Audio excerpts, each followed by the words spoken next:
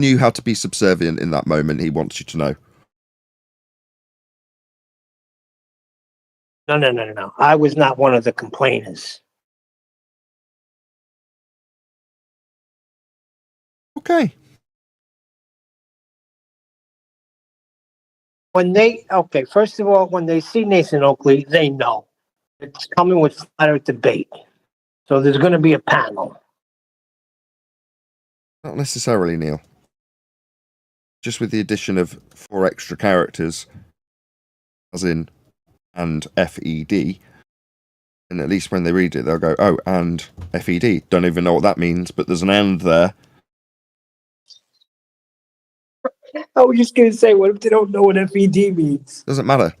Nathan Oakley and versus politics. They'll just know there might be someone else.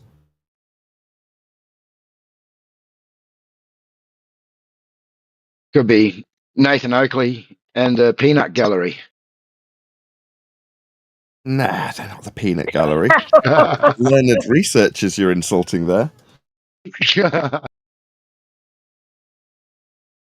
We call our Discord, and by our Discord I mean Flat Earth Debate Discord, which isn't mine, it's run by Righteous Force, but nevertheless, we call that the Peanut Gallery. Here we're, again, privileged guests. We wouldn't dare call this the Peanut Gallery. Band of Merry Men. Nathan Oakley and the Band of Merry Men. Indeed. I thought we should have been called the Regulators a long time ago. Why? The You Young living Guns back in the 80s and 90s. Regulators, saddle up. Say so.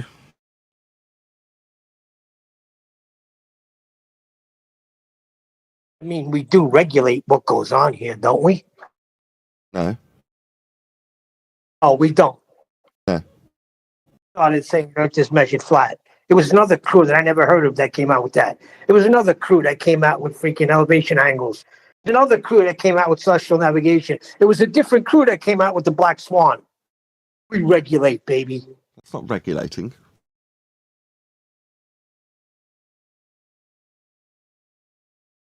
Look up regulate, Go Neil. watch Young Guns. Being a bit pedantic. It No, means it's just the slow wrong word. down. Yeah, to bring to a stop.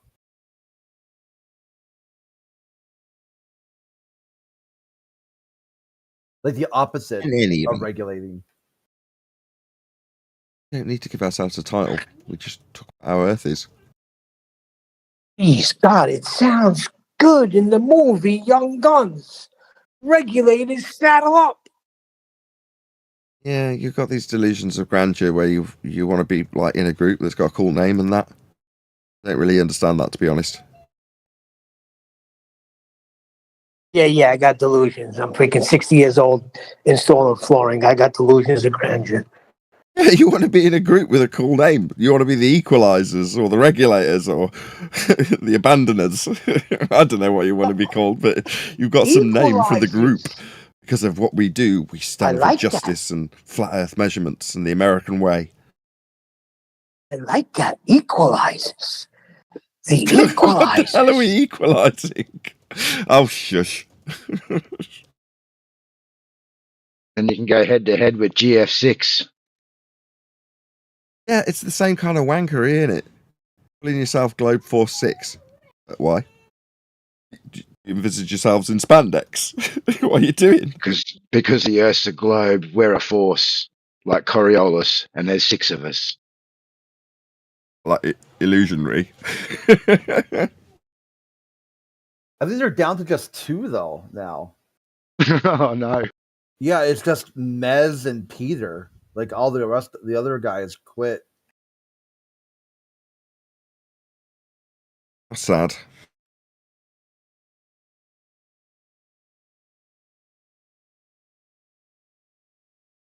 Yeah, I mean, if you want to be in a little gang of superhero anti-flatties or flatties, and more power to you, I guess.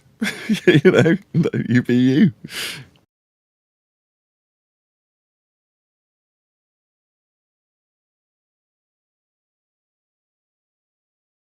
The more time progresses, the more I realise it's not that serious. Right. The world, in terms of how it's dealt with, isn't changing. There's a step in between that if you look into your religious belief that you were given at birth, you'll find a load of nonsense and lies and contradictions. Okay. But if you don't include that in between step, there's a disconnect between how Earth's dealt with flat and how you're led to believe Earth is globe-shaped. But it doesn't concern anybody. Now, if you insert the in-between step, that is to say you look into the fact that you deal with Earth as a flat plane, in contradiction with your belief that you were given at birth, then what you'll find is that grey area that we sit in that I just described. There's the contradictions in the definitions of things, and lots of anti-flat earthers telling people that flat earthers are stupid, false dichotomy arguments that go round in circles forever. This grey area is massive. We occupy it. But on either side of that grey area, you've got, okay, people who do believe in the world being a ball and look into it when they're looking into their religion. Okay? And on the other side of that grey area, you've got people who deal with, measure, navigate, build on the Earth flat. And two can quite happily interact, as long as they're unaware of the grey area. Yeah? And most people, 90%, 99% perhaps, who knows, somewhere in between that number, they are completely unaware of that grey area where we occupy. Censored depths of YouTube. As much as I can be moaning about how we are censored, it's like, are we censored? Comparatively speaking to the anti-flat earthers, it might seem like we're heavily censored, and we are, don't get me wrong. So are they. You think Simon Dan's ever going to become Joe Rogan? No. Because he's not going to be prevalent in the list. It's not like he's going on the front pages and going to be making it into the trending lists either. The whole subcategories censored. It's just of any, available searches that do make it to us, our favour Dan over us. So it seems like he's getting favourable treatment. Probably not. Not like his anti-flat earthism is going to suddenly make him a trending topic, is it? From that perspective, you're like, yeah, we might be 2 or 3% worse off. But in the big scheme of things, whole grey area is shoved to the bottom of the list, isn't it? And you just have to look outside of either side of the grey area and you go, yeah, on the one side you've got people who are staunch believers in this globe, and on the other side you've got people who deal with, measure and navigate and sail on and fly over Earth as a flat plane. So, yeah, it's not that serious. You know what I mean? Have to worry about converting people or worry about us seeming like a superhero group of grey area converters. It's just not that serious. If you come across the grey area and you want to find the connection between the two, that is now what we offer as of 2024. You can say this is where the two grey areas link. Here's where your ball belief lies, and here's the measurements it came from. There's the connection through the grey area, avoiding all the fuzz and all the anti-flat earth rhetoric and contradictions. There's the two connected together. That's what I feel like I offer at this point in time. Simon Dan did a Kickstarter or a GoFundMe to get new equipment and all kinds of stuff for his season 2 of Debooking, and he got maybe like 10% of what he was asking for. Hold on. Necros, are you wanting to say something because you're just hot micing, flashing on and off? Thank you. Again, Crit. That Simon Dan did some sort of GoFundMe Kickstarter thing. It got like no funding at all that he asked for. It's like, I want to do another season. Like, help me like get better interviews, more equipment for experiments. And like he couldn't even get someone to throw him a couple nickels for entertainment purposes. Yeah, I mean, he's because he is slightly algorithmically favoured. He earns enough money from his YouTube views to be buying stuff like that if he wants it. You know, reinvesting all the money he has into it wouldn't be a stretch and still have enough to live on. But instead, he's appealing to his audience by way of GoFundMe. Well, I mean, not that I'm decrying anybody to do that. It's a necessity that people will support things like that. As in, oh, you need to go and get this telescope. You need to buy a new computer. Therefore, we need to support you if we value your content. People are just being presented with this content. And they watch it. And that pays the bills, but he wants more. Everybody always wants more, don't they? Now, me, I do the same thing. I'll do a GoFundMe. But it's normally oh my God, if I don't get this fixed, there will be no show. And the people who go, oh God, we appreciate that you don't earn a great deal of money doing what you do. You're a tiny little channel and we love it. We'll give you the money to make sure that that is facilitated by whatever piece of equipment that you're funding. I still have to shout it out and encourage everybody to contribute, and it takes a little while, like anybody who's on a campaign fund trail would expect. I do eventually raise whatever it is that I need to raise to get by. But Dan, there's no necessity, is there? Does Dan need to be upping his game? No, he just repeats what's on Wiki about the globe. In that grey area we were talking about earlier. So, right, you need to up your game and produce better stuff so you can become Joe Rogan? That'll never happen for you either. And just accept it. You're in the grey area. You might be a perceived bigger fish by the way YouTube promotes him, but you're still in the same pond. A lot of them have got wise to it and gone, sod this anti-flat earth malarkey. I'll just start covering courtrooms, law, and people being arrested and things like that. If Daddy's been arrested, I'll cover that. Like, yeah, that's how you'll get on the front page algorithmically if that's what you're going for. I can understand that totally with the YouTube hat on. Like, yeah, well, which one am I more interested and passionate about? Getting on the front pages or talking about flat Earth? Well, as you can probably tell, talking about flat Earth brings a big smile to my face. And life isn't just about getting on the front page and making more money. The joy of the support that I do get when I get it. So that's why I'm babbling on about this, because it's nicely contrasted by Dan. He doesn't have passionate, enthusiastic supporters who will go to the scrapings of their pocket to help me out. We're not talking about loads of rich people that are suddenly dishing out cash because they just feel it's necessary for me. We're talking about average Joe with a few spare quid that might give it me because I need a new bulb for my projector. And they'll give it gratefully and be pleased that I'm back on the road doing the show that they love as a result. And that gives you, in spite of it not being riches and being able to buy me a nice house or anything, something that enthuses me so much that it makes me favour one over the other. The subject matter and the community that I've built over getting on the front pages of YouTube. Just cover something else. That would get me there 100,000 times quicker. Why cover Flat Earth at all? It's like, well, because of that community, because of that passion that Dan is obviously sorely lacking, in spite of having a lot more people following him. Perceived support for Dan is high.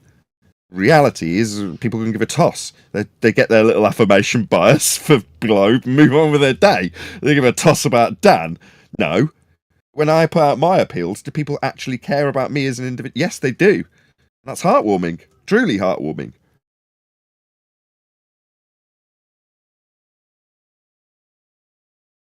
People are a lot more passionate about Flat Earth than they are about anti-Flat Earth. Many people who go to anti-Flat Earth are just looking to confirm their bias. That's it. Once they get that little fix, they're done with Dan or McToon or whoever they're getting it from, aren't they?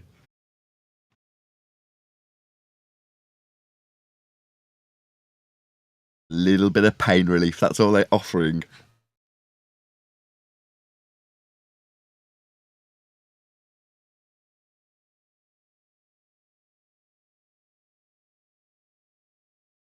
And again, it's supply and demand, isn't it? There's more people slightly figuring out that this might be a skew, something is awry, and they need to figure out what, and then they find Dan, temporarily or otherwise, maybe it's permanent, they alleviate that concern. Dan serves that purpose.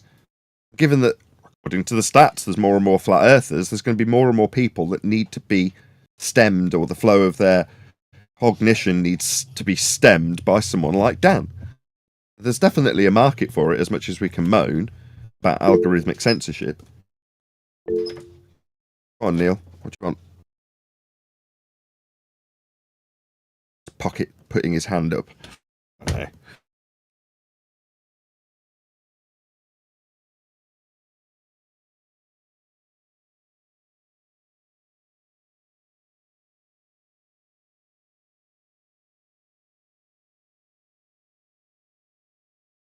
Hopefully it'll be fun. We're starting in about 15 minutes. I'll do a proper introduction so you'll all get to hear that. I shout out my patrons as I've forgotten to do it, so I'm going to do that when I go live. So if you're like, God, this guy's babbling on. Yeah, well, you know in advance that I'm going to shout out my patrons. I do daily with all sincerity.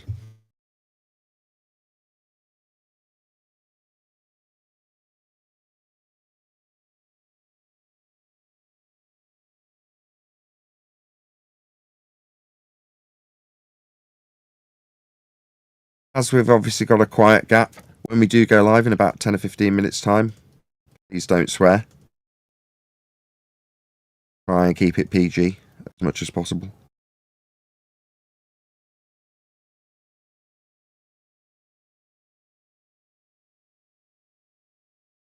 And also, for those of you who are unaware that have come as a guest, the purpose of us being here is to proactively inform you, that is to say, the Flat Earth 24/7 section of the Politics Discord server, that Earth is measured flat.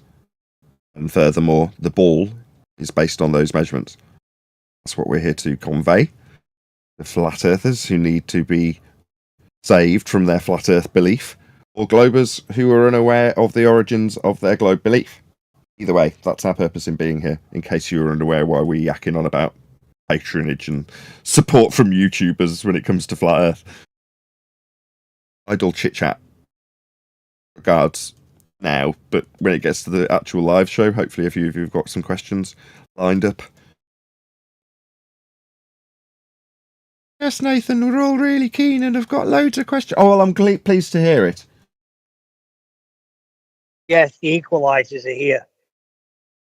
Terminators.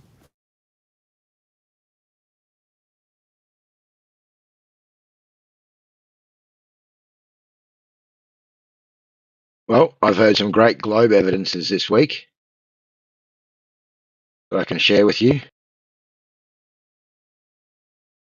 Hold on, I'll just cue up the clown music. Go ahead. Immigration proves the globe. Hold on. When you say you've got some globe Earth evidence, do you mean you've got some baseless assertions? Nothing to standardise the actual claim. Plenty of them this week. Like I said, that was the first one. Immigration. Baseless assertion that makes no sense. It's non sequitur. The two aren't connected in any way. Yeah, you need to actually explain how it's claiming to prove anything. Fine, but useless. Oh, I'll go to number 2 then. When this guy was in the Navy, they took him to a high hill, the only hill that sees curvature. That it? That's it. I mean, without him being here, my first question would be, what's curvature? Now, I know from their rhetoric that Earth curve is based on the Earth curve maths, which would just dictate that their claim of Earth curve, derived from surface level that's flat, is at 1.2 times the square root of the observer's height in feet. We debunked that in 2020. Black Swan, distance to horizon beyond the geometric limitations at 1.2 times the square root of the observer's height in feet, aka up a hill. Yeah, that's laid down in your maths. It uses surface level and parallel eye level. Earth is required to make that inference that there's a Earth curve edge below surface level in orthographic view. So, in spite of him not being here, I probably wouldn't have done that on the spot with him. I'd have just asked him, what do you think Earth curve is? Garbage. So then why are they going to Antarctica, Sir Nathan? Okay, I'll explain why Neil's asking that, just because it's not left hanging out there. Then if you guys are aware that there's currently a push to have this thing called the final experiment, where apparently if we observe a phenomena of the sun observed to stay above the horizon for a 24-hour period, it will either affirm the consequent for a flat Earth or affirm the consequent for a globe, depending on what they do or do not see. That's the current position.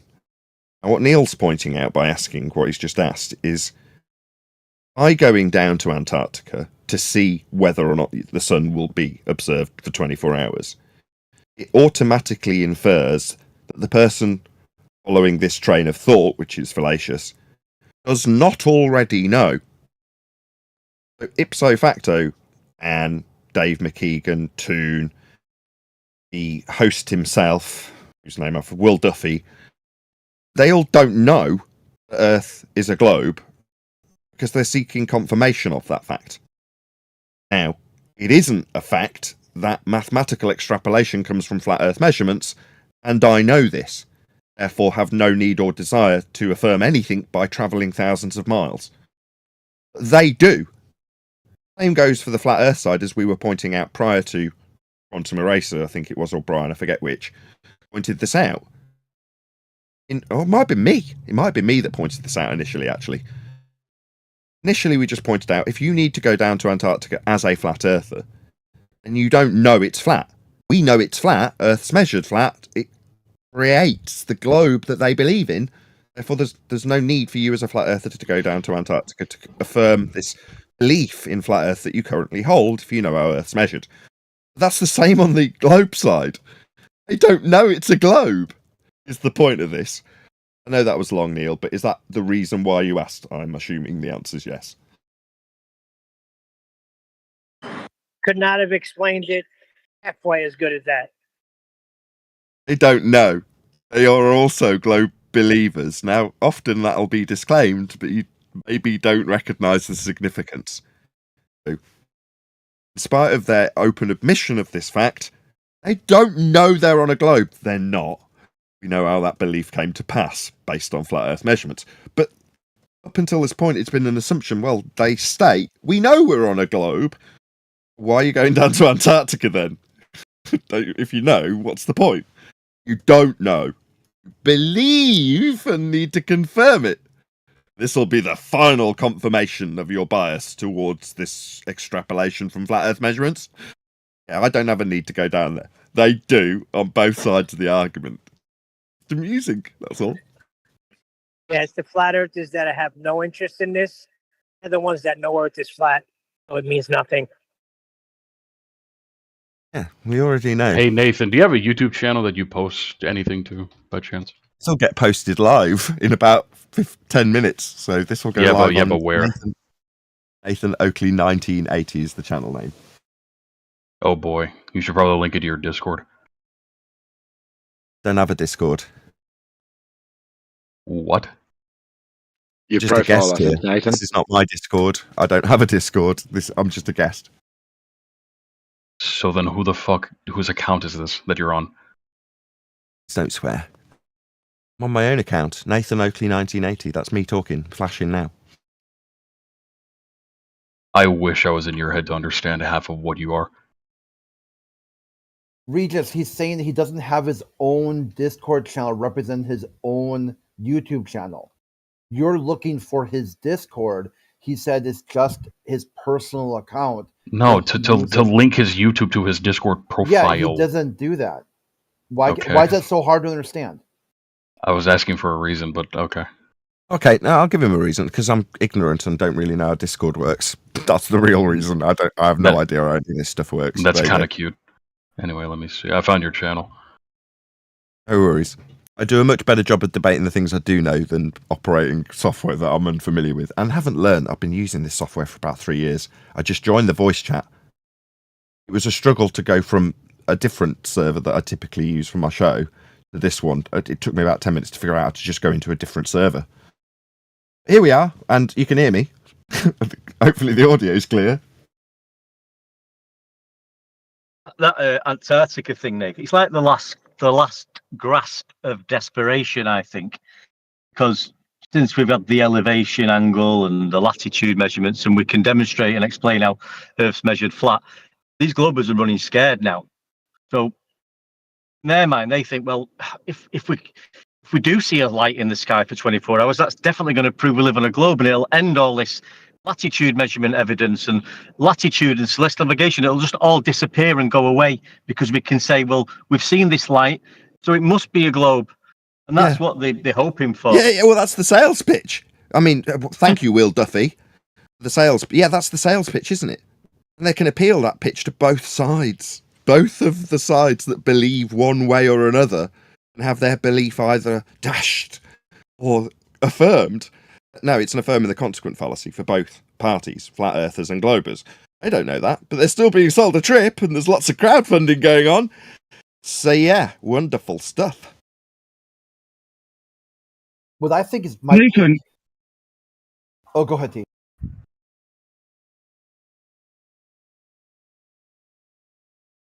Yes. Nathan, can I quickly say something before I go on mute? As long as it's family friendly.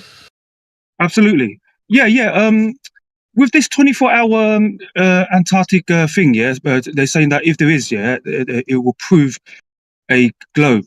Now, how does it prove a globe? Because I can clearly see the Earth is flat. It's a Doesn't. horizontal flat plane.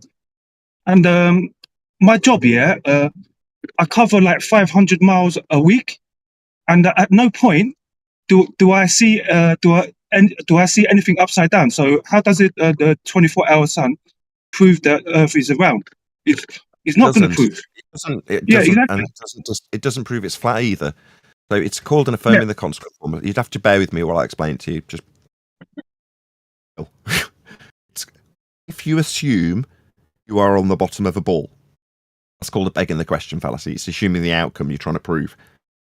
That's your P statement. If I assume I'm on the bottom of a ball when I go to Antarctica, if P, then Q, we will observe 24-hour sun. That's Q. If P, then Q. If I assume Oh my god. I understand now. Oh my god, I haven't finished. I mean, I could just stop halfway through explaining the logical fallacy that I've been asked about because somebody wants to say, oh my god, through the top of me. Alternatively, you could try and listen and learn what this fallacy is. I'm breaking it down as I explain it. Try again. If I assume I'm on the bottom of a pool, P, then Q, I'll observe 24-hour sun. I do observe 24-hour sun, Q. Therefore, P, I'm on the bottom of a ball. That's the fallacy. Fallacy is that one doesn't necessarily follow the other. You can use one to affirm the other, putting it into a fallacious statement. If I assume I'm on the bottom of a ball and then I observe 24-hour sun, then I'm on the bottom of a ball. No, you're not. It doesn't prove anything. Likewise, if I don't see a 24-hour sun, the Earth is flat.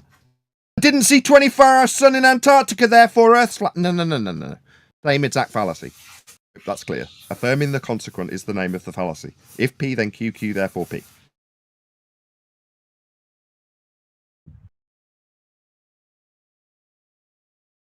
So, Nathan, you wouldn't happen to be grifting at all, would you? Zero response to me breaking down the fallacious reasoning of travelling to Antarctica. Response, are you grifting? No, I've got two. Yeah, children, because no. you have a answering Patreon. you. Now I'm answering this dick. It hasn't shut up. I'm answering you. Am I grifting? I heard your frigging question and now I'm responding to it. No, I'm not grifting. Telling people how Earth is measured and breaking down fallacious logic is not a grift.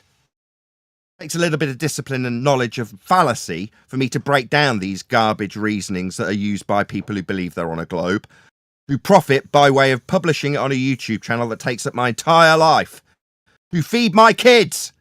How dare you even infer that I'm grifting, sir? No, I am not.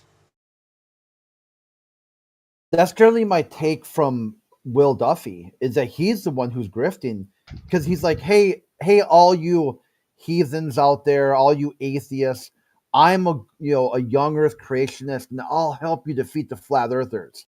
Just send me a bunch of money, and I'll sponsor a trip to Antarctica. And he says, but I'm also a millionaire, and I can pay for it if the funding doesn't come through. I don't care. He's not here to defend any of this. So you can live off of like $500 a month? Why are you asking me this? Who the hell are you? Because that's what your Patreon makes. You even posted about. Who the hell are you? What to ask me these questions? How dare you?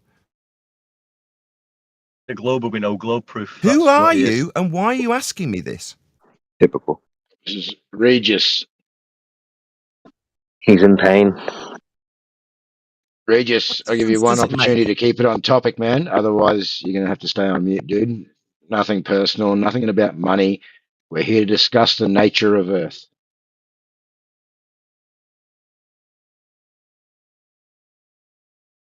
Yeah, that's what they've got. Attack the man.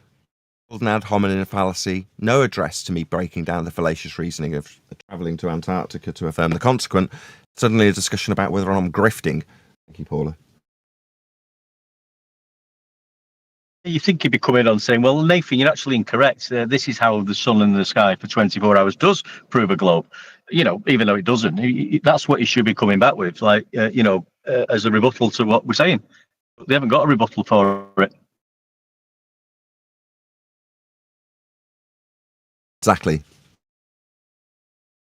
The grift thing is a lot of the atheists like to use that because that was a hard counter to the third wave atheism, like Sam Harris and Richard Dawkins and stuff. A lot of the Christians were like, hey, these guys are grifters. They're not going to usher in a new age of atheism. They're just selling you merchandise and books and stuff. They give two shits about any sort of like new wave of atheism. And then when they finally got proven, all the Christians were right that these guys were just a bunch of grifters. So now they're bummed. They're like, well, that's a huge attack line. And a lot of the atheists have since adopted that anyone they disagree with must be a grifter like they are. It's non sequitur. They have good arguments for their position or not. Anybody, not atheists. Anybody. I guess boats falling over the edge of the globe isn't proof enough for him anymore. We debunked it in 2020 with the Black Swan. Geometric physical sphere edge in the Earth curve maths is derived from surface level that's flat. Earth must be flat. Infer that you've got a sphere edge below surface level.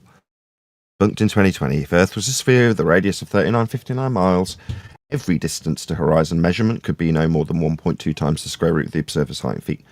Distance to horizon in the Black Swan is beyond 1.2 times the square root of the observer's height in feet. Therefore, the Earth is not a sphere, and the horizon is not Earth curve. Horizon is our hill. Been debunked 5 years ago.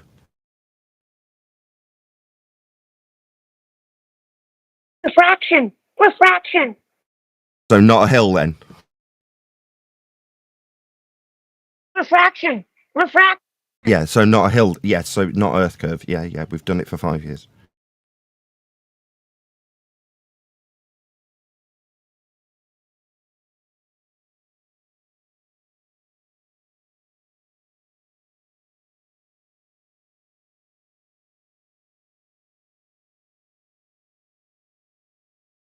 Yeah, Regis, is it the problem that you got? Like, it's got to be a big swindle, not a small swindle to you, is like irrelevant? Like where NASA... I'm curious why I'm guessing it was you or someone else deleted the post to his Patreon. It's public information. That was me, yeah. And yes, it's public Why are you information, but hiding this your is own not- Patreon? Because this is not... No, that's not Nathan. This is AJ. I'm sorry. actually going to archive your That's not what Patreon now this- because He's not Regis, listening. this You is didn't hear not the first about time. Nathan's personal life or how he earns his money or how much he earns. The discussion is nature on Earth. And if you're going to continue to spam the chat with attempted personal attacks, I'm just going to ban you from the server. Regis, I tried... We got a couple seconds here before Nathan comes back. I tried to get you on board here, and you just freaked out again.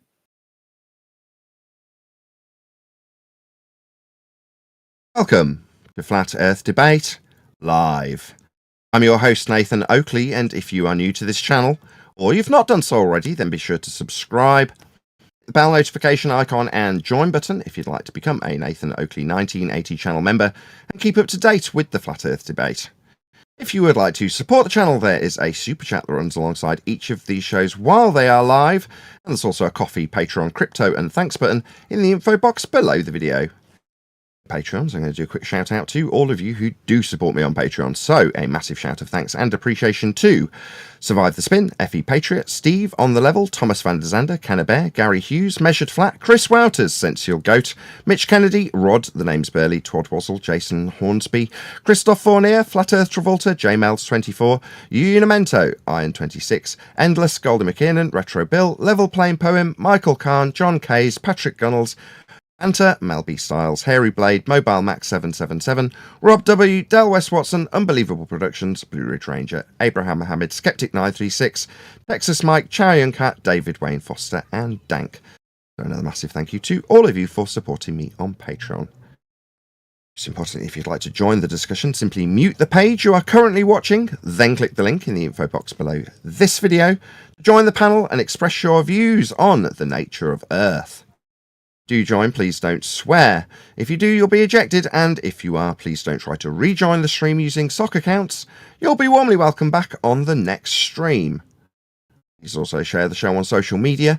Sharing the show obviously increases the live audience, but this in so please share the show on Facebook and X.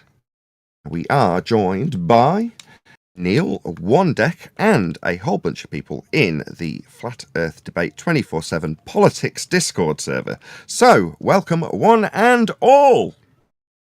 How are you? Welcome, guys. Yeehaw.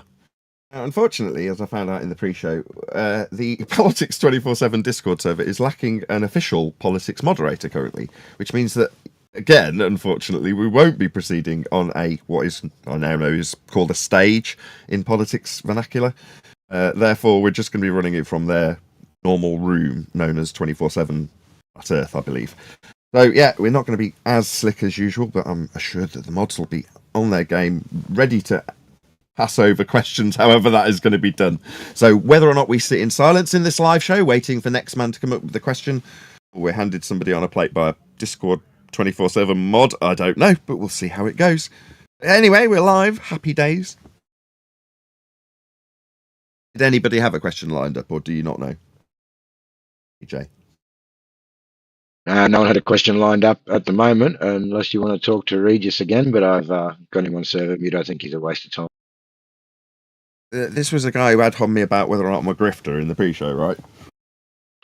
Yeah, correct.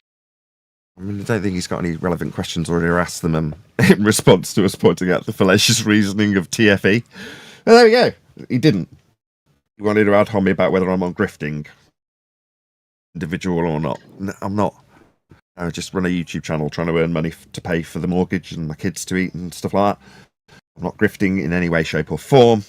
Occasionally I do a GoFundMe if a piece of equipment breaks, which is often the case. Entropy is a bummer. It also demonstrates that there is no sky vacuum. Gas would fill that availability of volume if the sky was a vacuum, as is claimed to be travelled through by men in spacesuits designed to keep the gas inside. And they look back at Earth with no containment. So entropy is a bummer, and occasionally you have to do a GoFundMe. Fix a light bulb in a projector, or a graphics card in a computer, or an amplifier, or a preamp for a mic. But that doesn't make me a grifter. It makes me a YouTuber. I think that addressed the Regis, if that's his name's question. Was there any actual questions in regards to the nature of reality? Find out. Just a quickie though, while we wait. Yeah. What we really want is these Globers coming on, not asking questions, providing their so-called evidence, which we know they've not got, of how Earth curve, in their mind, is measured. We don't tend to get that. They come on asking Nathan questions about how does this work on a flat Earth? How does that work on a flat Earth? You've got a claim you live on a globe. Bring it forward. That's how it's measured.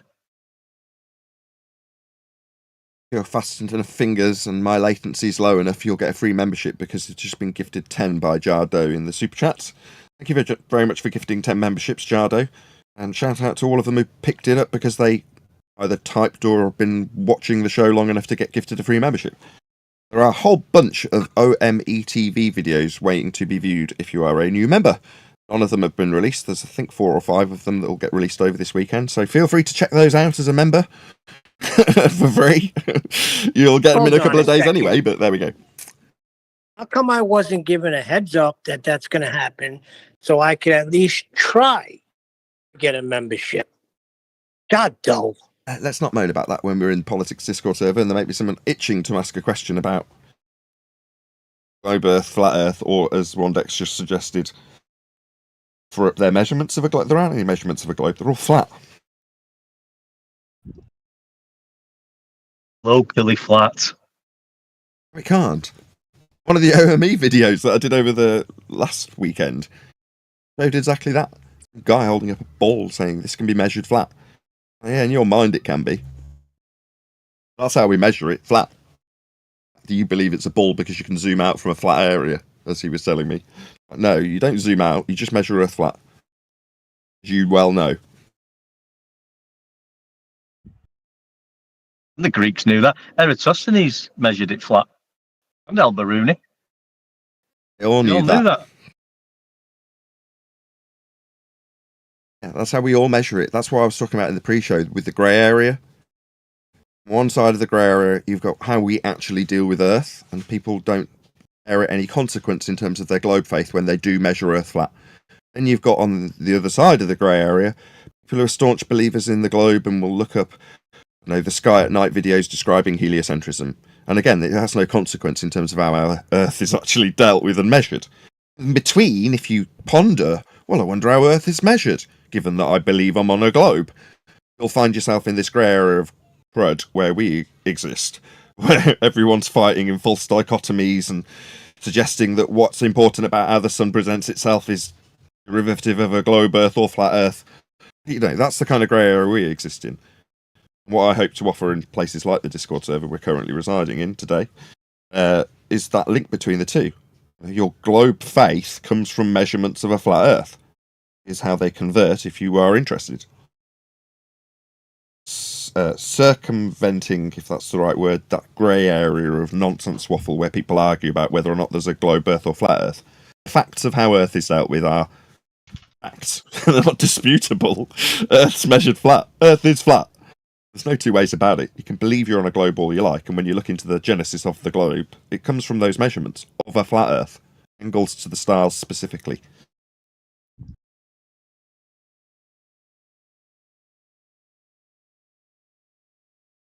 I don't know how many newbies there are in this Discord server, but if you didn't know you were on a flat plane, now you do. Welcome to Flat Earth.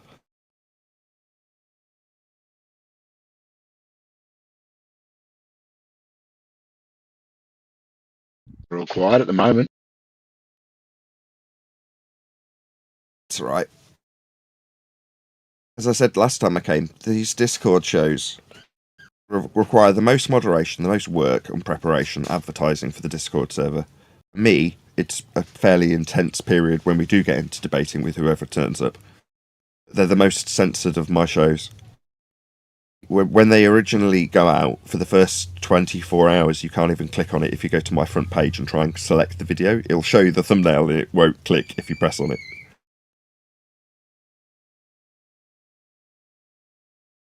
Don't ask me why.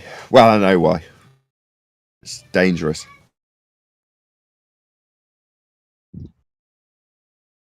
I was saying before, Nathan, did Brian contact that Will Duffy regarding providing any pitch data? Brian's been looking into that, this pitch data, which is a absolute globe destroyer. Was any comeback on that from the Duffy Glober team? No. Press on. Reflector shields at 100%. Ignore it. If Will Duffy can spin it into something that makes it seem more valid, he'll spin it. Like us saying there's no hypothesis for this experiment, this isn't science, it's fraud. What does he do? He leans into it. This is a scientific method that we're... No, you're not. You bloody fraud liar. But he's leaning into it. That's what frauds do. Double down. I mean, well, even if you did see a light in the sky, like you say, it's only going to lead back to I wonder, I've observed that. What's the cause of that? Well, I'm going to presume the cause of that is that I'm on the underneath of a globe and it's sphere shaped. Okay, then how are we going to prove that? We're going to have to do some measurements, aren't we? Antipodal assumptions aren't variable as an independent variable. It's in a complete category error. Unless you're trying to validate what causes the 24-hour sun. Now, if you're trying to validate what causes that as a phenomena, which I'll accept, if it exists, they're going to see if it does or doesn't. If they say, let's just take it as read that it does, okay, I'll accept that as a phenomena. So now you put that through the hypothesis stage of constructing something that you can vary and manipulate to see if it causes that effect. That's an experiment. Oh, he's calling going and seeing if it happens an experiment, isn't he? Yeah, that's fraud. You could suppose a cause of that 24-hour sun, vary and manipulate it to see if it induces the effect or not. It'd be an experiment, an actual experiment.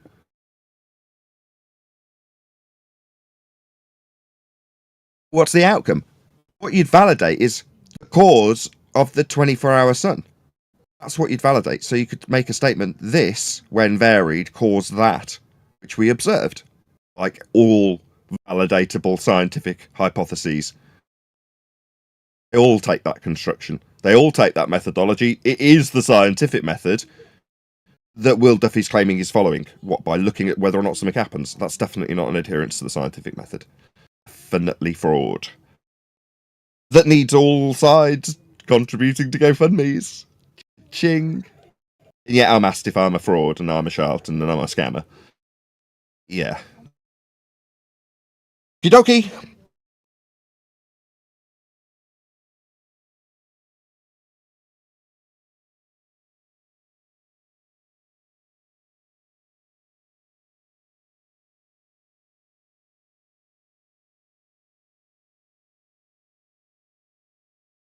$82 people watching this total silence from this Discord server. Silence is golden. Not when you're running a live show. Plenty of people in here. Someone must have a question. Or unless it's the silence of the lambs. That's pretty terrifying too, I hear. It just takes a while to figure out a real question when all you have is insults and questions about your finances. Oh, it's just one guy. Alright, well, I got a question. Do you guys think that because of the back of the eyeball is curved, the further you get from the Earth face down looking out, that's why people are seeing some curve or thinking they're seeing some curve? What is the curve they're seeing? They all claim to see that I don't see. Is it their eyeballs are flat? Maybe they got flat eyeballs? No, their claim is that you've got a physical geometric sphere edge for a horizon at 1.2 times the square root of the observer's height in feet as per the Earth curve maths. That's what they're claiming is curve. It isn't. We debunked that in 2020.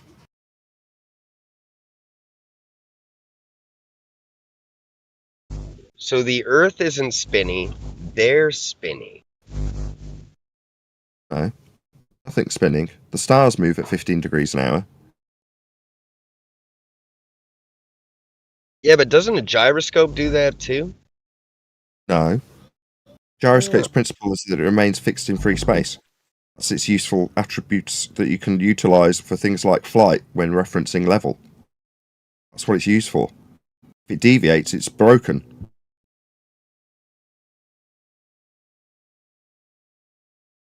Huh, interesting. I've never played with a gyroscope. I just heard that it goes off 15 degrees every hour or something like that. That's what the stars do. If a gyro drifted at 15 degrees an hour, and you were to infer that as a globe suggestion, then that would suggest that the cage attached to the ground has deviated from its position as Earth rotates underneath the fixed spinning frame of the gyroscope itself. If you're saying the cage drifts at 15 degrees an hour, that is a globe Earth claim. It's called Coriolis effect.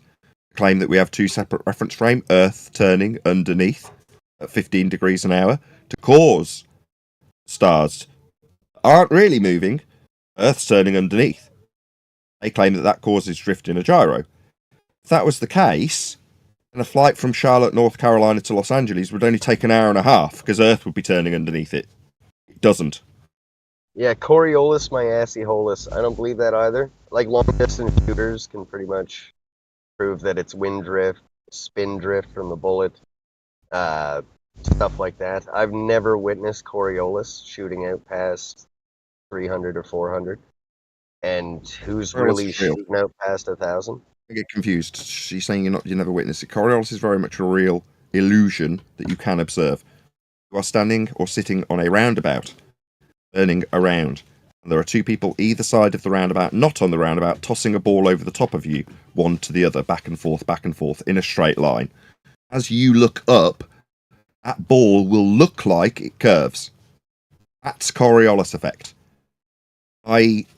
Same claim for a globe Earth that's turning is you're turning under the stars. They seem to curve at 15 degrees an hour. They don't, according to the globe Earth rhetoric. It's claimed Earth turns underneath. If Earth turns underneath, then a flight from Charlotte, Carolina to Los Angeles would only take an hour and a half because Earth would be turning underneath it. Earth doesn't turn underneath anything. We're not turning. Coriolis is real, you can observe it on a roundabout. It just doesn't apply to the surface of the ground we're standing on. We don't observe Coriolis effect. If we did, the consequence would be flight times would be reduced. Don't they teach that in like grade 5 or grade 6 that a flight from Australia to Africa is shorter than a flight from Africa to Australia or something like that? Maybe. Regardless, the claim is that Earth is turning underneath as a separate non-inertial reference frame. If that is the case, then we would notice, because lots of consequential things would happen. You'd launch a drone, and as it hovers, Earth would turn underneath it. If we were on the equator, that would mean the drone that you launched off the ground and simply hovered would whiz away at 1,000 miles an hour, not because it's flying 1,000 miles an hour, Earth's turning underneath at 15 degrees an hour. As your drone whizzes away from you at 1,000 miles an hour, as nobody's ever observed ever. We don't have this effect. When they claim the effect is in observation, it's using things like bullets, or something that remains in the air for 2 seconds. They say Earth turns underneath the bullet, causing it to deflect. All right. Well, then a blimp hovering above a stadium would have the stadium turning away from the blimp at a rate of 15 degrees an hour, the same as they're claiming would happen with the bullet. It doesn't. The only reason they use bullets in the example is because they're only in the air for a fraction of a few moments. Therefore, you don't notice that this is a nonsensical claim that would have much wider reaching implications if it were true.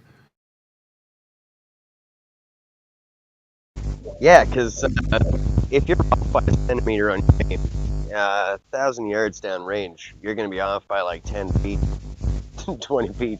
So it's kind of the same for that math, right? Like if it's happening at this fraction of a second, if the flight time is longer, technically you should see more of that, right? Is that what they're talking about? Yeah, well, when you say what they're talking about, that brings in Roger Ledwell's super chat nicely. Your reference frames are completely ruined, as Roger Ledwell. Yeah, so when we point out as flat earthers, I don't do this anymore, I find this argument tedious and annoying. When we used to, or I used to point this out to Globers, they would then start arguing for why we wouldn't notice the effect. Or we wouldn't notice the two reference frames are as one. It retains the velocity of the Earth that's you're like, so there's no effect then. There's no Coriolis effect. Because there's only what it's like you need 2 reference frames and one turning under the other to give you this effect. You say we wouldn't notice, then there is no effect. There's no proof we turn. There isn't an effect. Why would they want to negate it and explain why there isn't any effect to notice? Because there isn't any effect to notice. There is no Coriolis drift on Earth. Coriolis is real. Earth just doesn't exhibit that effect. I'd like to Roger Ledwell for the super chat. Thank you very much for the support. Yeah, all the globe claims are similar to, aren't they? Like, you know, we've got Coriolis, but you don't actually witness it. The Earth's spinning, but you can't feel it, and the Earth's curved, but you'll never see it. How bizarre! You and your reference frames have been ruined is Simon Dan's quote to me, like me suggesting that we should have a drift on a globe Earth that turns would be annihilated by showing that there isn't one. You're the one with a claim that there's drift. You're the one that needs 2 reference frames, and you're telling me that they're ruined? Yeah, because we don't exhibit this effect on Earth. They've got to explain why we don't see it happen. By telling me that the reference frames are ruined. What, the 2 that you need to claim there's 15 degrees an hour drift, Simon Dan, you complete idiot that doesn't understand this stuff. An idiot.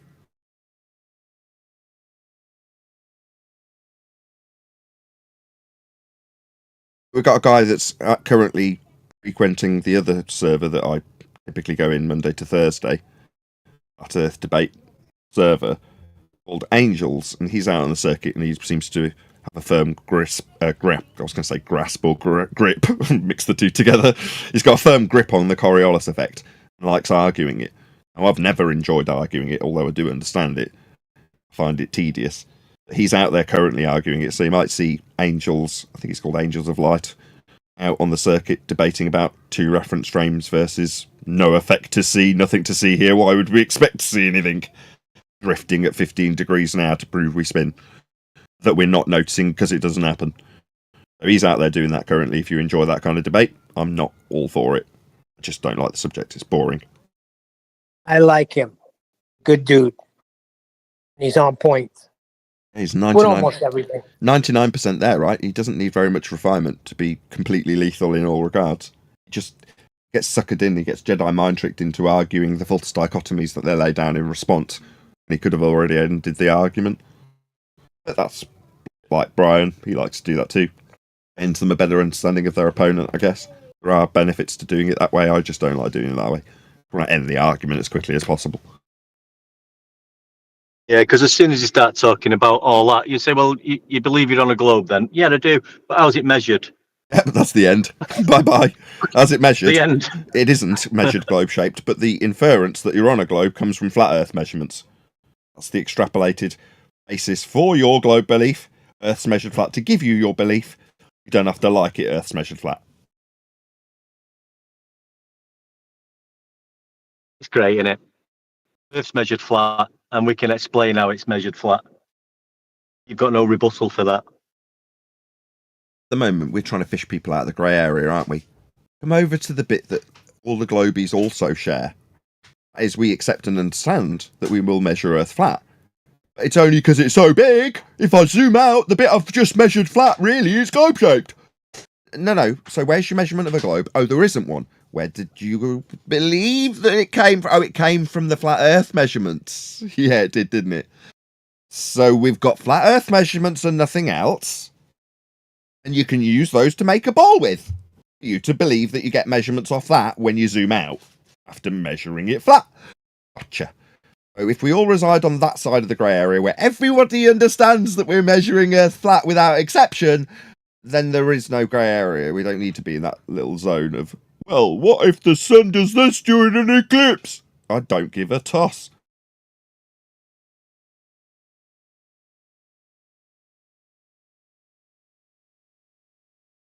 Yeah, it's beautiful. Absolute beautiful. Oh, you don't. That's it. Got it down to the bare knuckles now. You know, this is how it's measured. Elevation angles, sea level, latitude. Used for mapping. It's used for navigation. It's how we navigate across the surface of Earth. It's all flat Earth elevation angle measurements. Nothing to do whatsoever with curvature. Never has been. Shout out to the price of Adam. You'll need a flat Earth for that globe. You will indeed. Thank you for the super chat.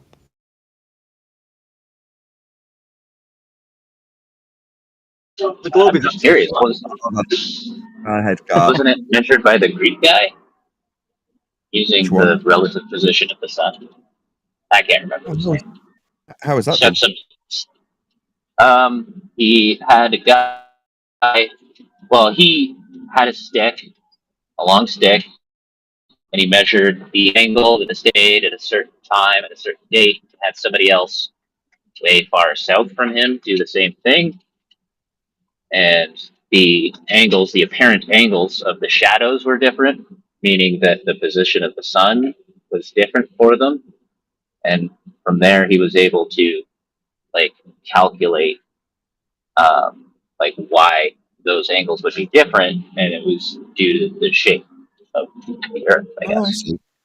So he calculated how those two flat Earth elevation angle measurements with respect to a flat Earth being measured at two different locations make a globe. That would be two elevation angle measurements off a flat Earth, though. You don't get angles off curved surfaces. Oh, we're measuring Earth flat in that example. Specific with angles.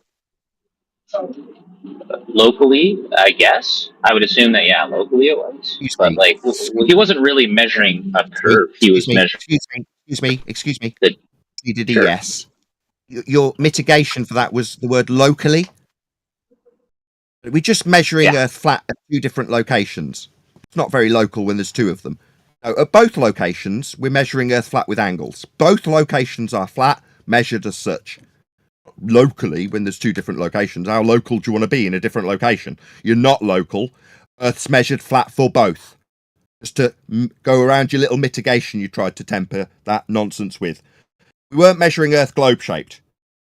You said, yes, I understand that, and then mitigated with the word locally. No, just to be absolutely clear, you and I understand on the other side of the grey area where we debate about these facts. We don't debate about these facts, we measure Earth flat. You understand that, don't you, sir?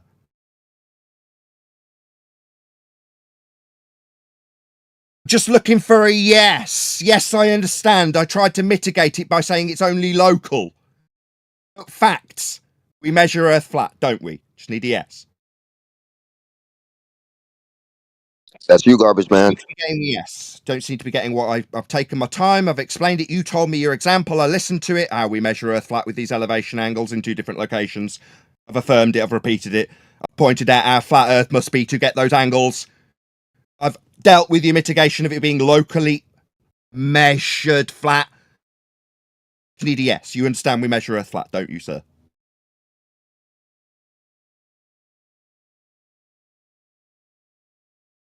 It's okay, I'll do it for you. Yes, ladies and gentlemen of my audience, we absolutely, unequivocally, without question, measure Earth flat. In that example, this bald believer gave us about, what, calculating out a sphere belief with those Earth measurements that were flat Earth angles. Yeah, we just measured Earth flat though, didn't we? Like I declared right at the beginning of this show, you're going to need a flat Earth to measure for your ball belief. And there it is in that example. Elevation angles from a flat Earth, as per the measurements of Earth. Welcome to flat Earth. That's how we measure it. Next. See, Nathan, this is what happens when they don't realise they're doing it. They're trying to explain how curvature is measured and then telling us that it was an angle measurement, which has got nothing to do with I'm measuring curvature. How are you measuring curvature there, sir? Well, I'm measuring it with 2 flat Earth angles. Oh, are you? Yeah, locally measuring it all flat. Sorry, do you believe in your deluded, globe-believing numpty mind that you were somehow measuring curve with these flat Earth angles? Because you're not. But it's only local. We're only locally measuring Earth flat. What, in 2 different locations? Silence. No affirmation. Just a bald believer that's decided he doesn't want to take part in this conversation anymore. Gone to great lengths to explain how his misapprehension of measuring curvature was actually measuring angles off a flat plane. No response beyond the mitigation. That would be bullshit about local flatness being measured. Yeah, we're still measuring it flat even if it was just in one place. Still a flat Earth measurement. Hey, chocolate. See, that's hey, chocolate. That's the just saying, Nathan, that's the Hold on one deck. Sorry. Chocolate. Hello. Hey, chocolate. Morning, guys. How's everybody? Very well. Did you have something you wanted to add or just saying hello? If not, go ahead, one deck. Yeah, go ahead, one deck. No, I'm just saying, just a good example there, Nathan. This is what happens, but it's good just to let them. You don't really have to do any work now for them or for ourselves to explain how Earth's measured flat. You just ask them to explain it themselves, and they will actually be explaining how Earth is measured flat when they're thinking they're explaining how its curvature is measured. It's only local. It's only really, locally really measured entertaining. flat. It's only local. Sorry, guys. I'm driving a garbage truck, and my partner had to come in for a couple minutes.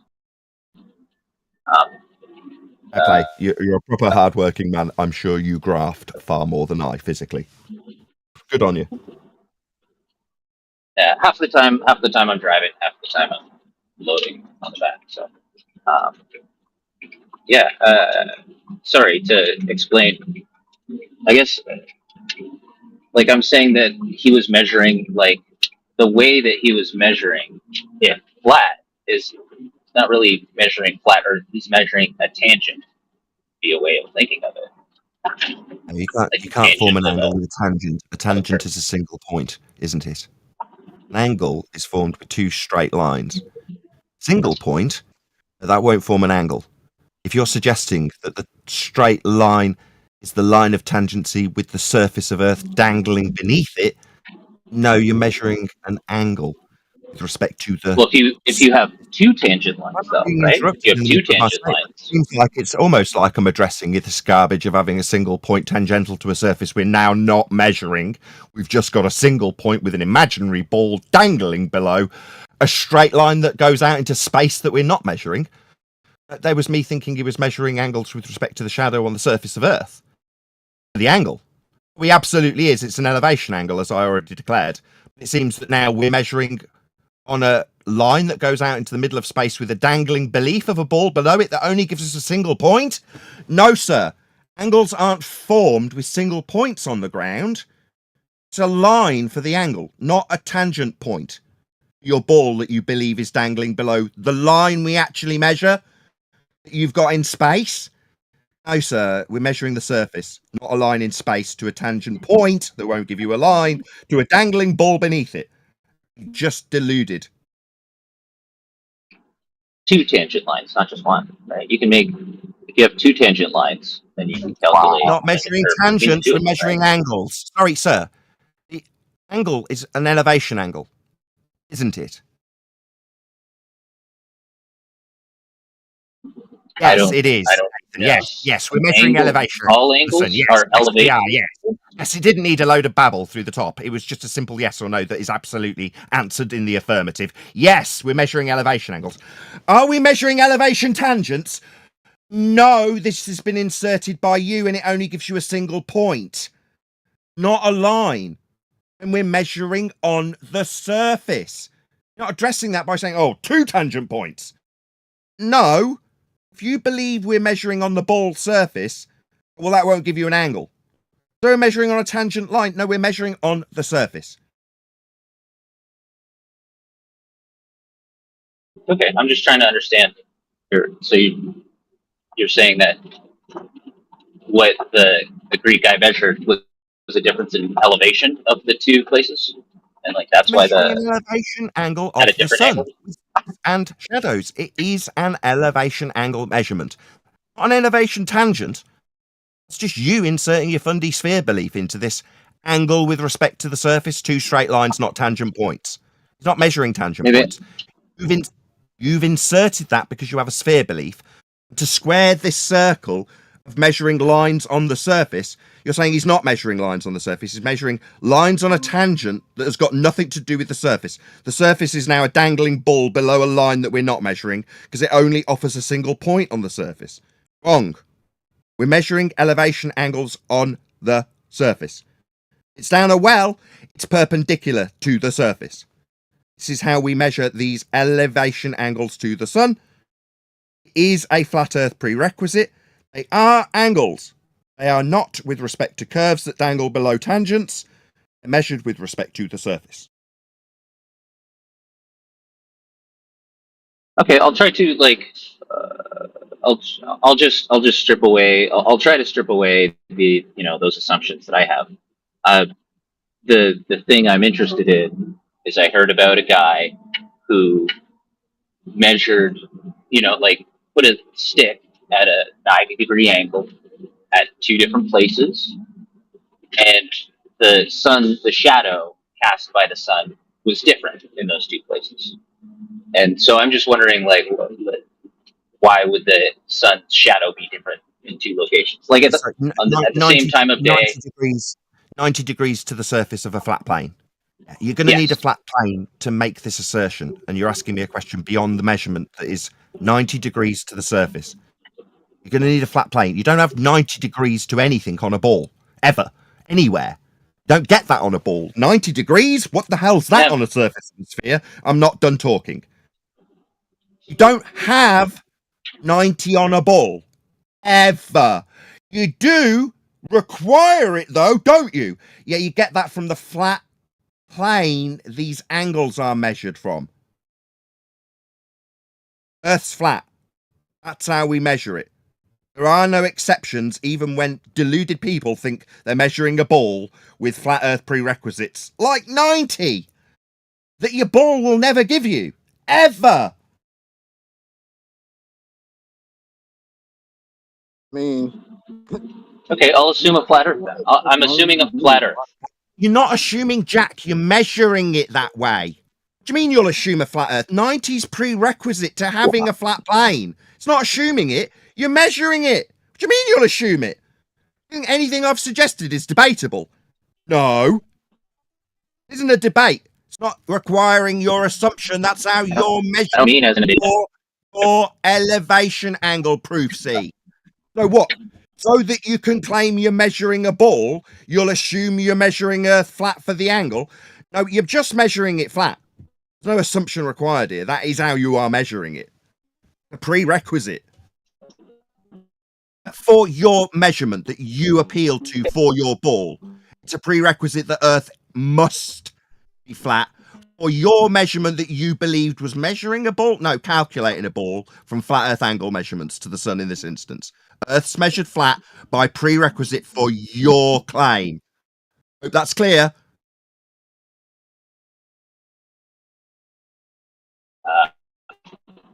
Okay, sure. Like I'm not. Welcome to flat Earth. I should clarify. I'm not here to like try to prove you wrong. Welcome to flat Earth. Earth is measured flat. Sure. Welcome to flat Earth. Okay, so in the scenario where sun casts a different shadow in two different locations, why is that? Producing an angle on a flat Earth. Yeah, why is it produced? Sorry, two different angles at this point, as a flat earther, with you asking me about flat Earth measurements, there's nothing really for me to do here beyond me getting you to just repeat that you're going to ask me about flat Earth angle measurements and how we're measuring Earth flat. I'm done. Yeah, how does the welcome to flat Earth. You don't need to yammer through me with your repeat of the same question. That used flat Earth measurements for your ball belief that we've just destroyed. Now we all are on the same level and we all understand that we're measuring Earth flat for your example. There's nothing more for me to do here, sir, other than to welcome you to the flat plane you dwell atop. You've got questions beyond that. Who cares? We measure Earth flat though, don't we, sir? So as a flat earther, I don't really need to do anything else other than welcome you to the plane you've always lived on and measured. Okay? Nathan doesn't understand 8th grade geometry. It's hilarious. Sorry, Brenda has accused me of child abuse and said that my children should be taken away from me. Can you remove this scum of the earth from my presence immediately, please? Thank you. Frickin' eunuchs coming here telling me what's what.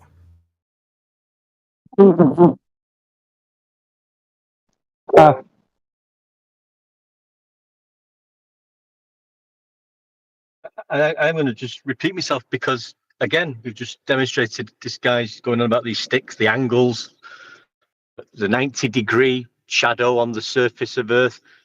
Nothing whatsoever to do with curvature. Explaining how Earth's measured flat for us. Just doesn't understand it, or he's not comprehending it, or he's just in denial.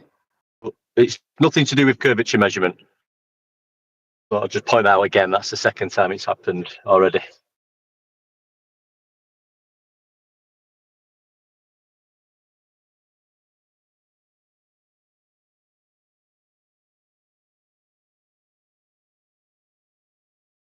Yeah, in conclusion, as suggested and now proven, Earth is measured flat for everyone. There is no exceptions. Globe is flat. Even the anti-flat earthers know that. Only locally flat. It's only locally being measured for angles that are locally flat.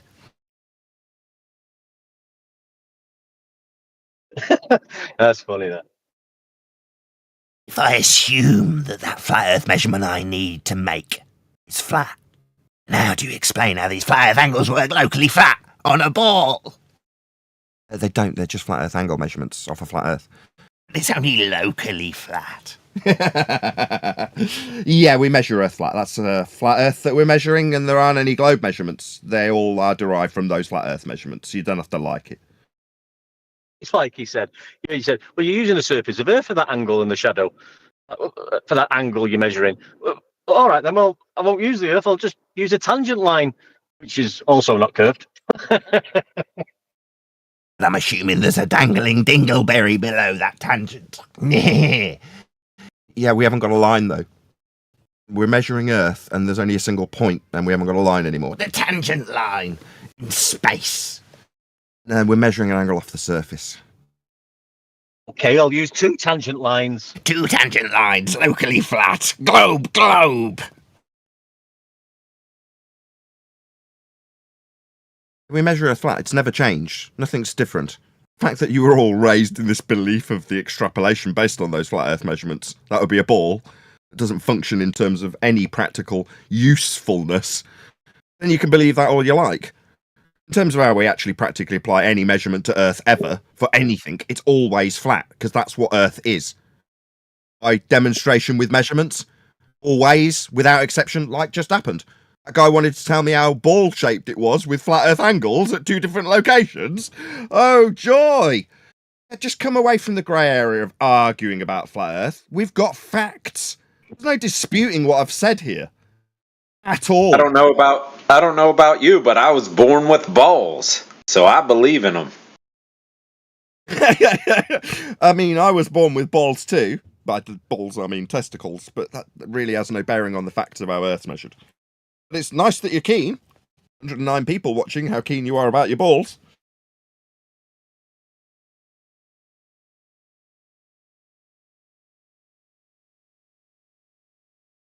Well, it's been fun. Time's been flying by. 45 minutes of live stream. About 15 minutes left if anybody else has got any questions. Feel free. Yes, I have a question. Excellent. What's your name? My name is Zeitzeuge. One more time? Zeitzeuge is my name. I couldn't hear what you said. I said Zeitzeuge is my name. Zeitzeuge. Zeitzeuge. Yeah, Zeitzeuge. So I was in here the last time, and my question basically was, why should like the government and all that tell you that the Earth is flat? I don't know. Why don't you go ask them? I mean, I don't know. For me, it doesn't make sense. Shout out to Goldie for gifting memberships. Why are you asking me? Ask the government if you want to know a government-based question. I don't really understand why you're asking me that. I mean, you believe that. Of course, there's a follow-up question. The only logical question after that would be why they do that. You know, and that's the interesting part for me. Not really. That's an appeal to consensus fallacy. I mean, who cares what motivates it? It doesn't really matter. I mean, it does matter. Well, it matters to you, but I mean, it doesn't matter if the Earth. I mean, it doesn't matter if the Earth is flat or round. What does matter is why people tell you that. That's basically what really matters. Not. That's what matters to you. You're saying it doesn't matter if it's flat or round. Well, there is no contentious nature in that suggestion that there's a debate about it by you. There is no debate. It's measured flat. Now, further to that measurement, you can ponder why they might lie about. I don't care. I know how Earth's measured. It's flat. You ponder why they might lie about being otherwise. I don't know. Ask them. Okay. Yeah, let us know you get on. Yeah, let us know. When you ask whoever it is you think you need to ask why they would lie about Earth being a globe, feel free. I mean, I know how they made the globe. I know who originally came up with the idea of it and put it into elliptical orbital motion. I can show you in history where that idea was created and who created it. And the angles off a flat Earth they used to create it. I can show you all of that. So I know, in essence, where your globe belief came from through history, as it is documented. But why they would carry on that throughout the last 500 years / 300 years, depending on how you want to look at it, is your guess. Maybe you'll find out. Let us know if you do. Let's measure flat, though, just so you know. Including, but not limited to, flat Earth measurement requirement for the globe inference that I think you might think you're living on. You're not. That inference came from the Roman Catholic Church with flat Earth measurements to create it. Yeah, I'm not even saying the Earth is not flat. I'm not even saying that. But I mean, it doesn't change anything in my reality. if the Earth would be like, I don't know, like a bowling ball or something. I don't care. But what really matters is why people lie to us. Your reality already presents itself as flat, stationary. Yeah, I There's think nothing changes in in that your regard. reality. Exactly, Chocolate. It doesn't make any difference to you. We've been saying that on the show. There's a grey area of debate where people think there's some contentious nature of Earth. No, everyone always has dealt with Earth as a flat plane. It always is the case and always will be the case. The idea that there's a debate about it is crazy. And on the other side of that grey area, you've got staunch globe believers who are told, based on the measurements of Earth as a flat plane that is derived into ball belief, that they are actually on that reified ball created by the church about 500 years ago. Not Earth's measured flat. Who cares why they carry on that lie? It came from the church. It's been peddled down the line ever since. You now believe it's true, or say it's inconsequential if you are on a bowling ball. You're not. The idea came from the church. Okay. So the church is lying to us. The government is lying to us. Did I say that? I don't know. Or they know the shape of the Earth. They lie to us, or they don't know. Well, yeah, like I said, go and ask. But you're making these assumptions and peddling them onto me. Like I've made any assumptions in this regard. I don't know. I'm Are not they making lying to any you? assumptions. What did the government tell you about being on a ball? I don't know if they're telling you that. I mean, they are. That's basically what you get taught in school. It's the schools telling it you. Yeah, of course. Right. So there are lanes and paths that you can follow. Some of our flat earth brethren follow them. That is to say, here in Britain, you can approach the education secretary about why the hell they'd be teaching people throughout their school education right up until higher education that there's a force of gravity when it was superseded 109, almost 110 years ago. Well, you can do that. You can approach your ministerial equivalent in your country and ask them why they're educating their children with nonsense. Show them why it's nonsense based on their own rhetoric, and hopefully you'll get through to them. Very slow turning cogs. Me, I homeschool. Then I don't have that problem. Then I get told this nonsense that's been disproven, like gravity being a force. The gentleman think or believe that the government are lying. Of course they're lying. That's all they do. But yeah, I know what you're saying. Yeah. Do you think they're lying about the shape of the Earth, sir?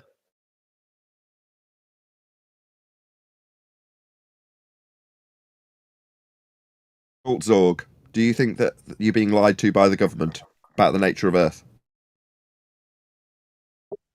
I mean, I don't know. I mean, it doesn't even matter. I don't care if we've been to the moon or what shape the Earth is. It doesn't change my reality at all. It has no impact on me. Why do you keep bringing these new things up then? I don't care if they've been to definitely haven't been to the moon. It's a violation of a law of nature known as the second law of thermodynamics. Now, but what matters to me is why they lie to us. That's the real question. Not if the Earth is flat or round. That doesn't even make sense to debate about or to waste time. Gotcha. It's called an appeal No to one's gonna motivation. believe you. I mean, no. Okay, The thing is, I got even you. if the Earth, I got you. You don't care about insert new subject matter that you're going to waffle through the reply about. Yeah, because you don't care, we shouldn't talk about it. You've suggested there's a moon landing. I was halfway through debunking that garbage that you don't care about, but have brought up as a new subject by suggesting you don't care about it. Now I'm responding. There's a law of nature. It dictates how gas behaves. Gas we're breathing under high pressure must be contained. To suggest that there is no containment and a second law of thermodynamics violation sky vacuum above our head would infer that gas is not following that law of nature in line with entropic descriptions of dispersion. If the sky was a vacuum, where they claim to have traversed to go to the moon, then the gas we breathe would fill the space. We'd have never developed gas pressure. We'd all be dead. There is no trips to the moon. Repeatedly telling me what you don't care about and appealing to motivation fallaciously, and also suggesting that you don't care, or the actual facts of the matter about whether or not they have or haven't done something is irrelevant because what motivated them to do it is more important to you. Okay, well, it seems like you have a very low standard of fallacious reasoning, sir. Because who cares what motivated them?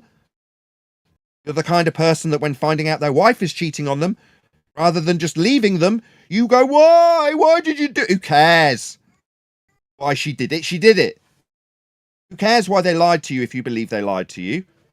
Know the truth, then you can turn your back on the liars if you believe them to be so. Me, I don't care. I don't care if they lied. Right now. I'm gonna Know the truth. I'm not getting talked through. I know the truth. Earth's measured flat. The sky's not a vacuum. There you go. There is no trips to the moon. There's no trips to Mars. There's no satellites in a sky vacuum. The orbital motion they're claimed to be in was derived from flat Earth measurements by Kepler. The church gave you that garbage that you believe in. Anything that you tell me about it will be proven by the measurements the origins are based in. That's flat Earth measurements. Your nonsense waffle is irrelevant about moon landings and how you don't care about them. Well, I don't either, but I know they're not real because I know that the gas we breathe would fill the space they say they travelled through. Entropic law dictates it. I don't think he heard a word you said because that little waffle was me unserver muting him and he was still talking. I don't think he realised he'd been muted and he was still talking in the background to himself. Oh, I see. So having told me that he doesn't care about moon landings, it's only the appeal to motivation fallacy, he then continued to waffle incessantly because telling me that he doesn't care about something requires his non-stop waffle through the top of the response. I see. Yeah, basically. You're a dick. See if he's still going. You're a dick. Dick. You're a dick.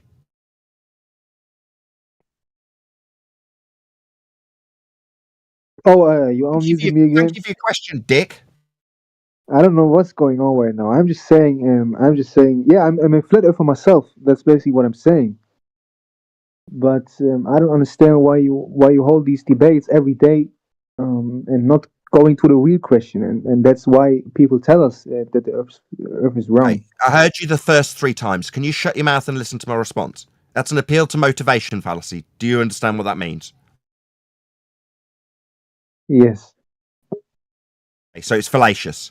Do you think we need it a 4th time? No. No. Okay, so shut up.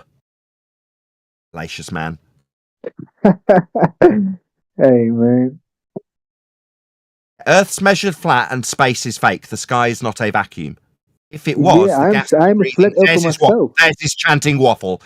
You're a dick. Dick. I'm talking to you, dick. You can't seem to tolerate it and need to start talking through the middle of me because you are a dick. Yeah? You're a dick. I'll try and continue, hopefully without the dick interrupting for the 5th time, because apparently what's not important needs to be continually reasserted through the top of the address. Sky's not a vacuum. We'd all be dead if there was trips to the moon. The gas would follow the rockets into the sky vacuum, space for gas to fill. There is no space above our head, 10 to the minus 17 torr, with rockets and orbital motion. That orbital motion is derived from flat Earth angle measurements to the stars. Need a flat Earth to infer we're on a sphere with orbital motion. Came from the church. You're all deluded. Why you would be lied to about it is inconsequential.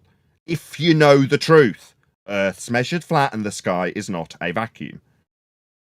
How long we've been going live? Just under 1 hour. We've got 1 question squeezable into the hour, I reckon. We're going to be thanking the Discord server moderators for doing such a wonderful job. Hello, QE. You're definitely doing a show tomorrow, because I'll shout it out to my live audience if you are. 107 people watching. Bated breath to see if QE's doing a live stream tomorrow. So keen to get something under his wing and done with his audience that he wants to run an extra show that would be in the time slot of Ballbusters. I don't know yet. I won't promote it then. Maybe Be Here or Be Sphere on the Quantum Eraser channel tomorrow at 7 PM UK to UK 7 PM Central Standard 2 PM. There might be a show, but there might not be. So this might be for nothing, but it might be. You never know your luck.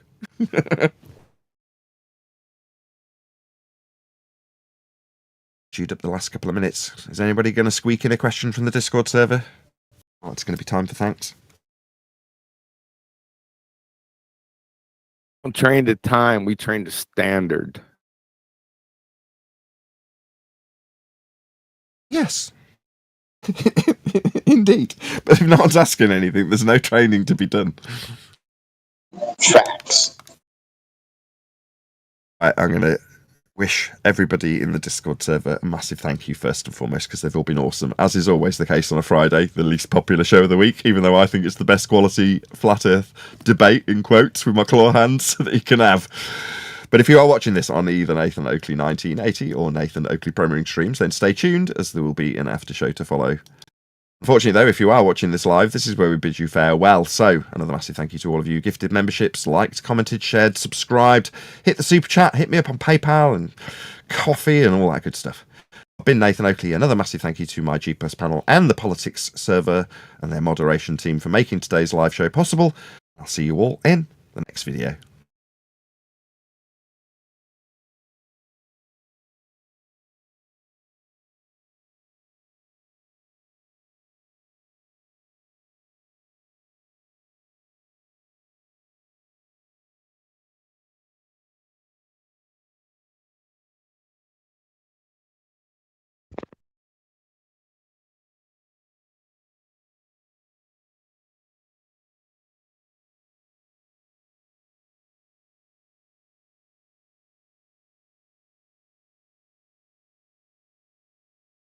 Out to Oxbow Spirit in the live stream chat, he says he did the Witsit quote hands, rolling around laughter and laughter face. Yeah, I did. Stay tuned if you're watching on an after show.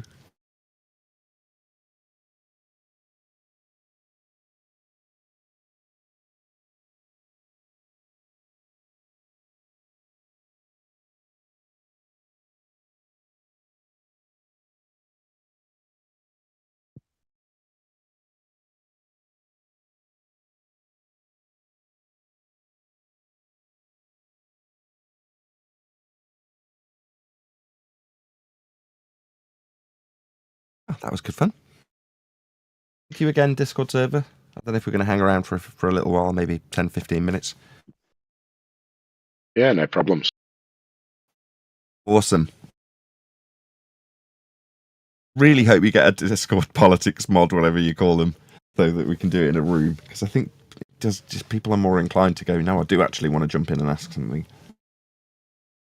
That wasn't terrible, though. Yeah, I wasn't aware of what Crit was talking about either. So obviously there's some issues with the stage stuff as well. So as soon as I know his ink, I'll keep you updated. Okie dokie. Get a different bunch of people either way, so it's still beneficial to a certain degree.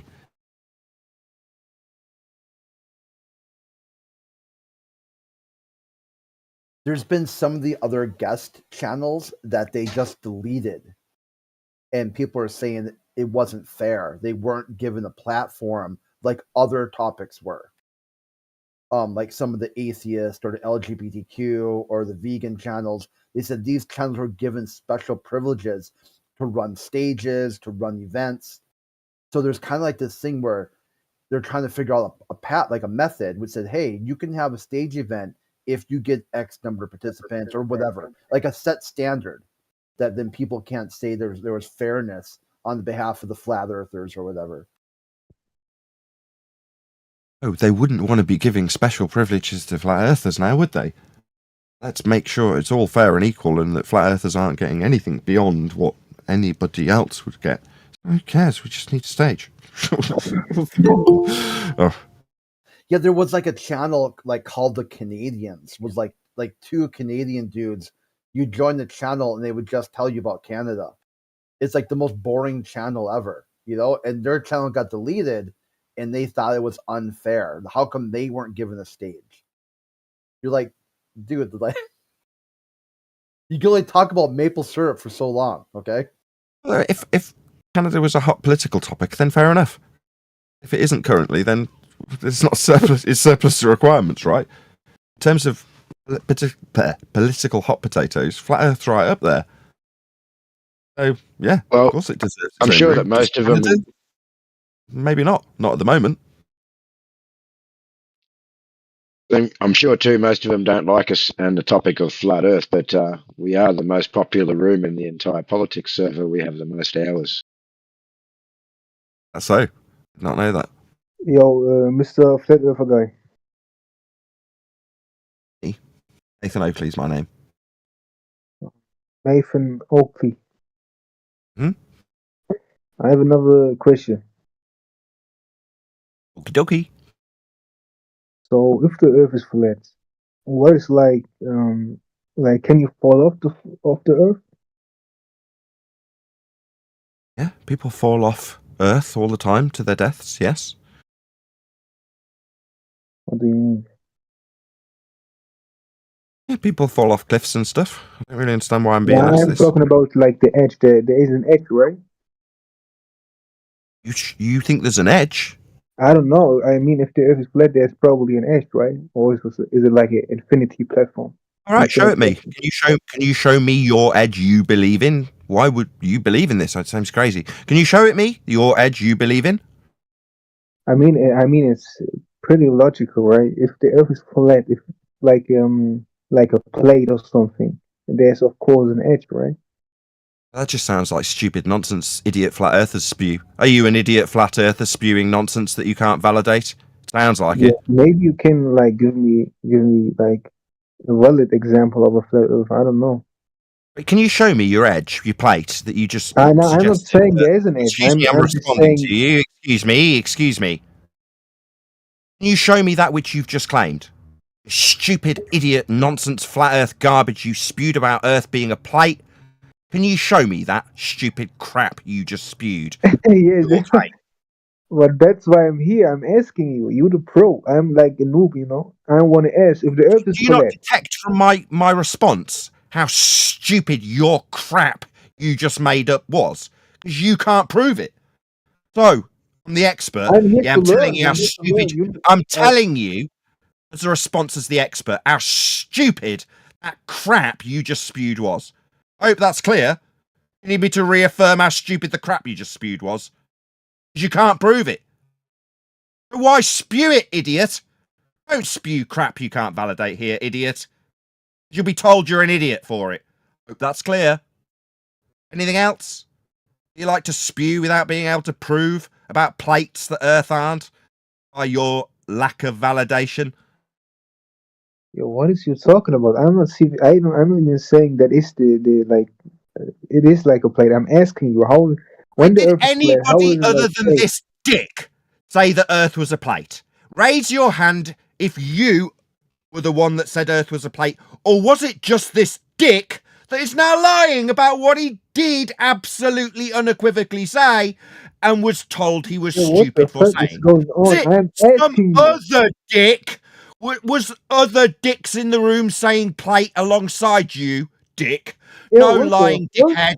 Excuse Yo, me, what is going lying on, dickhead. man? I'm still responding to you, lying dickhead. You were the only dickhead saying Earth's a plate. What? There's other dicks around you that you're appealing to that aren't. No, you were the only dick saying that, you stupid dick. Don't lie. You said it. You're a stupid dick.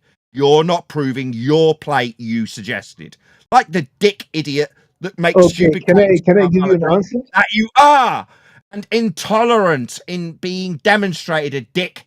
Keep yammering through the top of me pointing out what a stupid dick you are for asking about a plate you can't validate by suggestion. No, stupid dick. If you're going to claim it's a bleeding plate like you did, you better be able to back that crap you suggested. Okay, stupid idiot? Another dickhead idiot flat earther with his stupid idiot notions of flat earth that he can't prove. What an idiot. We don't do that here, sir. We just appeal to the measurements of Earth that we can prove. We don't appeal to stupid nonsense that lots of other dickhead flat earthers like yourself suggest about Earth without being able to prove. Eat your stupid idiot flat Earth notions to yourself, sir. Okay? That's my expert opinion on what you said. Crickets. I got the server muted. Otherwise known as don't straw man me, bitch. You know what a straw man is? What, a little argument that I haven't made a claim about that you're going to burn like I have made a claim Yeah, about. I understand, but wait a Right? second, wait a second. It's called a straw man. It's called Okay, a can I- straw man fallacy. That's what Okay, it boss. is. Okay. What I did with this yammering bitch talking through me as I demonstrate his fallacious logic that he's trying to use on me, It's turned your attempted straw man fallacy into your claim. Because you were the only one saying it. Absolute justification in my turning of the tables when you attempted to strawman me. In work, you ended up being berated for the stupid shit you said, didn't you, sir? Didn't expect that strawman to work that way, did you? Yeah, it's because I've dealt with plenty of idiot notions that you say I'm supposed to believe in. I don't believe in that shit, but you said it, didn't you? Making you the dick suggesting that stupid nonsense, not me. You'd have liked it to be me, wouldn't you? Because you tried to burn it as a straw man. Fallacy is all you've got, sir. So Pathetic. can I I'm give an berating answer to you that? for being pathetic, and I'm getting talked through. At me with righteous indignation, the flat earther berating you for your stupidity. What am I getting in response? Oh, thank you for addressing my fallacious reasoning. I didn't realise how stupid it was. Now I'm getting talked through in conclusion. You're not in a position to start yammering through my conclusion of how stupid you are by attempting to burn a straw man I didn't claim. That clear? Ick? Pleasure to be here. I love Fridays. I love Okay, berating. so I you love finished Fridays or so you have much. more on your heart? Stupid dick glurfs. Thinking you can come and burn little straw men about plates in space. No, that's gonna go over with me, you stupid dick. I mean, I was asking a question. I was not I was saying asking a question. No, you weren't. You were getting anything. berated for being stupid by a flat earther. My name's Nathan Oakley. Guy with disdain in his tone because of how stupid you were. Remember my name, sir. It's Nathan Oakley. The one berating you. My flat earther berating your stupidity. Let that sink in for a few seconds, sir. I mean, I don't even take you serious. You know. I will stutter like a stammery little bitch in the face of being berated by a flat earther named Nathan Oakley. Yo, you are I crazy, will man. stammer and stutter. Yeah, Yo, you're what is damn going right, you on little here, man? glurf bitch. You'll Look, stutter what is going on? and stammer around every word as I berate your stupidity. That's what you'll do. I. Get a grip. You've just been berated by a flat earther whose name is Nathan Oakley. Let that sink in. Try and stutter and stammer about what I might do. Let that sink in, sir. Get a grip, take a breath. Maybe try and form a full sentence without repeating I. Nathan Oakley's the name. Earth is measured flat. Stupid nonsense about plates was put in its place, wasn't it, sir? Enjoy. Thank you for having us. It's been so nobody was talking to you, Glurf Dick. Thank you, moderators, for having us. It's such a pleasure coming on a Friday to berate your idiots that believe in a globe Earth. Tell us how it's measured flat and stuff. It's been really good fun. Thank you so much for having us, as always. If we can return. All right. Thank you for coming. And of course, we've got to thank the rest of the FED crew as well, Nathan. Again, EJ. I say sorry, and of course, we've got to thank the rest of the FED crew. They're all bitching. They're saying it's too early. We need to go. Fine, Ken. Has he Jedi mind tricked you into thinking that this is legitimate? What? I have got a 2-hour show. It started off as a joke when things would go over and it'd be like, yay, 4 more hours, because it was a 4-hour show. It's a 2-hour show and I'm at 1 hour 51. So I want to go back to the other server so we can talk about how things went, unwind, maybe get a coffee, see how things go. But in the meantime, I've got to thank the politics server, so they're keen to have us back next week. How things went? Don't give me that crowd. Things went. Yeah. A debriefing. Dude, we don't need a debriefing from this. This is definitely nonsense. Nothing happened. Yeah. And then we need a debriefing from the debriefing. Yeah, an ever after show. I won't be there. Hey AJ, AJ needs to you need to contact me on Skype. We need to have a little talk. Look, there's nothing to do with me. What QE does in the politics server, that's his business. I'm going to thank you once more. You've all been awesome. Thank you so much for having us. See you next Friday. No problems. Catch you guys. Thank you. We'll talk, QE.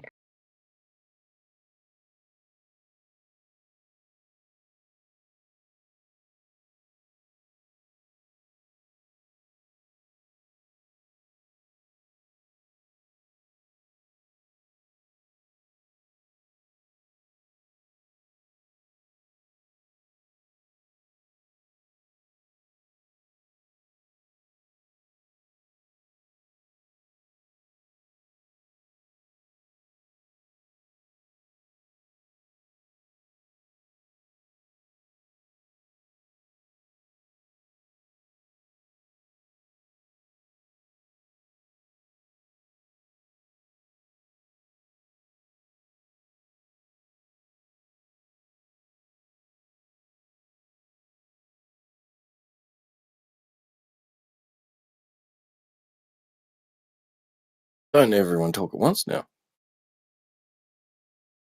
No, it went quite real quick, didn't it? Yeah.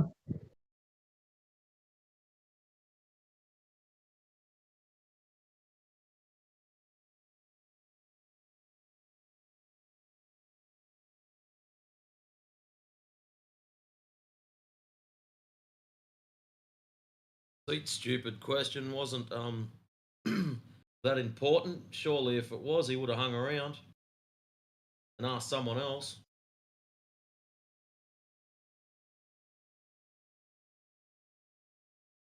You mean Actually, just about. why would they lie?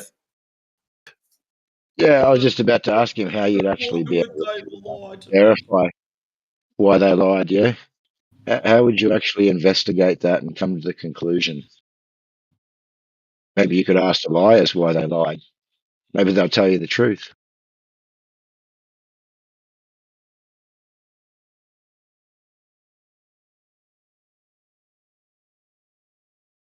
Seems like all simple logic goes out the window in relation to this subject.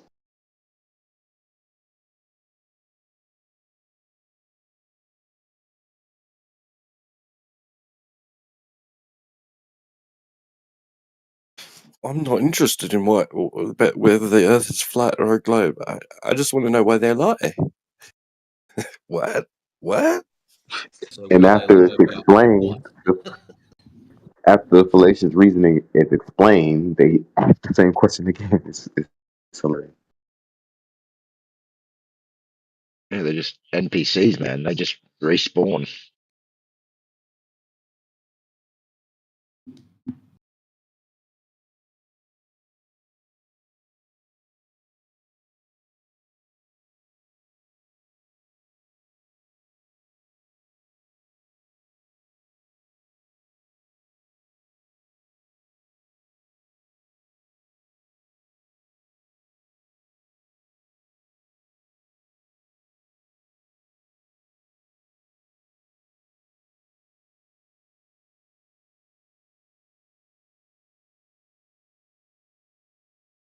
Be back. I'll go see what's happening in the FED room.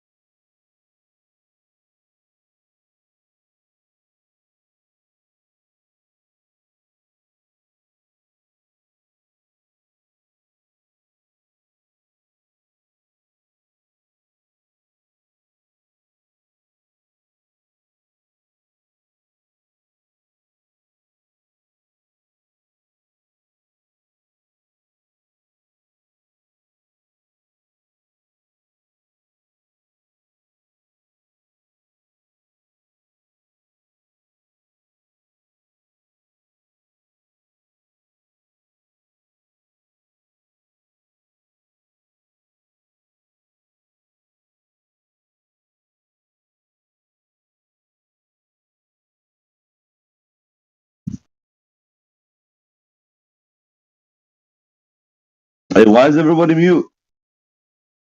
Hello? Why? We're having a moment's silence in remembrance of the globe. Oh, okay. Yeah. How are you?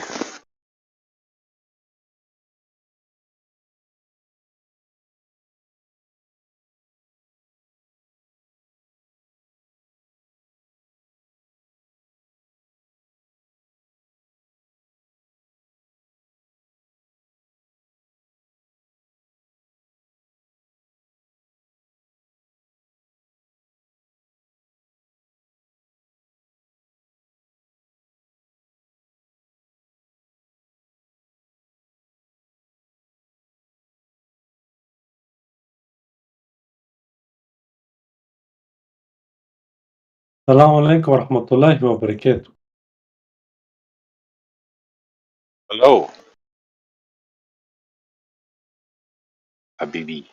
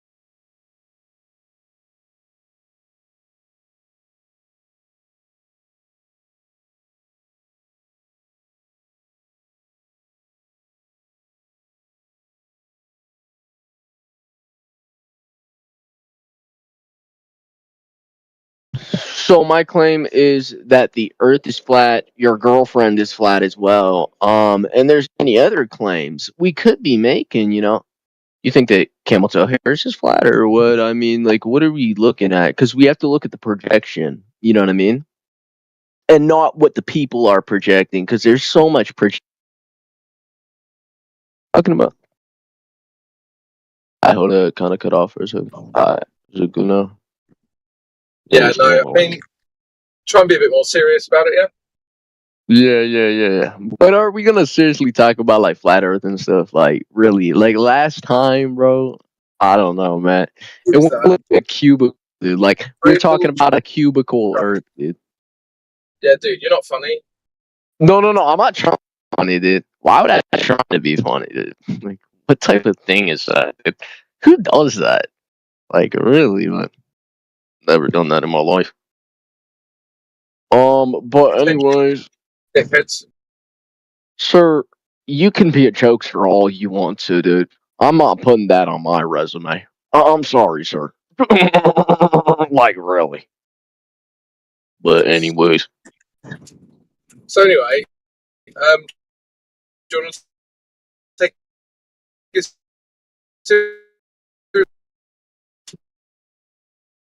bro, you were bugging out so hard right there, bro. Yo, you good? Yo, bro, you're bugging, man. Right bugging. Dude, your microphone is having a stroke, dude. You might want to fix that. Yo, crypto, your mic. Yeah, fix that real quick. Or do you want to leave? I bet. You want me to join in and leave? It's not my mic. You think it's my mic? I bet I'll try it. But yo, what's up? Hello? Hello? Yeah, bro. You say you want me to join the league? Leave and join. Join the league. Want me to do it again?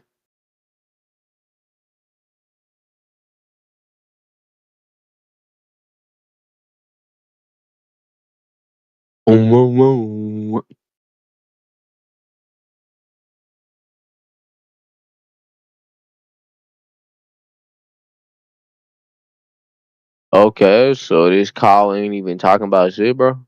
Like, are we still? Alright, nice. I bet I'm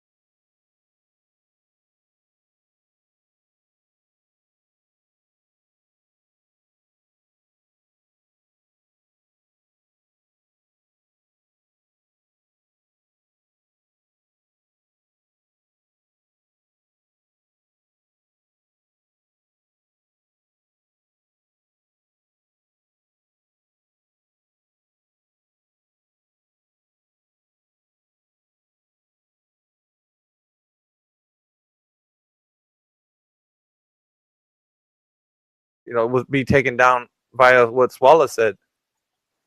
So that was kind of cool. So APOC like definitely defeated him there, even though Peter said that he won that debate. But I mean, of course, he's delusional.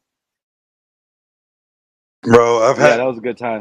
we've had some epic episodes with Swallow before too. We had one where he was up on stage with another guy, and we were talking to this other guy. He was a staunch anti-flat earther, but he couldn't articulate any points. And we finally got him to admit in front of everybody, and we still have the audio, that he said, "I'm too indoctrinated to change my mind." Damn, Swallow said that? Swallow was like, "What the fuck, bro? You just shot yourself in the fucking foot." Well, he told the truth, is what he did. Right. I was like, "No, Swallow, he told the What's wrong truth." with You that? can hear me too right after. Swallow, he's telling the truth. Let him speak. There was a guy on And Discord. the other Globe was telling him, no, don't tell the truth. There was a guy in Discord that said that he's too invested in the like whole space mythos and all that. He's like, I mean, whether it is real or not, I'm just too invested. That's what he said. I mean, he's just too invested. He's got to believe it. I mean, hey, you got to respect the honesty, right? They never were like that before, though. Sheepdog. They were staunchly against saying that. They did. It was like they were closet globers. Like they wanted to say something akin to like, yeah, I know it's a belief, but they didn't want to say it was. Now they're coming out and just full blown like, I don't really care anymore. It's a belief. I know it is, but I'm still gonna believe it. Like, that's crazy, right? That they're now doing that. I'm seeing more of that now. It's absurd, man. Like I know the truth, but I'm just going to choose to ignore it anyway. At that point, though, it's kind of like no further questions. I got everything I need here. Yeah, exactly. I mean, that's exactly what we're speaking of in these particular forums, like either X or Discord. We're kind of pressing them to actually get to that point. That's pretty much job well done. As soon as we get to that point where they admit that, okay, I think we're done here. Like, what else do you need? They've just admitted they know it's all just a belief, and they're still going in on it like they don't care. Yeah, I know it's a belief. What's his name? Cypher from The Matrix. I know that when I put this steak to my mouth, my brain is telling me that it's juicy and it's moist, and but ignorance is bliss. So I think that's what it is. They just want to be ignorant about it. Well, I'm looking in your audience right now, and I know retarded AI is a staunch globe earther. So Excellent. Let's go. Yeah, so the forum tonight is retarded AI. You can come up here if you wanted to and tell us how the Earth is a globe. None of us are going to debate you on it. It's just your basic, presentation of how you know the Earth to be a globe. And nobody's going to fight you on it. You got all the airtime to say what you're going to say. Just don't spend too long, just keep it concise, how you know the Earth's a globe. And then, we'll go ahead and kind of critique it afterwards. If there's anything to critique, and unless So go ahead. Oh, he's coming up.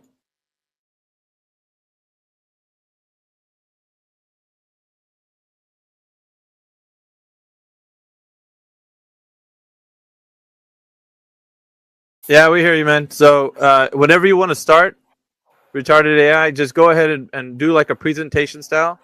Try not to ask us any questions. Try not to speak of flat Earth in any way. It's not about if the Earth was flat, just say, this is how the Earth is a globe. Let me tell you. And then just go from there and do the best you can. We're not going to interrupt you. You have the floor. Well, I mean, I read a book about it. I've had this discussion a few times now. Right, but go ahead. If you're gonna present it, do it as if you were to try to convince somebody that the Earth is a globe. Do it that way. So in mathematics, there's this thing called the theory of manifolds, and there are manifolds of positive, negative, constant curvature. An example of a manifold of constant curvature is a line, y equals mx plus b, that kind of stuff. But obviously, we don't live on a line. The space is not one-dimensional, right? You can move forward, backward, left, right, up, down. And generally, that's called being on a Riemannian manifold of 3 dimensions, because that's just intuitively obvious to everybody that they do live in 3 dimensions. They walk on flat surfaces, but the fact that we are 3-dimensional is obvious to most people, because in 2D, you can't even have a digestive tract. You can try to draw a digestive tract on a piece of paper. I highly recommend somebody tries to do this exercise because it's very enlightening. Try to draw a person with a digestive tract on a 2D surface without cutting the person in half. But anyway, so like 3D, obviously pretty well established. So space is 3D, and well, the Earth also has to be 3D. So then the question becomes, okay, obviously I live on some kind of 3D object. What would be the structure of this 3D object? Like, this is just a thought experiment, right? At this point, like logically. So the local properties that you can measure around you are flatly Euclidean, right? Like, you can measure angles, you can measure distances, short distances, long distances, or something else. But you can do that, and regular Euclidean geometry for 3D space works just fine. And like, there are no issues there. But okay, so like, you can posit that you live on a flat object and it's flat everywhere, and then that there's some like certain logical things that follow from that, like areas of large triangles and n-gons in general. And the problem there you run into once you posit that is that you can actually measure distances and angles on like a flat space, and you will come up with certain results. Everybody knows the angles in a triangle add up to 180 degrees. Standard stuff. Middle school kids learn all this stuff, and they have no problem with it, because that's just how it is. But when you try to do this on the Earth, you will start out, measuring some angles, and then you're like, okay, I'm going to extend this triangle across a larger surface area on the Earth, right? Easily done. Farmers do this all the time. They measure their fields. I mean, that's the automated combines these days work with GPS navigation. They also have cameras and all sorts of stuff. But like, it's basically all automated. And so then how do you automate this without actually going off the reservation, right? Like, because if your measurements are incorrect, you are going to go off the reservation. You're going to start combining things that are not on your farm. Well, long story short is that if you try to create a triangle on a large enough area and measure the angles, what you'll notice is that the angles don't add up to 180 degrees. They add up to something more than 180 degrees. I'm not a farmer, so I'm just passing along the information, and like, they have done this, they've measured it, and it turns out that it adds up to more than 180 degrees. And this is because the Earth is a compact manifold of positive curvature, positive Gaussian curvature. It folds in on itself. So if you like go in one direction, like however you want, right? You're going to come back to where you started. But okay, how does that work? Well, it's because it folds in on itself. It's got a certain positive curvature, and you're just going to end up back where you started. You're just going to circle back. That's basically the story I have in my head about why the Earth is not the globe, the place I live, the planet I live on, is not flat. It's not a flat two-dimensional surface. Yeah, that's great. But object, remember, you got to, just stick to it being a globe. and it curves in on itself. That's All right. the story. Well, thank you for that. I'm going to have you kind of step down. We got Johan up here as well. But before we jump to Johan, Johan, if you're there, I want to see if you're there or not. We're gonna go ahead and put you back down, retarded AI, just because we're gonna rotate a lot of Globers out throughout the night. So you can still hang around. So just be a listener for a second. Hello, my dears. How Yeah, are just you say doing, what's you up, guys? Johan, and then we'll. What's up, man? What's up, Johan? You Hello, there? my dears. How are you doing, you guys? Doing I great. say, how are you doing, you guys? I'm sorry to bother you guys. Yeah, what's up, man? My name is Johanna. I'm from Gambia, Smiling Coast in Africa. Okay. So right now, me and my family, we are going to a road. This is 2 days. Me and my family, we are not eating. We need help, bag of rice. So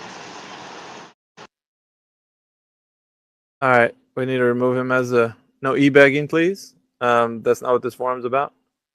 So we're gonna just remove him from the speaker panel. All right. I got it. Yeah. And we're gonna go ahead and continue to critique what just happened with retarded AI. A lot of good stuff there. Hey, can I start? Can I start? Yeah, go ahead. Yeah, sure. Can I give him this good old critique? No one's ever measured a greater than 180-degree triangle on the Earth. Not surveyors, not anything else. Because in order to do this, you should agree that you would need a curved line of sight, right? So if you have 3 lines of sight between 3 points, taken with theodolites, right, all looking at each other from 3 points, those are straight lines of sight. That triangle is going to be a 180-degree triangle. Because it's not actually on the surface of the Earth, right? It's off the surface. You're looking through the telescope, right? The optic. You're looking through the optic. Collecting light that arrived from some other place on a straight line of sight. No one's ever measured 390-degree triangles. That's just fallacious. Yeah, I think what's interesting is he said a lot of crazy stuff. I mean, do we want to talk about digestive tract Earth, or like, I mean, I think I've talked to him before. I asked him if he's talking about intrinsic or extrinsic Gaussian curvature, and he didn't know which one it was. So he's just saying a bunch of big words that he thought he heard once and doesn't really know what he's talking about. Well, but I mean, that's not like his critique of the globe claim. Nobody claims the flat Earth is 2D, right? So yes, we don't actually live in a 3D world. I mean, we have an abstract idea called 3 dimensions for the world we live in, mathematics, which we use to represent reality. But the 3 dimensions themselves are not reality. Those are just abstractions of the mind. But to go to your point, yes, if you measured a bunch of triangles that were greater than 180 degrees, yes, you would be on a curved surface. But no one's ever actually done that. No, land it there. I just want to say this for the listeners listening as well as the gentleman that said this. In regards to saying that they are equating this curved spherical triangle only in the math when you are adjusting your measurements to fit the formula of the radius and then plugging in this number, then you're going to calculate it that way. But like Indio said, when you have did Indio drop? Oh, he did drop. Uh-oh. yeah, he probably has a connection error. But go on, Apod. He's still here as a listener. He probably reconnected Yeah. or something. I'll bring him up again.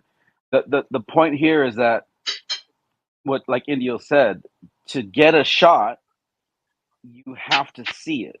And if you believe that the Earth is curving to even give you that greater than 180, you will not technically be able to see the object to even mark it. So that's why he's saying it's fallacious, because at that point it becomes an assumed calculation that you're plugging in its formula.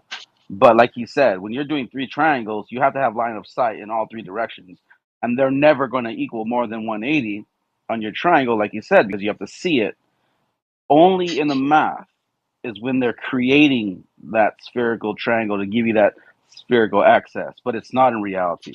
I know a lot of people like to mention that and try to go along those roads, but they probably never set up a theolite in their life and have no idea how it actually works, other than just formulating and calculating it to be greater than, to match the model that they are presenting to us. But like you said, never in reality you do that. And I'll land there.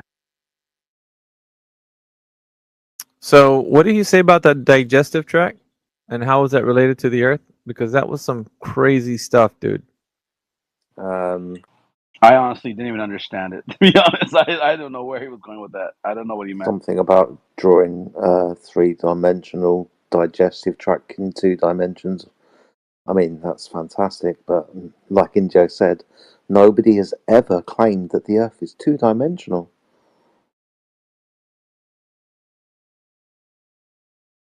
Yep. So he's just coming in here with his assertion of an Earth-like conception. Would I say it's a conception in you? Like, what do you guys think? It's his like idea of how he's presenting it. So I don't think anybody's ever presented it in the way that he does. It's just Yeah, it's an idea. He has an idea in his mind, right? And he thinks the Earth kind of like conforms with that idea. But he never actually presented any evidence that's actually the case. That reminds me, on the job site, you have an apprentice come without his tool belt, and you tell them, "So what? You just showed up to work with an idea? Like, go get your fucking tools. Like, you better bring something to this right now, bro." It's a good thing. Maybe he's got a bit more. I mean, I don't know if you want to bring him back up. I mean, maybe he's got. Yeah, he could come back up. He wants to add. yeah. To it. Since we're getting kind of like going right now, we have Coach that's in the wing right now. So Coach, if Coach, yeah, what we're gonna do is usually we let people kind of tell us how they know that the Earth is a globe, Coach. So if you want to just straight away tell us how the Earth is a globe, and we'll just sit back and listen. And then once you're done, we'll go ahead and just like critique what you said and see if there's anything there that we can talk about. How about that? If you're there, Coach. If you want to drop some more gems like black holes suck it and white holes pull it out, like, feel free to do so. I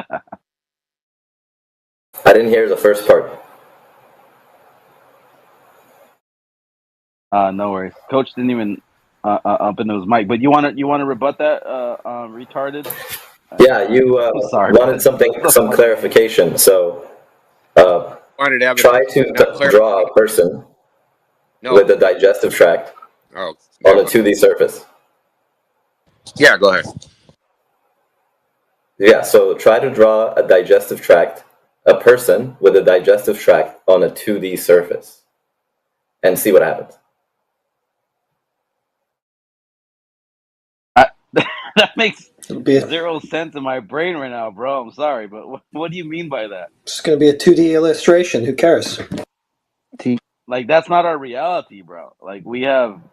What are you talking about right now? Right, so somebody said 3D is not space, and my explanation was you can move forward, back, left, right, up, down. You can jump up and down, right? So you have X, Y, 3 degrees of freedom in space. I don't think. Yeah, but 3D doesn't exist in reality. It's not a feature of reality. Well, nothing exists in reality by your definition. No, dude. Because you're all in my brain. You exist in my mind. Oh, here we go. Oh my god. Oh, are you just He's a 99%er. What the hell is a 99%er, bro? Means there's a 1% chance that you're a brain in a jar. I was just gonna say that you're a vat in a jar, right? Or a brain in a vat. I forgot how you said. No, that's Indio's argument. No, that's not my argument. I'm making the distinction between abstractions in reality. So 3 dimensions, like Cartesian coordinates of 3 dimensions, they don't really exist in reality. because discrete units, right? What we count in, right? Little 1 inch, 2 inch, 3 inch, whatever units of measure you want, any arbitrary units in 3 dimensions, X, Y, Z. Those are abstractions. They don't actually exist in reality. Yeah, obviously they're idealizations. The term you're looking for, they are Platonic idealizations. Yeah, that's right. They're idealizations, and Zeno proved that discreteness, right, as an idea itself, is a paradox.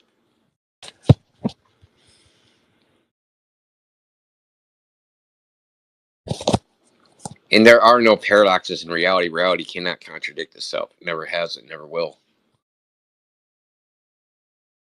Which is a good point. Like there's like a list of paradoxes that exist in the heliocentrism. It's really weird that people still hold on to it when there is this illogical, like argument, and it's a list of them. It makes zero sense. So it's weird that they stay in that. We're trying to deal with reality. We're trying to explain it, not go off into like fantasy land, Narnia, and argue about how Narnia does exist when it contradicts itself. So any Globers have evidence that doesn't contradict itself? That's what we're looking for. So do you have any So what was the contradiction in what I said? No, we're talking about mathematics itself. You're appealing to discrete mathematics, right? Units. So I'm not sure if you're aware of like discrete versus the continuum. Oh, no. I only have a degree in logic. I don't know what you're talking about. So can you explain? Oh, you have a degree in logic. Oh, right. It's a PhD. Yeah, it's Dr. Retarded. You guys, although you don't properly refer to me by the right name, so I've sort of given up on that. But can you explain the distinction between the discrete? In the continuum? Yeah. So a continuum is not broken up into individual units. The change is continuous. That's why they call it a continuum. Right? It's not, you can't go, oh, this changed by 3 points, this changed by 5 points, this changed by 10 points. It isn't like that. So we don't have really a proper way of fleshing it out mathematically, which is why we use discrete units for simplification. So mathematics are they're compact conceptualizations of reality, but they're not actually reality itself.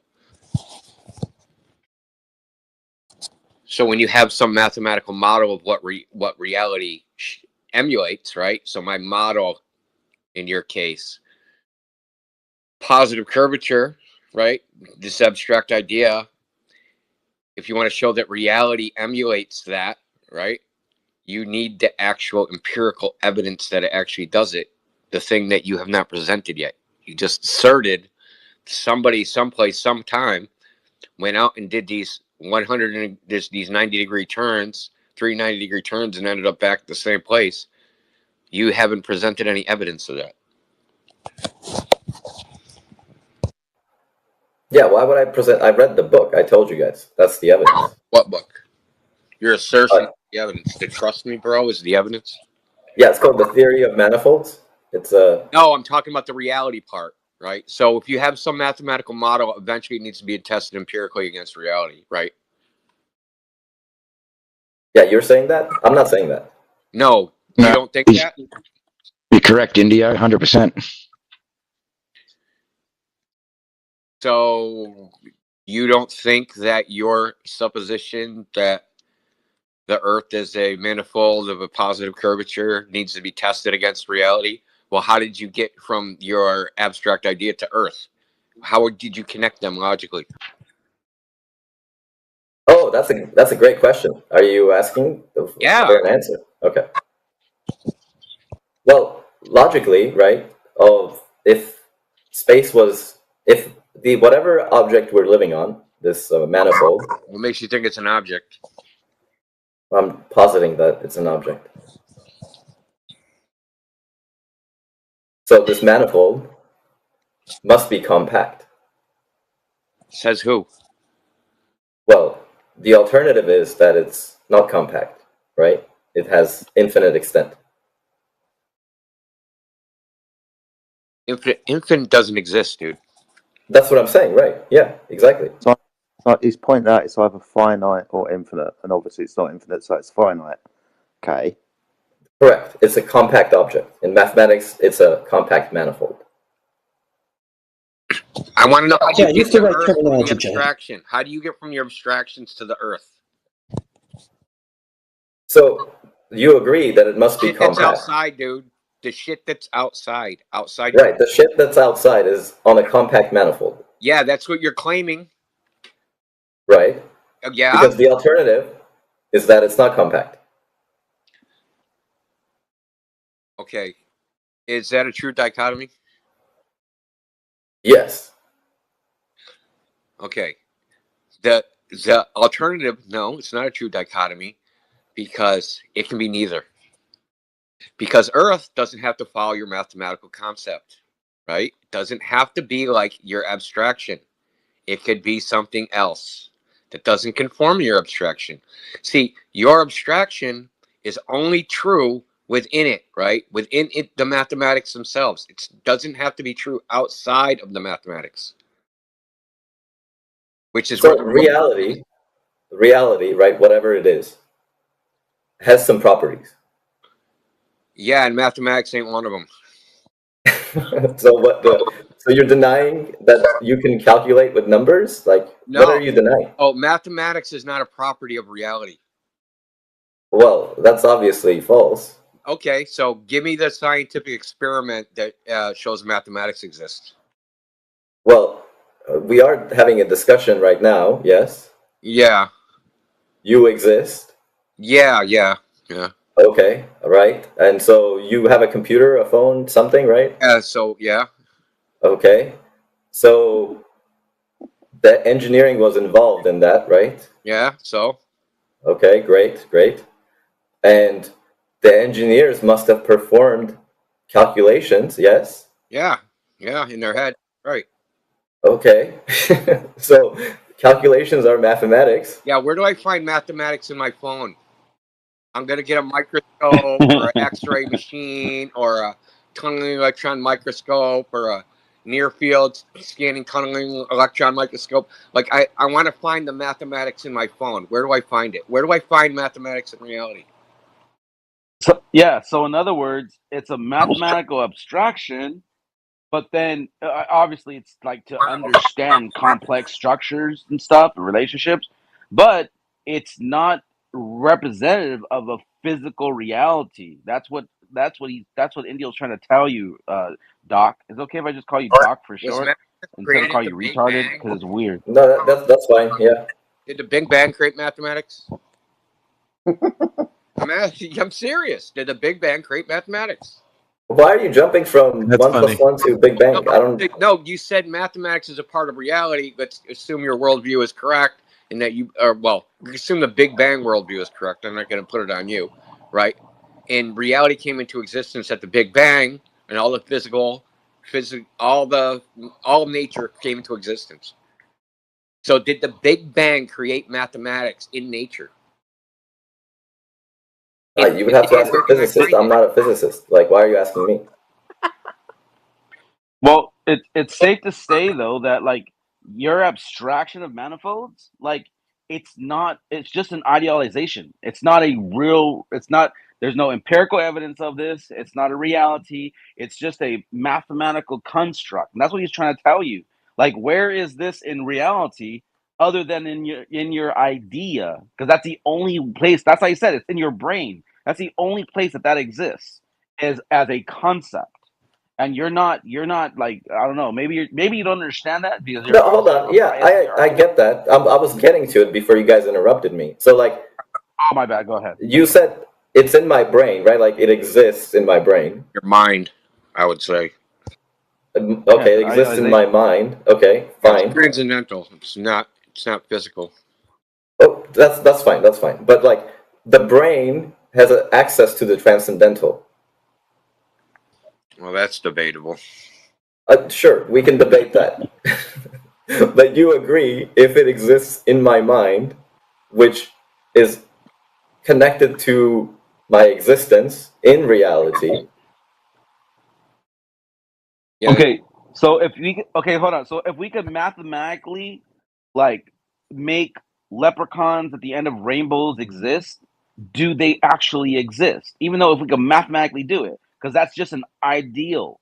And then what he's trying to get to you at is that it's not reality, though. There's no empirical evidence that's saying the world has to be a globe if it's just a mathematical construct. You understand that?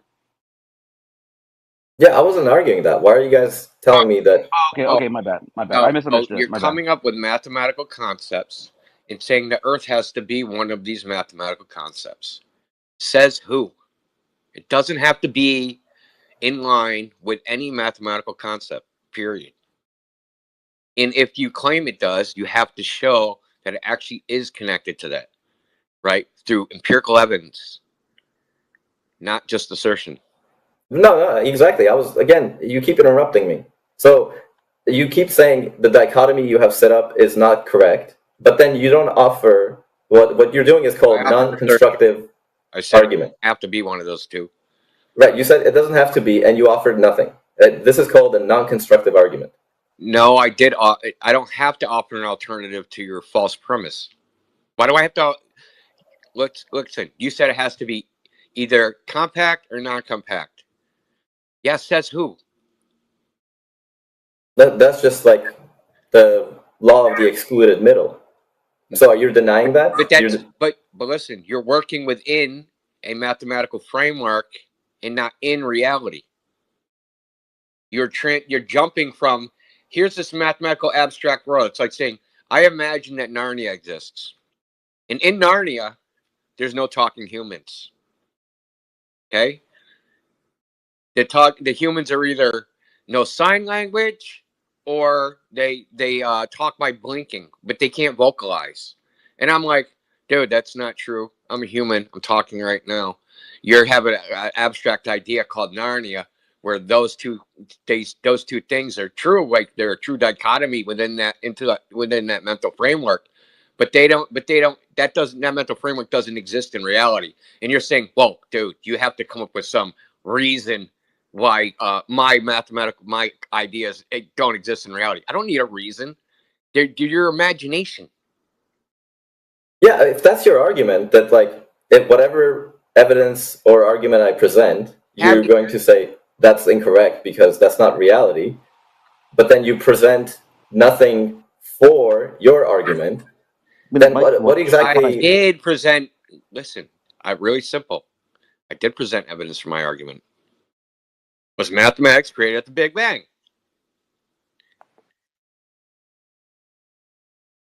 But why are we going to the Big Bang? Because for mathematics to be part of reality, they would have had to be created when reality was created. Maybe it's forged It has to inside exist in nature, right? There has to be some experiment. There has to be some empirical thing. I can go and I can find mathematics. Should be able to take a microscope and look at my phone and look, oh, there's the math right there. But that's not the case, and you know it's not the case. Okay? That means math is not reality. Right? What exists in reality is matter and energy, typically. And well, no, that doesn't exist either. Those are abstractions. The words themselves are abstractions, but there is actual physical matter. Yeah, he wants to say that a bunch of number 5s are cluttering up his attic, because they're like bats. So he's got to get the exterminator because he's got too many 5s up in his attic.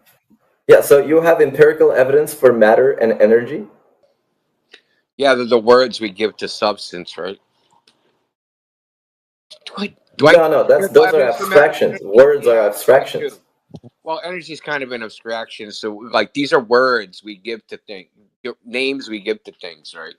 Which are also compactifications. But the words themselves don't exist other than in our mind, right? If I say matter, the word matter isn't the matter itself.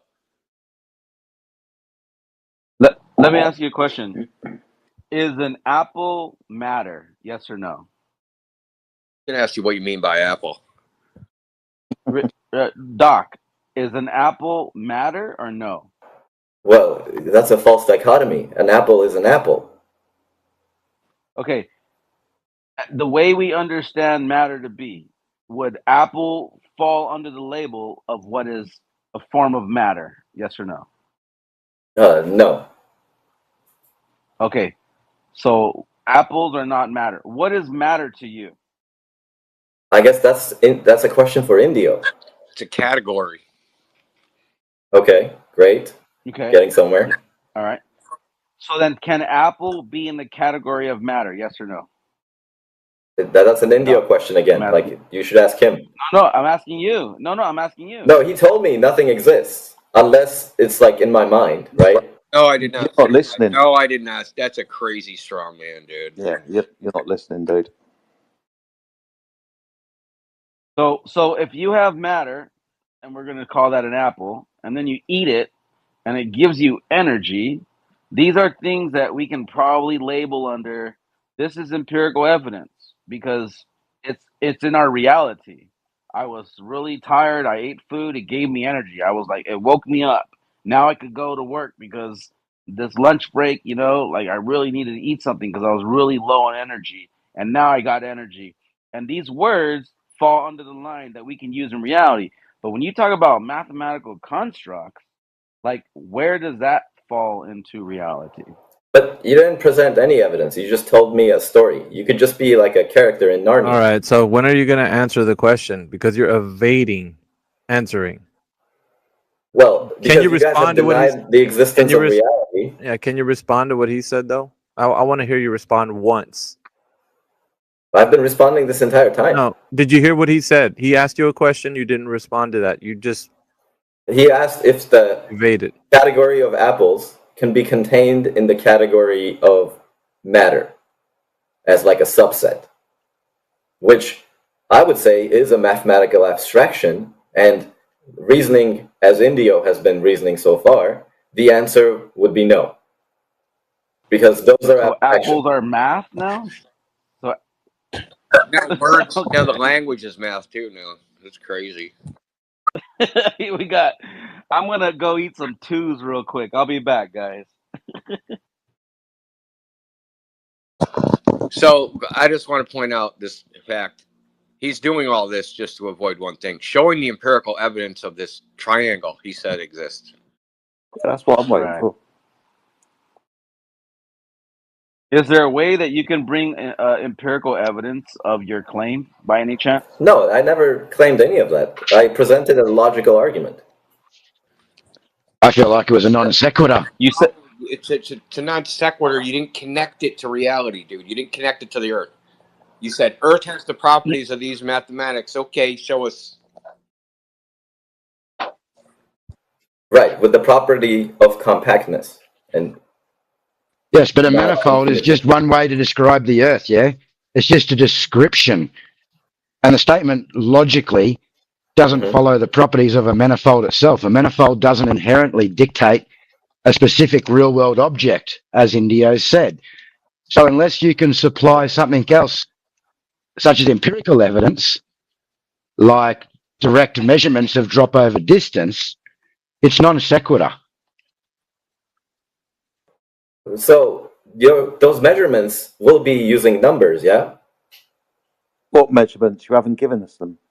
No, exactly, because you guys don't believe in numbers. So I was arguing topologically. Sorry, we do believe in math. Sorry, we do believe in math, and we do believe in measurement. That's why we're asking you for the measurements. No. You don't believe in measurements, so I gave you a topological argument. Sorry. Yes, we do use measurements all the time. So you agree the number one exists? No. No? Then what are you measuring on your measurement devices? It's conceptual, right?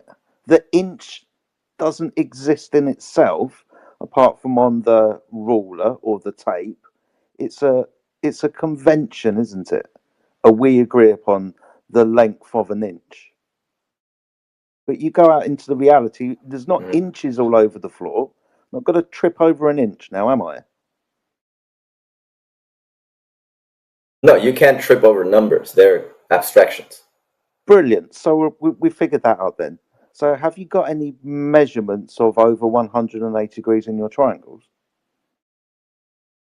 No, I only presented Or you is that just abstractions. conceptual? Yeah, I don't want abstractions. I want measurements now of physical reality. You made the claim that these triangles would measure over 180 degrees. Have you got the direct measurements of them doing so? Oh, yeah, definitely. Good. Can we have those, please? Yeah, all you have to do is go to Google and then go to the U.S. Geological Survey site and download the data. That's me doing something. What would I find in this data? What measurements have been made? Run me through it. Oh, right. They have survey information for most of the continental United States over large areas. Collated data. Method? Oh, I don't really care about the method. It's just numbers. I do. I want to know what was done and how they did it. What did they do? Oh, you can read up on it. I mean, I'm not the expert. Have you read up on it? No, I trust what they did. What did they do? what they did. What did they do?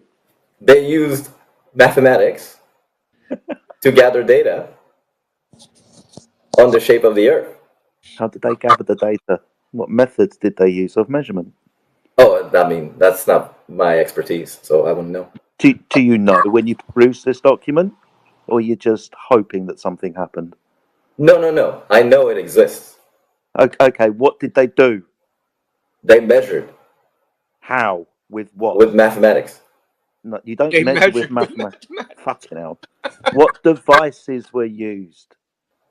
Oh, I don't know. Like what measuring devices? Okay, so like for instance, let me tell you something. So like way years ago, I remember when I first got into the union, we learned the old saying when they say the rule of thumb, right? That it literally meant that they used to measure things with the width of their thumb. And then like they was like an application, if you will. Like they would say, oh, that's the rule of thumb. So they literally used to, that's way back in the day. Like I learned that in school years ago, right? When I first got into the union. But what we're trying to tell you is now when you're trying to bring a mathematical concept, we're saying, how are you doing this? Where's your empirical evidence that these measurements were taken to come up with this spherical excess? When Indio originally told you, when you're setting up a theodolite and you have a straight line of sight, LOS, to the target that you're shooting, you will never have quote unquote spherical excess because you cannot take a shot to something you cannot see. And the only way to get that spherical access is to where you can no longer see it. So that's why I said that, like, the only way you do that is mathematically. When you put something at an object far enough away, and you're going to add into that formula this curve that you just threw in there, doesn't mean it's there, but then mathematically you create that. So now we're back to you created this. It's an ideology, if you will. It's idealization, but it's not reality. Do you understand that? I was the one that told you all of math is idealization. So you're just repeating what I said. So let me get this straight on what your evidence is.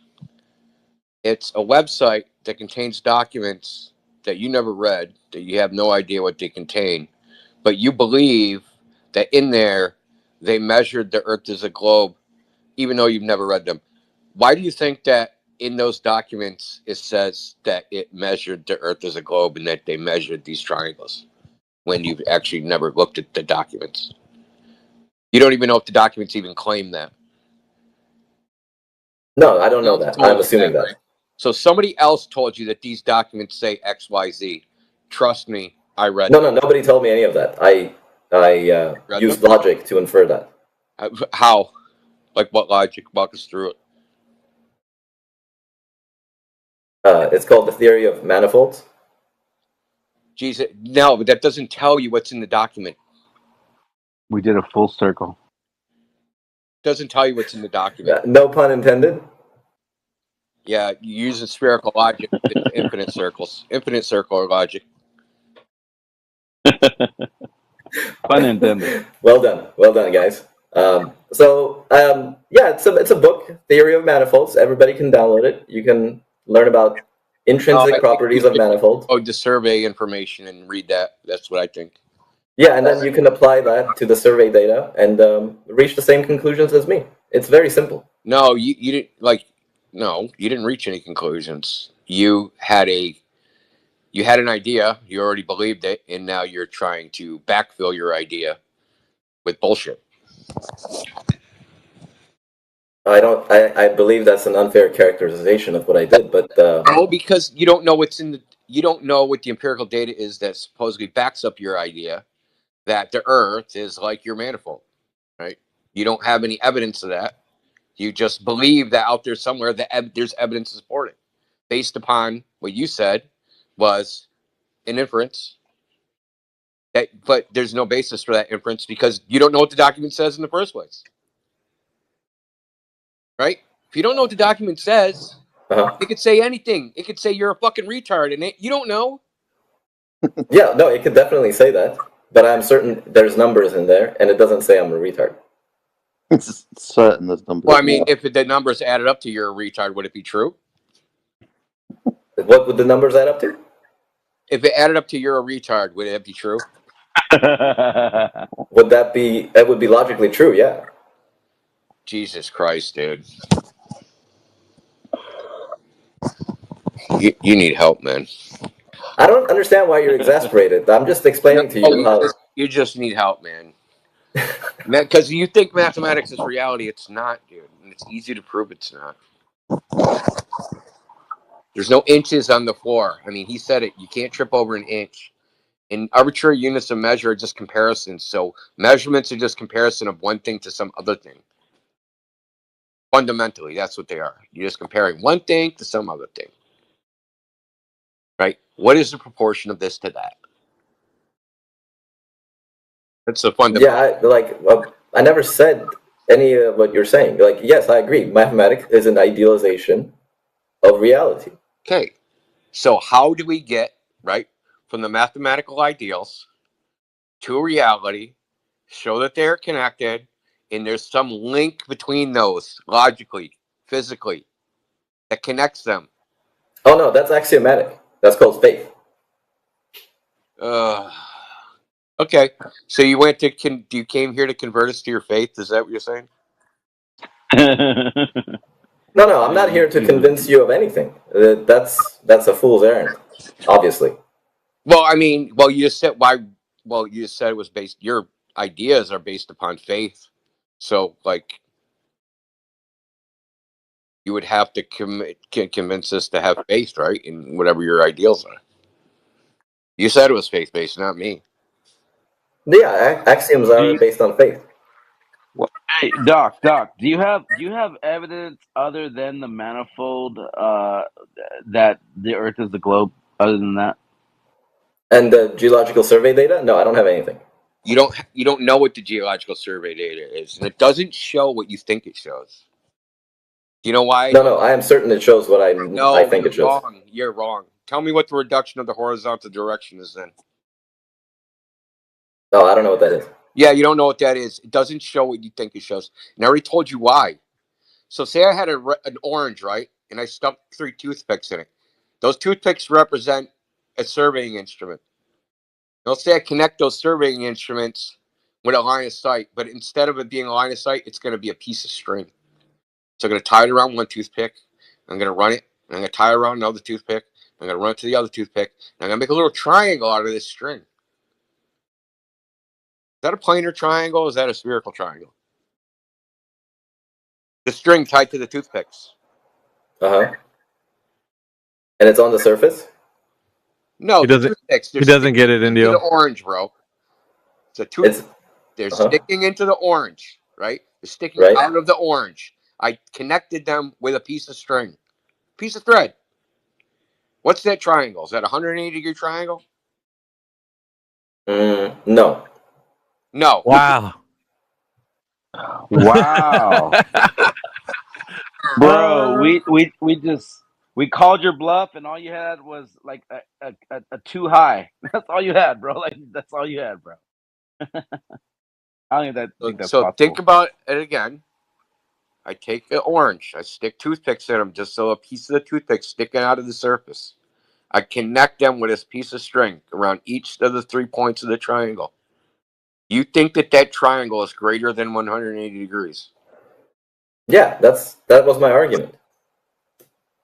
I suggest you go buy a piece of a box of toothpicks and some thread. These laws. Do this and buy a protractor too, and actually test this shit.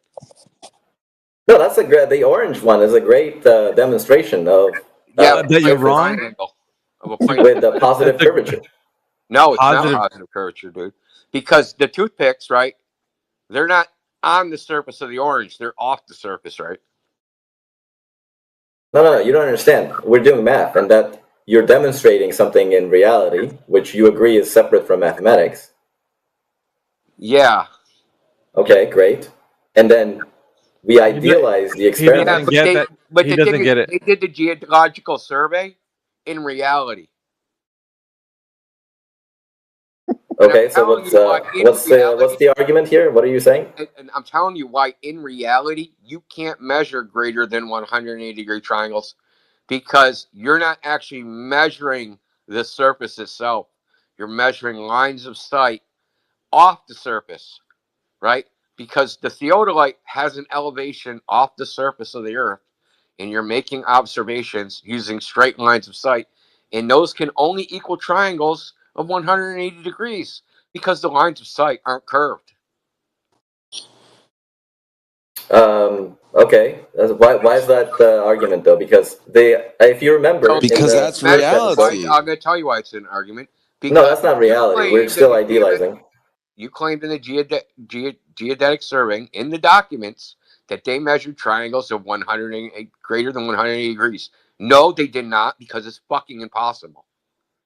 The reason, okay, they'll have in the table a triangle greater than 180 degrees because after they do the measurement, they perform some mathematics called reduction of the horizontal direction, where they change the direction mathematically based upon a reference ellipsoid, which is an abstract mathematical model of what it would be if they projected their measurements onto the surface of a reference ellipsoid. Exactly. It's not what they're measuring in reality. So what are they measuring in reality?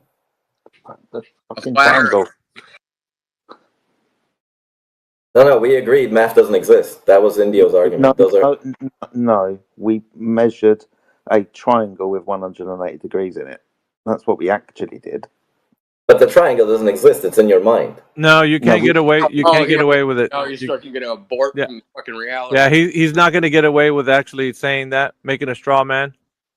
Nice try, though. Indio said it's a line. It would have to be a line because that's the only way you're going. Okay, have you ever? Let me ask this: have you ever set up a theodolite? But I've said several times. I don't even know what that is. Wow. Okay, I'm just gonna put myself on mute.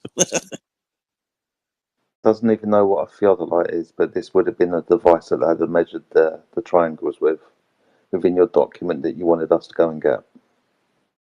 Okay, that's great. You guys seem to know what this is. This is why I asked you just some very basic questions earlier about what they did, how they did it, and you didn't know. It's why should we be talking to you about this, mate? Well, your friend invited me up, so that's cool. Okay, but it just shows that you're not ready for this conversation. You need to do a little more research, man. At least come better equipped. That's all.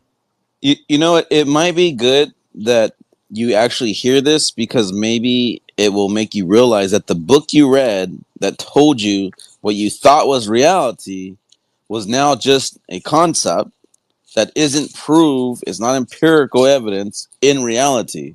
So maybe that's just what you needed. Maybe it'll help. I don't know. Oh, thanks, man. I appreciate that. That's good info. For sure.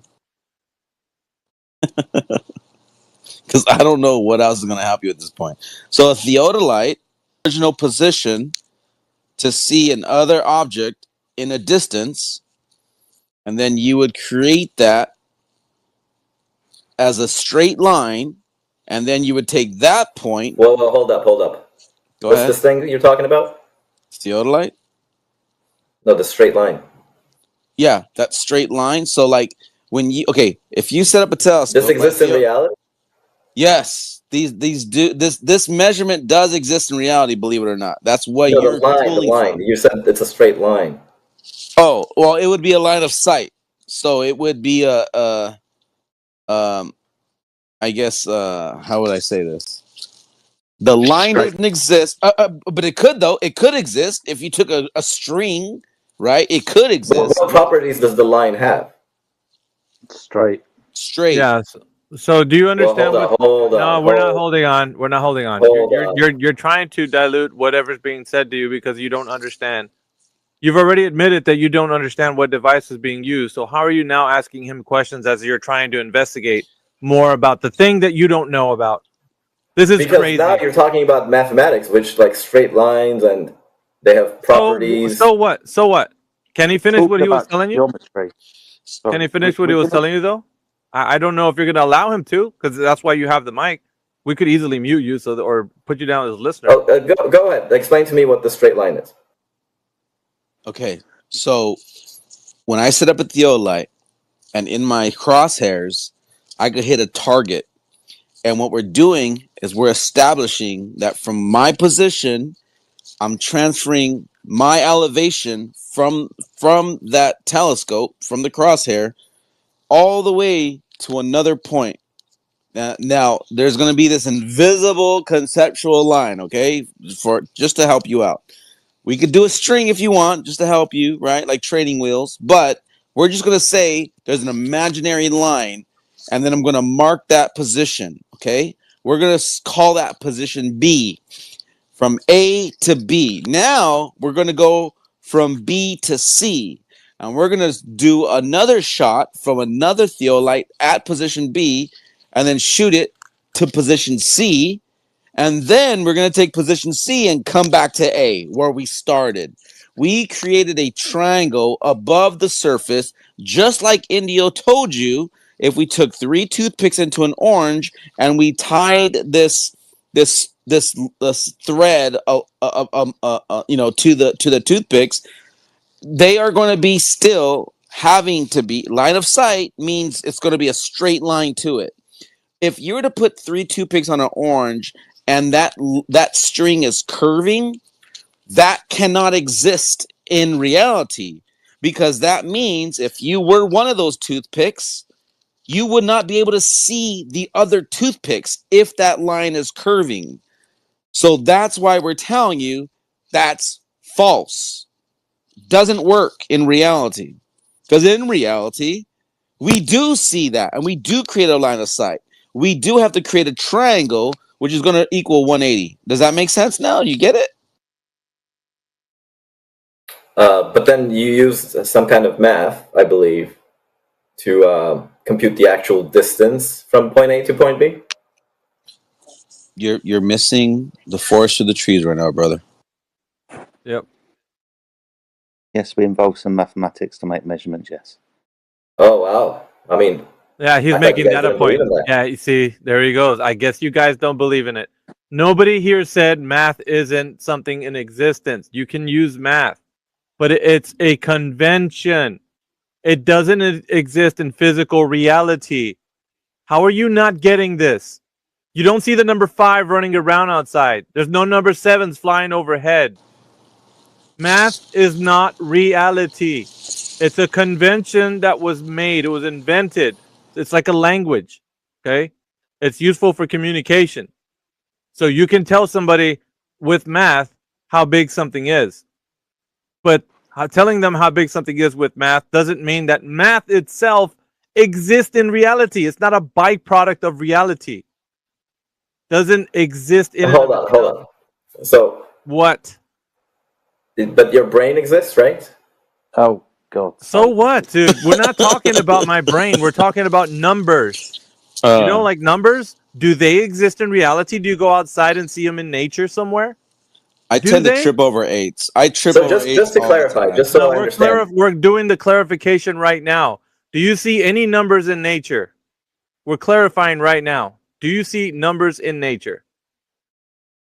Answer, Yeah, please. of course. I see numbers all the time. Where do you see numbers in nature, dude? You ever been in an elevator? No, that's not No. nature. Oh not my nature. god. That's not Okay. nature. That's not nature. Where do you So, now? Once again, when you go outside, where do you see numbers at? I hope Oh, the like I don't listeners. know, stop signs and. I hope the speed limits. listeners. I hope the listeners are getting a kick out of this. By the way, when we say in nature, you've given us two man-made things. Outside in the physical and natural world, not in an elevator, not in a car, not in a speedometer, not in something that man's created, something that's natural. Can you point to a number 6 in the physical and natural world?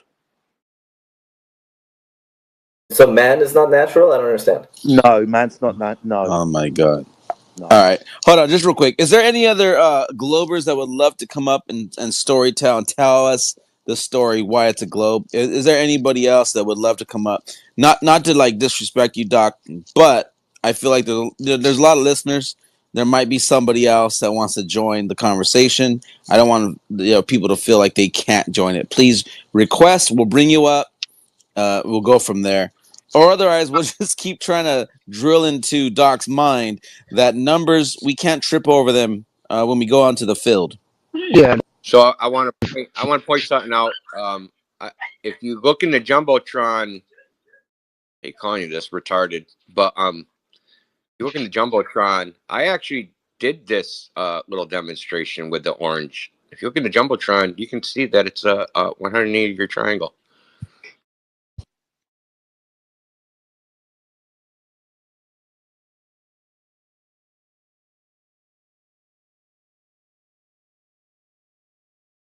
That's a great image. Nicely done. Now, can you comprehend that the one image to the right, when it's bending over the surface, do you realize that toothpick at the surface would not be able to see the other two toothpicks? Yes or no? What do you mean? Clearly the string is connecting them. No. Not that. See, that's where your mathematical idealization comes in. You're saying like, no, they touch. But when you're in the real world, buddy, okay, you have to, when you're setting up a theodolite and you're shooting an object, you have to see it. It that's what's going to create the triangle when you take that measurement to it. So when you have this on the right side, right, he has two pictures. One where the strings are creating a 180. On the second one, that's where you come in and say, oh, that's greater than 180. But that you would never be able to accomplish in reality, only theoretically, only conceptually, only mathematically. Hence, it's not reality. Because you cannot reproduce that on the field. Do you get that? Why can't I reproduce that on the field? Because you can't see the object. Okay, let me say this. Wow. It's crazy. You don't have a direct line of sight. That's it. You don't have a direct straight line of sight to the target.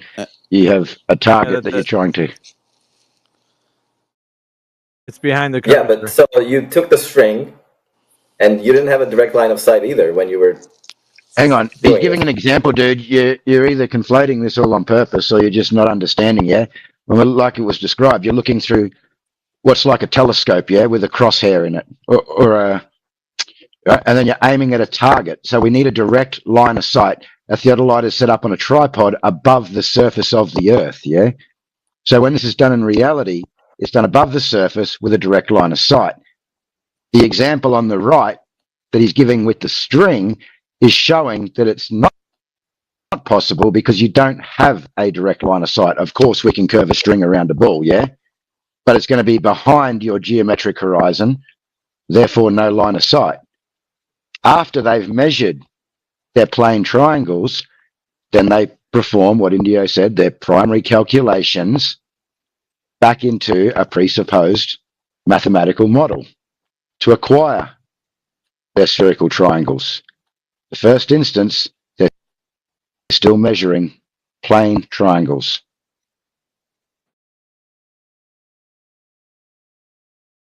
I'll look into this theodolite business, but this line thing is throwing me off. Really? Yeah, really. I'll look into this theodolite business. You have really nothing to offer right now in the way of this argument that you've put forward. There really isn't Well, anything. You don't you guys understand are it. using mathematical concepts, which you admit No. is Line of line. sight. Listen, line of sight and what APOC just walk you through, is how you're going to make your measurement.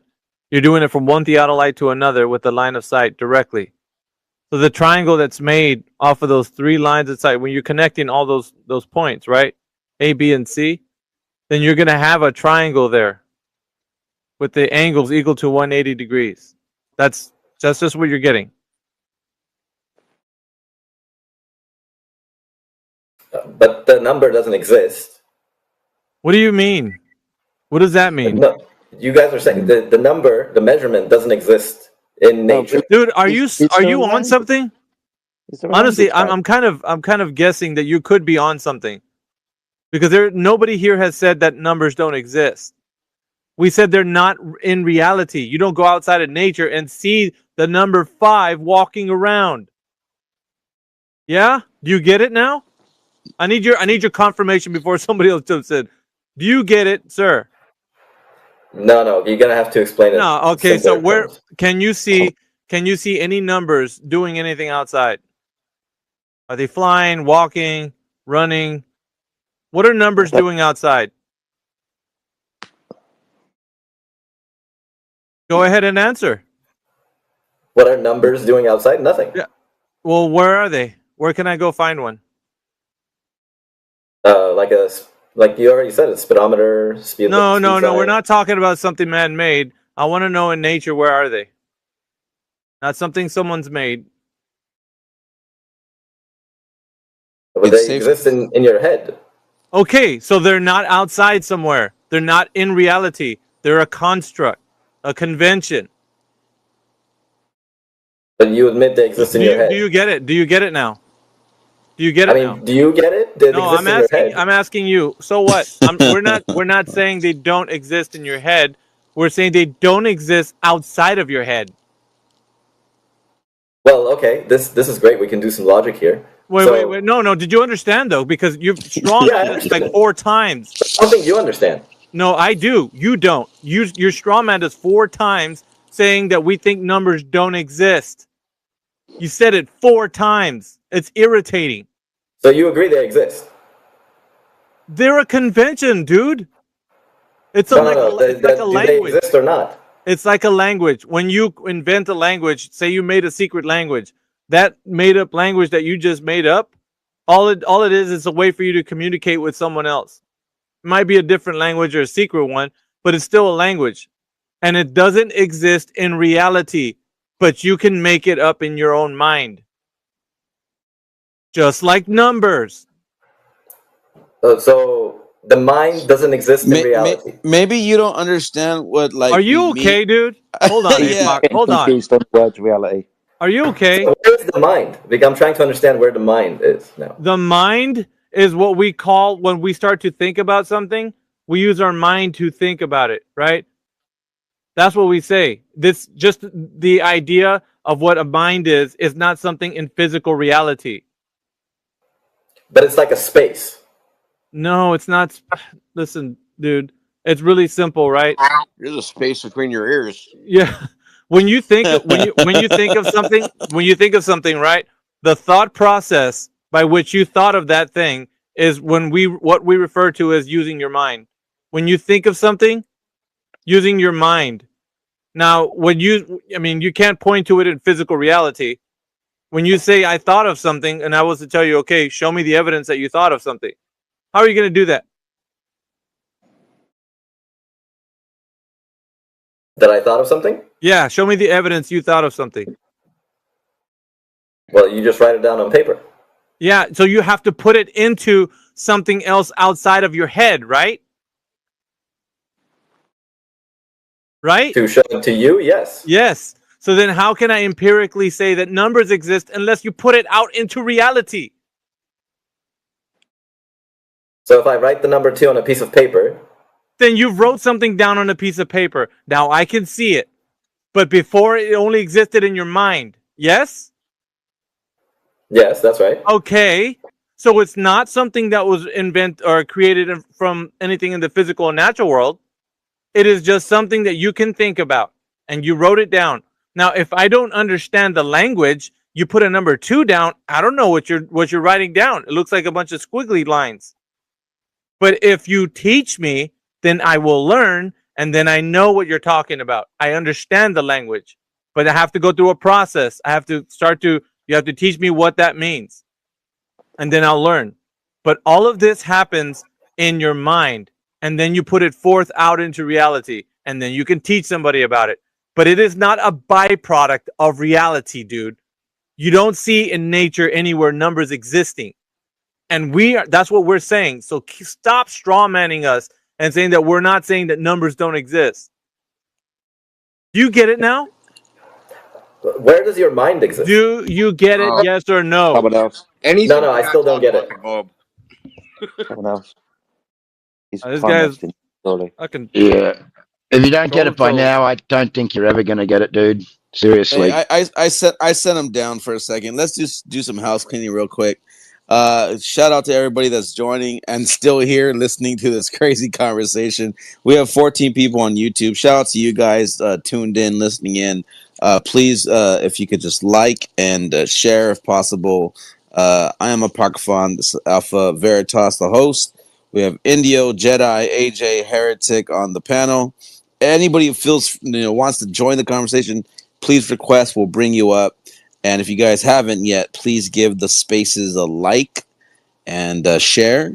And if we want to bring them back up to like keep this, dumpster fire going, cool. Or if someone else wants to join the conversation, let me know.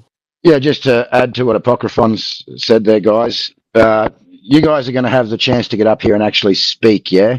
Tell your story. Tell us why you believe it's a globe, uninterrupted. If you've come in late, this back and forth only started. We didn't have any other speakers to come up at the time, but this isn't the format of back and forth, so don't be worried about coming up and debating. You don't have to debate. Just come forth and tell us why you believe the Earth's a globe. Yeah, it's basically just a time filler. So yeah, are there any globers here? Yeah, so if you do think the Earth is a globe, yeah, we do extend that courtesy to you to come up here. Mind you, and I mean, that guy was an exception, but like most people that come in here are just, cordial. That guy is something else, man. He's a broken toy. How about that? he just can't grasp like what maybe he's just trolling us. I don't know. At this point, I don't know. I think he probably tangled himself up with philosophy, which is what I think happened. He's so deep in philosophical ideas that he's just all tangled up. But you know what? That's kind of like what the globe is. It's nothing but a mathematical construct, philosophical ideology. Like, that's all it is. It's not proof, evidence in real world. It's filled with contradictions too, by the way. Absolutely. Nobody ever investigated that. If you have never asked yourself the question, if you know if the Earth is a globe, I think it would be kind of, you owe it to yourself. Come up here and see if you can tell us how the Earth is a globe. We're not gonna, like APOC was saying, we're not gonna debate you, but we'll let you finish telling us how it's a globe, and then afterwards we'll critique it and see if. Uninterrupted. Please raise your hand or request if there's any globers. I don't even know if there's globers in here right now, to be honest, because everyone's kind of quiet. Maybe they just want to listen, and I don't want anybody to feel like they don't want to join because we're gonna like pounce on them the way we were talking to Doc over there. That's not what we're trying to do. We want to hear, we want to get it out, we want to let you get it out, and then let us critique what you just said logically. We've also got a comment from Prometheus in the chat. that says that that was intellectually incoherent understanding of a descriptive mathematical system that had nothing to do with anything. We're a low IQ club and all the way at the bottom. The guy has to look up a topic before you go talk about it like you even know anything. I feel bad. Absolutely. So he's feeling bad Yeah, for you, dude. I agree with that. So we got a couple quests here. We have a few people that joined. Carl, go ahead. The floor is yours. I'm going to mute up, and then next we have Highland after that. So go ahead, Carl. Welcome to the show. Yeah, who thinks it's flat? I'm sorry, what was that? I mean, everyone here think it's flat, right? I wouldn't say everybody, but we don't. The panel, the ones that are up here, we don't think that the Earth is flat. We know that it is. So we're asking if you have a story to tell about the Earth being a globe. The floor is yours. Give us some evidence of how you can present to us how the Earth is a globe, if you do think it's a globe. And the floor is yours. Go ahead, Carl. Yeah, I think it's easy to think that it's a globe, right? But like when you think about it more like logically, I think what got me, there's a lot of evidence to think that, okay, yeah, maybe it is a globe, right?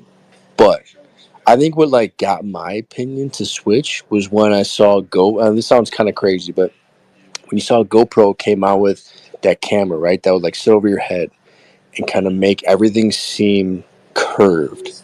I'm like, damn, that's kind of odd. Like, all it is perspective, right? And then you take away that perspective and you take logic into like everything that's going on around you, and you're like, man, everything kind of seems flat, right? I don't know. That's just kind of like how I kind of came up with. I always thought it was a globe, right? Just because that's what we're taught. And then the more I kind of applied logic to it, like, okay, this, that, and the other. And then eventually it's like, dude, like, it's kind of, it seems like it's flat. That's kind of me. But I'll let you respond, I guess. Yeah, thanks for that, man. yeah, for sure. We were looking for anybody that has the globe evidence. Thank you, Carl, for sharing that, and we agree, obviously. Highland, do you have that globe evidence that we're looking for, that we've been looking for years now? Go ahead. Floor is yours. I'll mute up. No, I'm just wondering, I'm bouncing around spaces. I got another half an hour before I go to bed. And it says flat earth, and I'm like, what are you guys talking about? Well, we're at the moment, we're kind of letting people who think that the Earth is a globe kind of take stage and have the mic so they can tell us how they know that the Earth is a globe. And we're letting the audience listen to how everybody has an opinion or an idea of what they think about the Earth being a globe, but nobody has any evidence that it's a globe. And I think that's very peculiar, and I want to display that for everybody. So that's why we do these kind of forums, so that you guys can actually listen to other people who think the Earth's a globe actually never give evidence that it actually is a globe. But of Wouldn't course, all these new satellites coming up prove whether the Earth is? I'm objective. Like I said, I gotta go to bed, and I'm so tired from work, you can't imagine. Someone said, "Oh, you're drunk." I said, "No, you don't understand what it is like to work 2.5 shifts straight." yeah, you need some rest, man. Well, dude, if I ran into you on the street, if we were just walking up the street and we ran into each other face to face and we got onto this topic and you were going to give me some sort of evidence to support why you had that belief that the Earth So was I'm a globe, wondering, what would you put forward? No, I come into the space and I'm like, they're talking about flat and round. Wouldn't the satellites prove that the Earth is round? No, they're not giving you evidence that the Earth is a globe. It's already after the fact. Because to launch a satellite, you have to understand that there's some orbital mechanics in how they display the idea to you and me that they're actually going around the surface of the Earth. So they're traversing the surface of the Earth at high altitude. So in low Earth orbit, that's what these satellites are doing. So the Earth already is a globe when they launch these satellites. So it's after the fact. So satellites are used as a derivative argument for the Earth being a globe. but the Earth has to be a globe prior to the satellite launch in order for the idea of what they think satellites are and where they, in the location where they are in the vacuum of space, low Earth orbit. So it's begging the question off the rip. So you have to go from a standpoint of actually just understanding whether or not the Earth's surface has been measured to have any curvature. That's the place where you need to start at, Highlander. You got to start there. How did we figure out that the Earth is a globe? And then if you want to talk about the advent of technology, which leans credence to how you might think, a satellite is existing outside of the Earth as a globe, then that would be an argument after the fact you've established how the Earth is a globe. So you get what I'm saying? A satellite would be a derivative argument of like you trying to say, well, I know the Earth's a globe, therefore I have a satellite that orbits it. You get what I mean? It sounds like a time situation here. It does. It sounds like a time situation. I am so tired. Well, it's funny you that's talk fine. about satellites. So earlier today, I actually called Intelsat, right? Intelsat, and I try to get a hold of somebody, and I said, hey, I want to do a video on YouTube and try to show how the satellites at their distances and the way they operate. If you can get back to me, send me some information about it. I'm still waiting for them to contact me back, but I want to actually speak to somebody at Intelsat in regards to their satellites that they have up in the sky. But funny thing is that every time you talk about elevation or angles to things in the sky, you're going to be dealing with the flat Earth, because to get an angle, you're going to have always two straight lines. Do you understand that? I'm a former nuclear submariner. I understand a lot. Oh, perfect. Yeah, then you know exactly what we're talking about. We know that if you take an angle, it's going to be two straight lines, right? Yep. There you go. All right. I'll go ahead and mute up. Yep. So, like as I was saying, that is a derivative argument. So you have to establish the premise, which is the Earth already being a geometric shape. So we start there, Islander. We don't start with the satellite. That's begging the question, saying that a satellite exists in an orbit around the Earth as a globe. Hopefully that makes sense, bro. Like that's where we start. Yeah, for I real. found this to be a very interesting room. Very Excellent. interesting. Well, hey, we hope you come back. Well, not only that, but if you don't have to go to bed right away, you could just go down as a listener and just kind of keep us on as a podcast. Maybe, Yeah, listen to the arguments that are being displayed. Drop me down as a listener. I don't take any of this personally. I've been on so many spaces it doesn't matter. I don't. No, and feel free. And if you want to chime in, with your expertise and your knowledge, if you want to share, feel free to. We're not even going to drop you down as a listener because we have room It's now. mainly about sharks and dolphins for me. It really is. Okay, all right. Protecting Mother Earth and sharks and dolphins, and that's kind of my expertise. I work with San Diego. Yeah. Yep. So when you're on the ocean, do you think that water is curving away from you, or do you realize that water always finds itself to be level in its containment? I find water to be Mother Earth. Might sound corny, but he's not you ready. guys cannot believe how tired I am. You really No worries. We have Carl who's next. No worries. We have Carl who's next. Carl, go ahead, please. The floor is yours. Oh, it's back to me. Yeah, he was already speaking. Yeah, Oh, my bad. I thought I didn't hear him. My bad. Carl spoke already? What did he say? Yeah, he spoke. Yeah, he said that he's basically a flat earther. Oh, my bad. So let's go with TM then. Let's go with TM. I guess you're next. Oh, I'm good. I'm just listening in, guys. Oh, I thought you. I didn't even realize that I hit the mic button. Yeah, that's fine. Worries. So anybody else that wants to join, please request and we'll bring you up. We saw some new people jump in, so if you want to jump in, feel free to. Yeah, the whole point of this kind of like these spaces that we do is so that you can realize whether or not somebody can actually stand for giving us, however they articulate the point of how they know the Earth's a globe. It's all for your benefit. So if you're listening in right now, I think what's going to happen is you can actually understand the mindset of someone who believes the Earth is a globe. And far be it from us to tell you that the Earth is flat.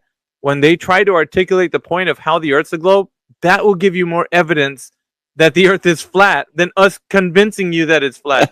Because That's you're going to be 100. more astonished to hear how they don't have a response to any evidence for the Earth being a globe. And it's going to be like, to you, like, that is amazing. Why can't somebody come up here and just tell them like it is of how the Earth is a globe with the geometry, you know, of the size of an oblate spheroid? Now, that's why we're inviting people up here, so you guys can have a listen as to like why nobody can do that. And we're not going to interrupt them. We're going to give them the floor. Just, we want you to listen to like the things that we've been listening to for years. If I could get everybody to like maybe respond, if you believe that the Earth is a globe, give a thumbs down. That way, I could invite you to come up and speak. Or if everybody here is under the understanding that it's not a globe, then I understand why you wouldn't come up to argue that it's a globe. Any Globers out there? Thumbs down anywhere? I'm looking. I'll wait. I know there's a delay sometimes. I can point out a few on Well, there for I guess you. we're waiting. So, does anybody that thinks the Earth is flat, do y'all think that there's like actually like ice caps around the entire perimeter?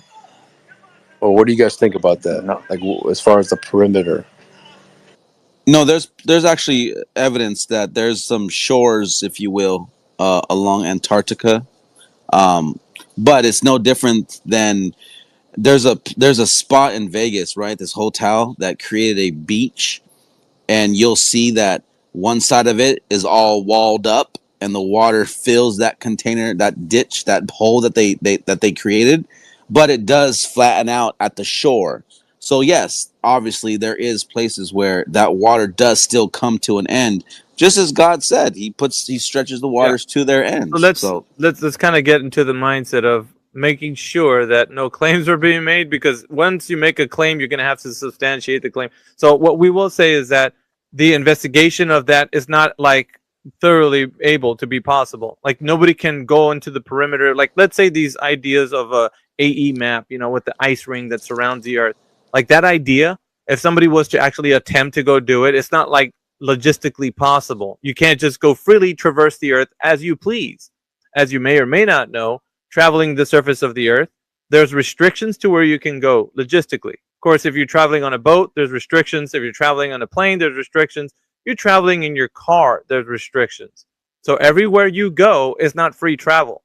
So keep that in mind when you have these questions that you're asking, because in the real world, there's certain limitations to where you can go. And of course, if you want to go to a place that you're restricted to, you have to have permission. You probably have to see why you can't go and things like this, right? So that question is kind of, you have to investigate a little bit into it as to the reason why we can't freely explore to find out more information about the Earth that we live on, so that we can answer those questions that you said, Carl. Right, that's what makes it more interesting, right? You know what I mean? Yeah, it is an interesting question, but at the same time, logistically, there's not a lot of places we can go freely to find out that information. Does that make sense? Oh no, I get it. I was just kind of like throwing it out there, you know what I mean? But yeah, and that's why I responded this way, because we do get that question a lot. But at least I want to meet you where you understand we can't just go and say, okay, I know it's a shore, or I know it's an ice wall, or whatever, because they can't verify what is the perimeter if there is one. You know what I mean? So either way, no matter how you look at it, still water is contained in its, in reality. There is a end, if you will. Obviously, we can't go beyond that and freely explore, like Alpha said, but we do understand that water will always fill its container and always has this property that it's always going to be level, flat, horizontal, horizon. That's right. And level. That's why we're asking people that think that the Earth is a globe to come up here and I guess justify the Earth being a globe. That's why right now is your time to actually see if you're able to do that. I mean, I think it's fair for you to come up here and say, look, this is how I know the Earth's a globe, and just go through your idea or evidence or however you want to say it. But just, I think it's an exercise for you to kind of put that out there, right? And then you'll find out whether or not it can stand up to any of the critique that we have. And you know what, Alpha? The funny thing is this, right? Like, probably 99% of the time when a Glober jumps into their proof of the Earth's shape, they always tend to look up and start to talk about things that are above us. They always miss that, they Yeah, I miss the know. mark. They always want to talk about things, the sun, the moon, the stars, the wandering stars, A aka lot of people don't know planets. that. Whenever the Glober starts talking, they're like, you know what? I know the Earth is a globe because I looked up at the stars. I'm like, dude, you're sky gazing. You're not looking at the Earth Right, anymore. I think the right. Earth is what's important, right? If you're saying that it's curving like a ball, well, the surface has to be curving, but you're not keeping your eyes on the surface. You're actually going away from the surface and looking up at the sky, like APOC saying. Like, we get a lot of that information, and they're saying like, well, I'm looking at the stars, and you see, when I look at the star trails and the way it spins in the southern hemisphere and then the northern hemisphere, then I know it's a globe. And it's like that logic is there's no correlation. You can't draw from what you see in the sky to give me geometry on the Earth. It doesn't follow. And you'll have Globers that can tell you, and we ask them, okay, so if you look at the ceiling, can you map out the floor? And they're like, yeah. And it's like, wow, like you do not even understand your own ideology at this point, because when you look up and see things the way they are in their place, it doesn't necessarily mean that that's the ground that you're looking upon. It's really weird.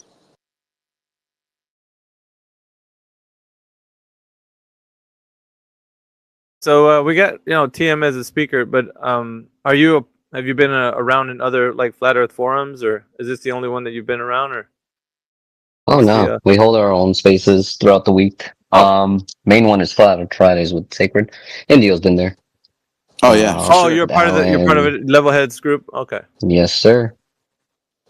Yeah, I'm just like to following come you, on here. TM. I know I seen you in those groups too. And by the way, bro, you guys flat smack people, bro. I love when you guys do that shit, bro. Like you guys hold Hell it yeah. down. No doubt. Yeah, it's a sacred thing, man. We learned a lot from each other. So it's a tight group. Yeah, good stuff, man. Yeah, if anybody else is out there and you're kind of curious about you can, and plus you can probably ask us some questions in the meantime. But the format is just kind of keeping it to Globers coming up and letting us know how they think the Earth's a globe. And we say Globers as if like other people know what we mean, but people who think the Earth is a globe. I'll put it that way. That's what a Glober is. When I say that word, that's what I mean. Yeah, give us that story. We want to hear it so we could dissect it. Any Globers? Maybe not right now. Mark, what is that? Mark in Melbourne. I think he's a Glober. Retarded. Oh man, retarded PhD. He's a Glober. Who else down there? Yeah, we talked to Doc earlier. He's stuck in he's stuck on tripping on 2s and 7s in his reality. So he calls himself a PhD in logics and math. Yeah, he's a strange one. That one. He's an odd duck for sure. Oh yeah. You meet a lot of them. There's a lot of weird ones earlier today popping in. Yeah, it's not even the like staunch Glober who really believes that the Earth is a globe. It's weird people, just like weird. Like how are you? He strawmanned us like 4 times, and we said that math isn't real. I'm like, dude, we're not saying that. Like 4 times he strawmanned us. It's like it can just be used to make anything appear to be anything. Yeah, and it's all about like I guess optics. He's just trying to make it sound like we're not saying that math is real. No, nobody ever said that. It's a language. It's useful, right? But what we're saying is when you're talking about numbers don't exist in the physical and natural world outside of a process of thinking about what they are and how we can use them. So you don't go outside and see the number 5 running around. Like it's not. Numbers don't exist that way. They exist in your mind. So exactly. I broke somebody once when I asked them if they had 5 apples in real life, and they gave me 6. Can they have -1 apples left? It was Peter. It broke Peter. Oh yeah, Peter. Blocking me after. We love destroying Peter. Yeah, we destroyed him the other day. Hey, there's 14 viewers on YouTube. Hey, thank you so much. And if you guys want to join the conversation here, please join us here. And if you're a Glober over there listening, feel free to step up. We want to hear it, no doubt.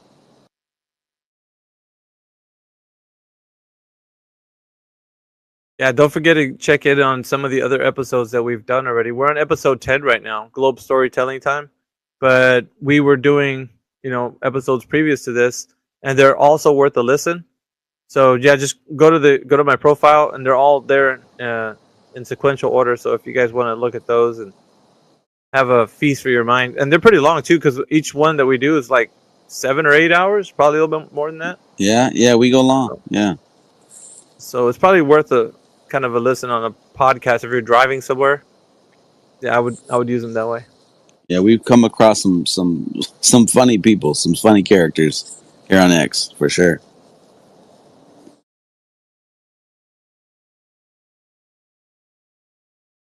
Yeah, you'll get some weirdos following you, tagging you.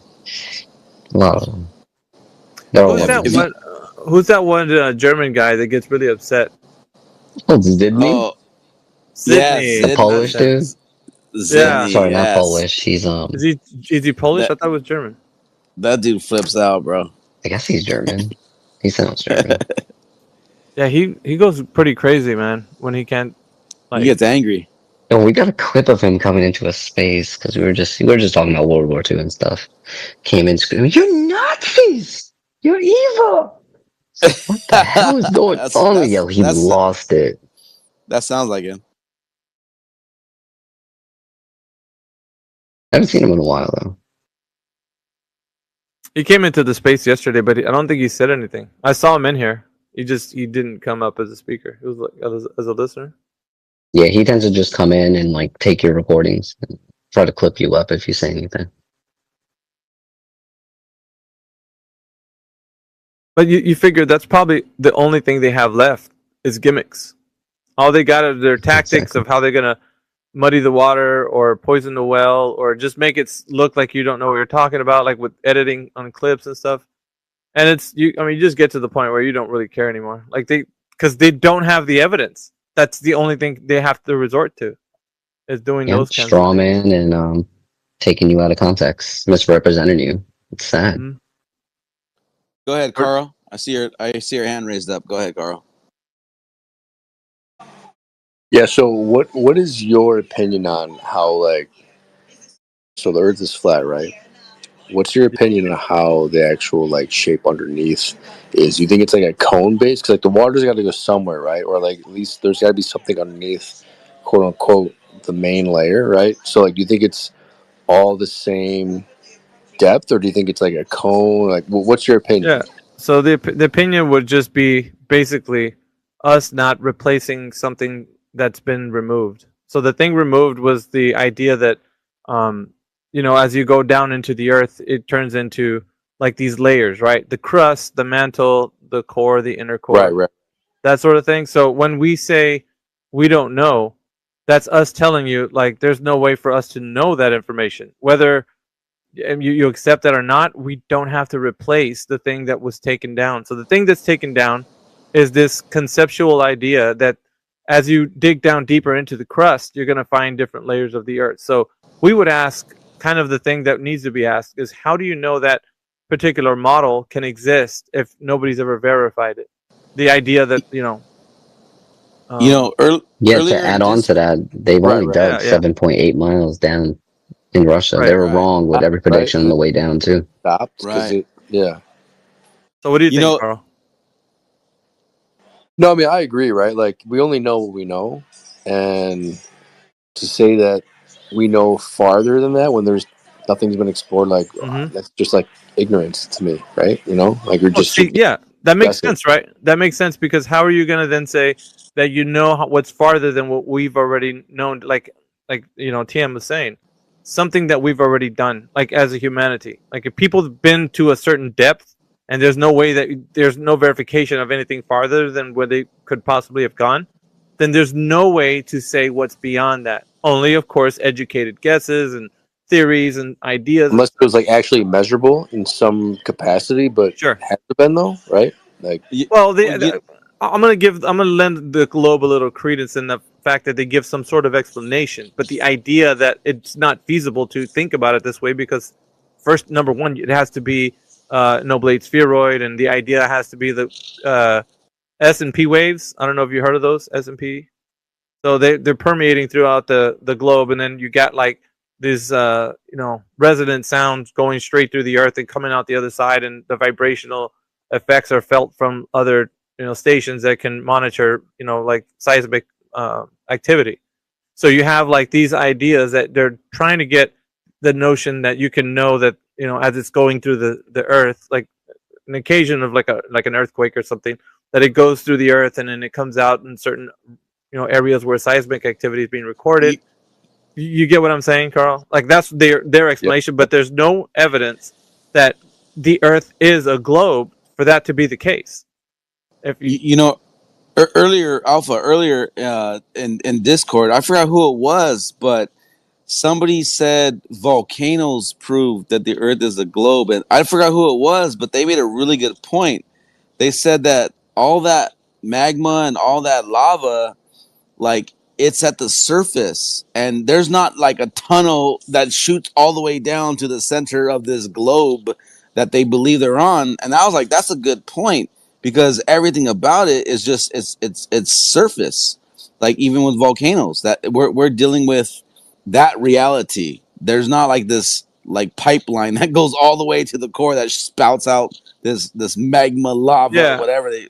So if you think about it, Carl, they haven't verified in any way anything past where people have dug down into. So I think the Kola super deep borehole in Russia was one attempt. I think there was actually a Chinese oil tanker or a drilling rig that went down a little farther than that, but not by much. But it went down a little farther than the Kola super deep. So there has been attempts to actually pierce this layer of earth and see how far we can go.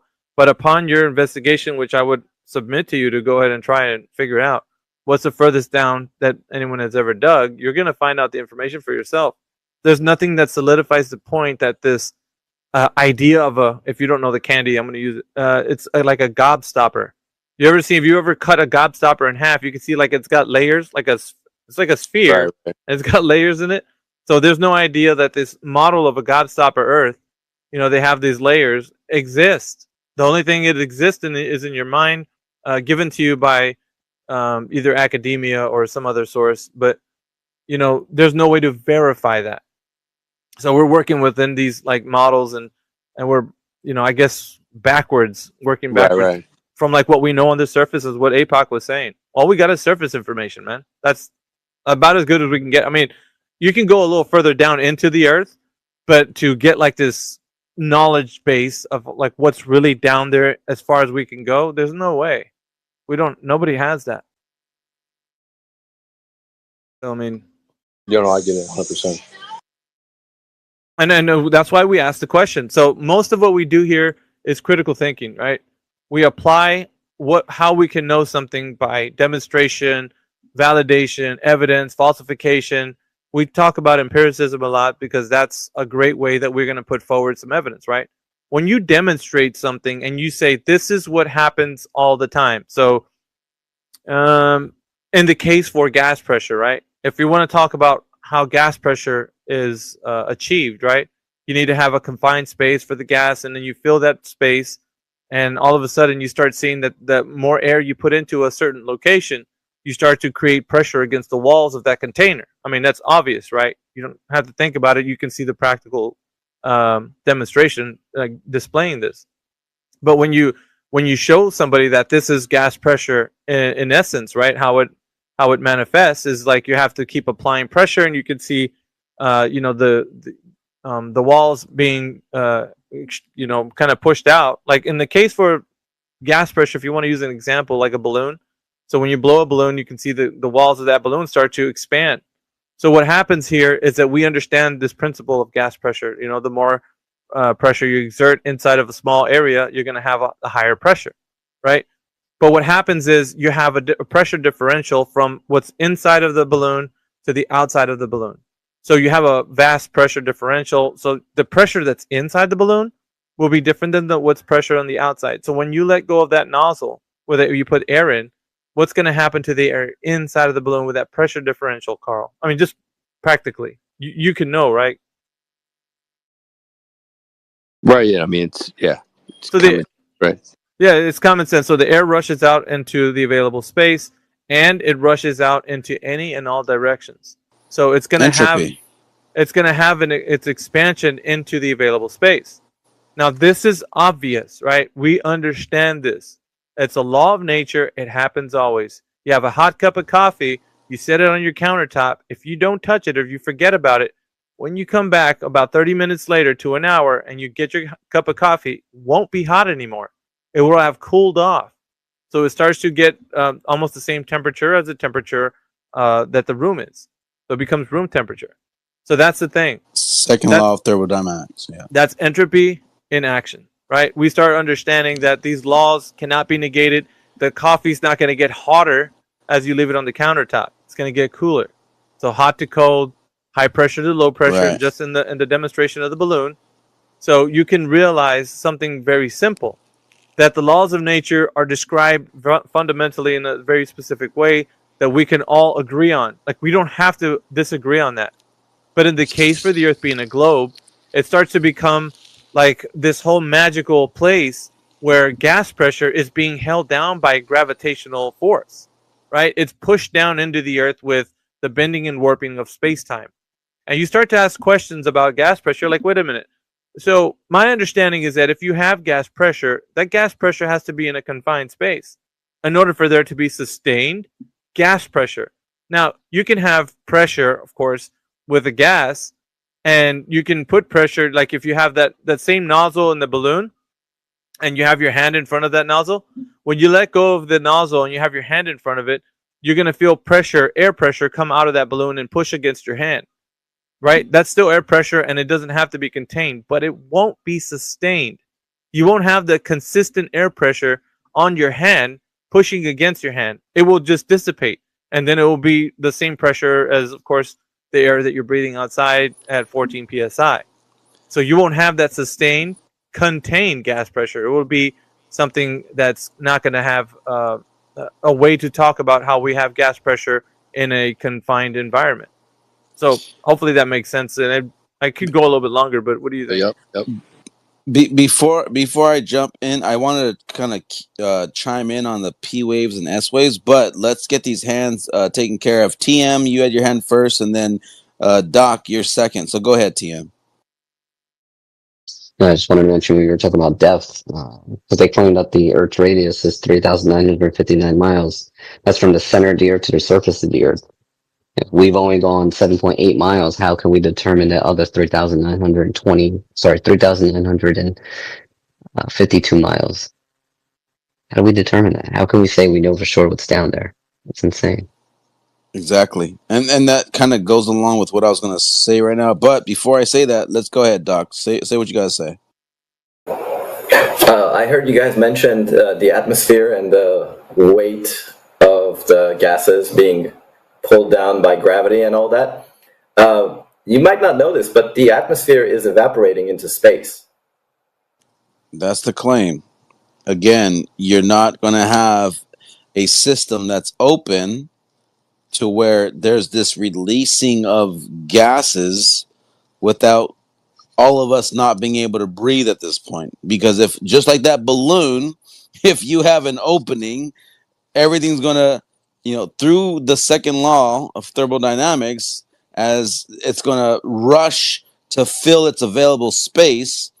That's not what happens on Earth. Although there's claims, I get it, Doc. There's claims, but that's the falsehood that we're trying to point out to people. So let me just say this real quick about P waves and S waves. When you look at these diagrams and stuff, the way they show them, they always shoot down and then they go in an arc and shoot up at a distance away from that epicenter, if you will, of that vibration that's being calculated or should I say recorded and measured. But that doesn't mean it has to be a globe. You could have that same principle over a planar Earth, because when there's a vibration in one place and they feel it somewhere else, it's just kind of the way these vibrations travel. They go on an arc. They go down and they travel across and then they come back up.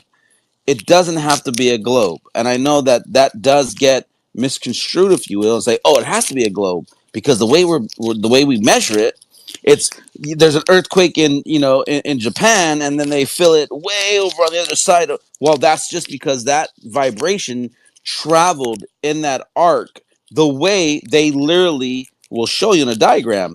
But unfortunately, for the falsehood of it, they put it on a globe. They put it on a sphere. But if you were to just flatten that out, you're going to see that those P waves and S waves, they have a certain arc to them. And the reason why, if something was to shake here in your local city, and then you feel it, states away from your position, thousands of miles away, that's because that vibration, that shock, it went down and it arced to a position to where it's going to make like a loop, if you will. That's why they're registering that way. But go ahead and say what you gotta say. Doc, I'm talking to you. Oh, I don't care about the waves. Whatever you said sounds about right. The atmosphere, though, the evaporation, you guys don't believe in that? 100%, it can't be that, because again, if the system is open, then that means, because of the natural laws of how it works, that would fill the available space. So that means all the gas would escape through that hole that you think is there. But it doesn't happen that way. So when they're saying like, "Oh, we can measure it, and we know that certain gases very slightly they're escaping," no, that's not a reality. It can't be, because you can't have this claim with no proof. By the way, show me the proof that these gases are escaping. Nobody can. They just tell you it is. Go ahead. Well, you have boiled a pot of water, though, and you have noticed that the water evaporates. In your house, which is a container, yes or no? The kettle is an open container. No, but your house is containing it, yes or no? Well, the atmosphere is containing it, if you want to say it that way. Well, he's not. He doesn't answer the question. Gas pressure requires containment, dude. Exactly, he's not getting it. So we can demonstrate that. So if you have a pot on the stove and you add temperature to it, and the liquid, right, the water becomes a gas and it goes up, but it's still contained. Like your house, your kitchen itself is the container in this case, which is then allowing this pressure differential to even exist. Do you understand that? Yes or no? No, this has nothing to do with pressure. Like, even before you get to the pressure, the water exists in the container. So in your flat Earth model, it exists also in a container. And the sun is beating down on it and evaporating it. And being contained. But it's still in a containment. Otherwise, all the gases would escape into that void, right? That space, if you will, and that means all the oxygen would leave with it. Do you think only that vapor of water is going to leave, or what about the oxygen? What about everything else? All the gases in what you're breathing. You're able to talk right now because there's a container that allows you to do that. Do you understand? Yeah, that's all fine, man. That's not what I'm arguing. I'm saying if the sun, you agree, is heating up the water. Still and it's contained. Heating up the atmosphere in general. Still contained. Yeah, that's fine. Okay, so all right. Well, welcome to Flat Earth. No, I'm using your model. That's fine. Yeah, we don't have a model. We don't want him on Flat Earth. He could stay in a globe Earth. So you agree, you admit water evaporates. Yeah, so what, dude? What does that have to do? I'm gonna take over this conversation. What does it have to do with anything? Because you're getting to the pressure part without actually addressing the root cause of why the atmosphere is escaping into space. What do you mean the root cause of why the atmosphere is escaping into space? What are you talking The about? root cause is that the sun is beaming down on your container. On your container. What, your container? Yeah? What do you mean by that? Your model, right, of the water being contained in What some model? kind of container. What model? The one you guys keep talking about. Yeah, which it's not a model. Okay, whatever it is, you agree it's a container Sure. that contains the water, And? and the sun is beaming down on it. So what? Thank you, Captain Obvious. So what? Great, great. And what happens when the sun beams down on a container? What do you mean? You keep saying what happens when the sun beams down on a container. Are you talking he's about the water? incorporating his heliocentrism of a sun being 93 million miles away, heating up the water, and then Oh no, that's irrelevant. That's irrelevant. You're I think making you're up. giving him. None of that has anything to do with what I'm saying. You're giving That's him the way problem. too much credit. Like he can't think May that I? far ahead. Go ahead, Flash. Go ahead. Yeah. Do you normally go up to strangers and ask them about claims they didn't make? Oh yeah, I do that all the time. There you go. That's your problem. I mean, I don't think that's a problem. I'm trying to explain to you guys that water evaporates. You don't know. You are like so incoherent, dude. When you say things, like, just make it concise. What are you talking about? What's the incoherent about the sun beaming down on water? You're trying to say that within your model, we never presented a model to you, did we? No, you did. You were talking about gas pressure and containers, which is a model. And what does that have to do with anything that we're talking about? Because a pressurized container, when it's heated up, when energy is added to it, tends to expand whatever is contained in it. What do you mean expand? When you add energy into the container, right? It heats up. Yes. And how do you measure heat? What do you mean? How do you measure heat? Can you just get to what you're? Just get to the point that you want to make, because it doesn't sound like you're making any heat sense. is the measurement of how quickly matter in the container is moving. So you admit there's a container? Yeah, of course. There you go. Welcome to Flat Earth. Yeah, what is he arguing for? Because I don't know. He's agreeing with us. That's not what we're arguing. You're not addressing the main point that I'm making. He's living by his Twitter name. You prove. I honestly, man, point, bro. Está loco, man. He's crazy. The guy's like, he's trying to say something, and then he's over here like agreeing with us in Flat Earth. He proved our ad hominems, and like it has nothing to do with what I said. It's not an ad hominem. We're saying you're agreeing with us. That's not an ad hominem, bro. No, you were calling me crazy or whatever. That's an ad hominem. Address the point. Okay. No, I said when you speak, you sound like you're off your rocker. But then you that's an ad hominem. You're not addressing the logic of the argument. This isn't ad hominem. It's an assessment of what you're doing right now. You're addressing the person instead of the argument.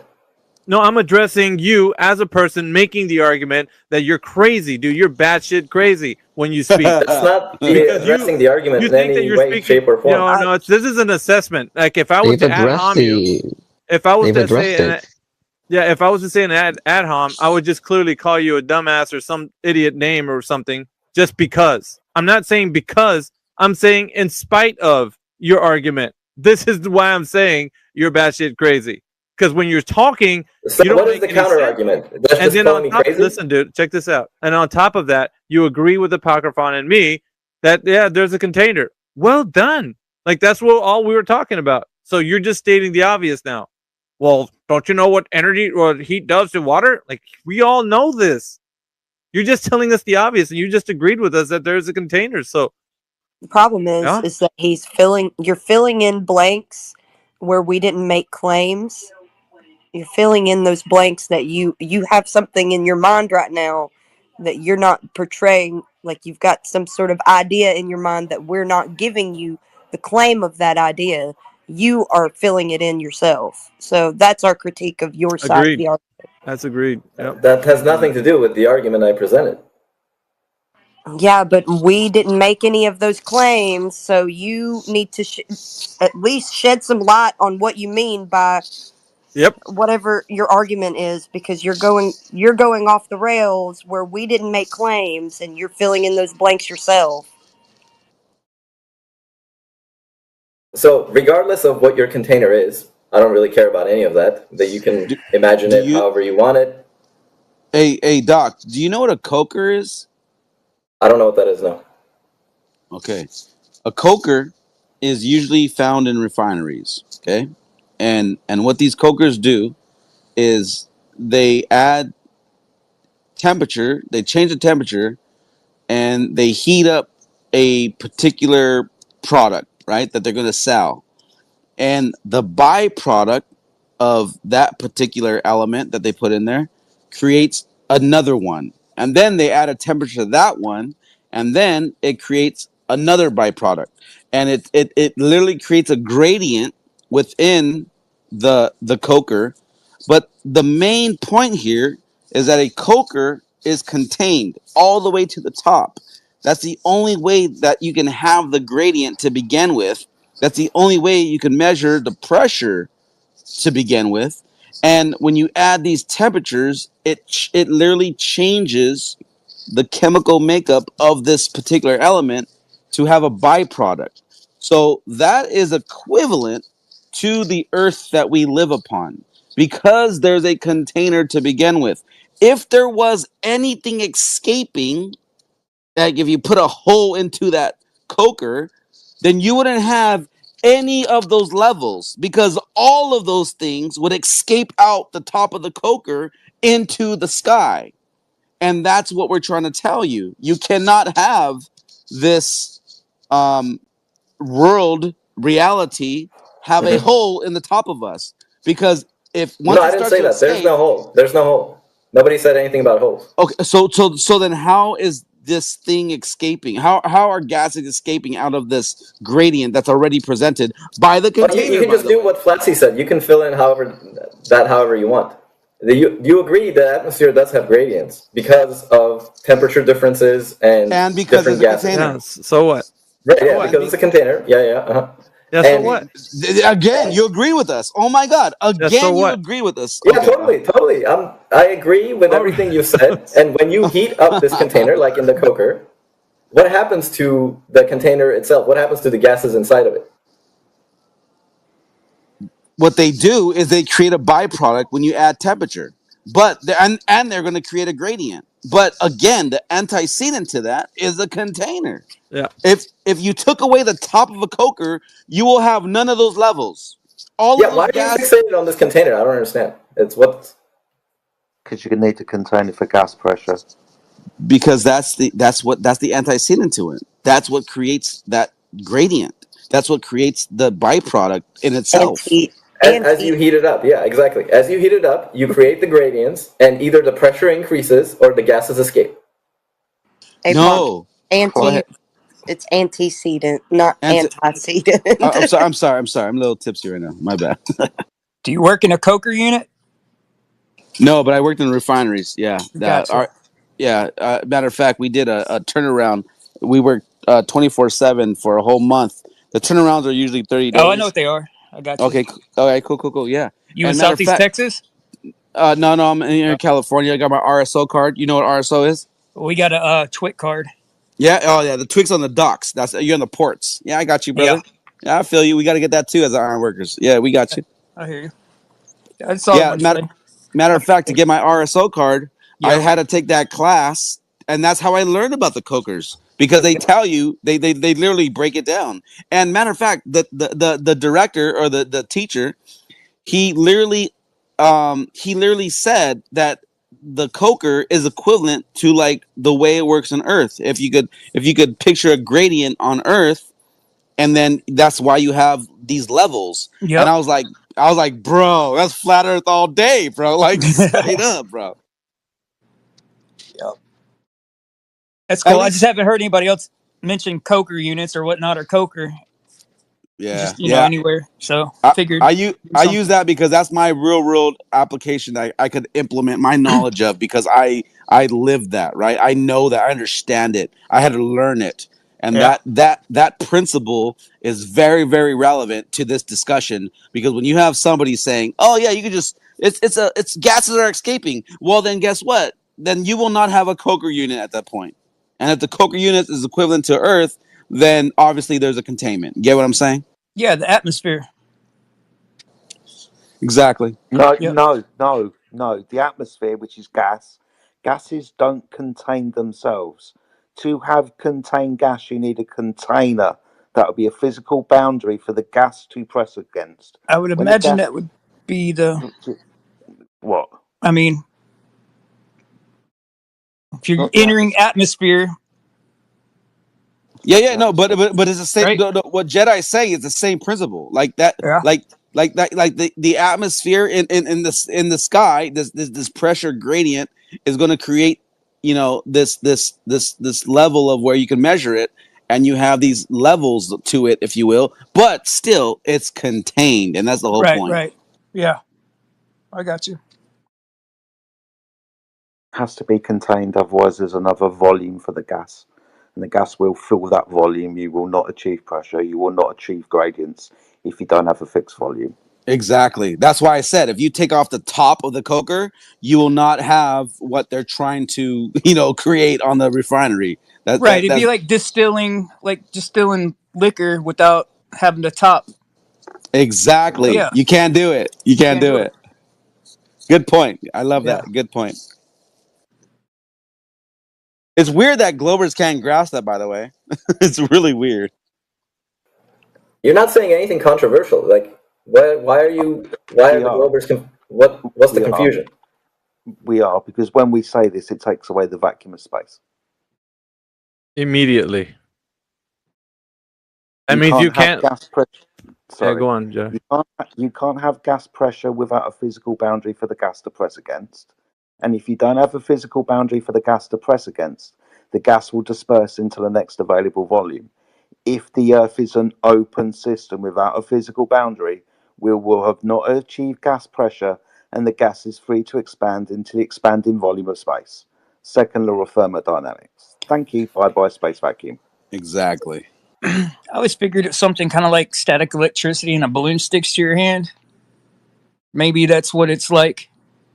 No, it's not. It needs to be physical so that the gas can press against the walls of the container. That's the necessary antecedent for gas pressure. That's how you define it. Yeah. It's defined. No, I see exactly what you're saying. I totally get it. Yeah, and for practical purposes, we can demonstrate it that way too. Yeah. I guess with the idea that the Earth is a globe, however, and then there's an open system. I mean, you got matter and energy can leave the environment. That means that there's nothing to contain those gases that we have. So they're free to randomly move with perfect elastic collisions off into the available space. If that were the case. But we don't have that. We have contained, sustained gas pressure on the surface. Yeah. So big problems for the Earth being a globe, because now they're going to have to show us how we can have that sustained, contained gas. No, this has nothing to do with the globe. Oh, it does. This is the medium that your Earth that's spinning flies around with, and that Jupiter is an uncontained ball of gas existing in. You can't have these things because it violates the second law of thermodynamics. The Earth's... There is no violation of second law. We've just explained it. Gas fills space. Gas fills space, that's correct, yeah. Good. So if gas fills space... Unless there is a force acting on it. Oh, sorry. No, the description by observation, demonstration, and experiment is that gas expands indefinitely in all directions.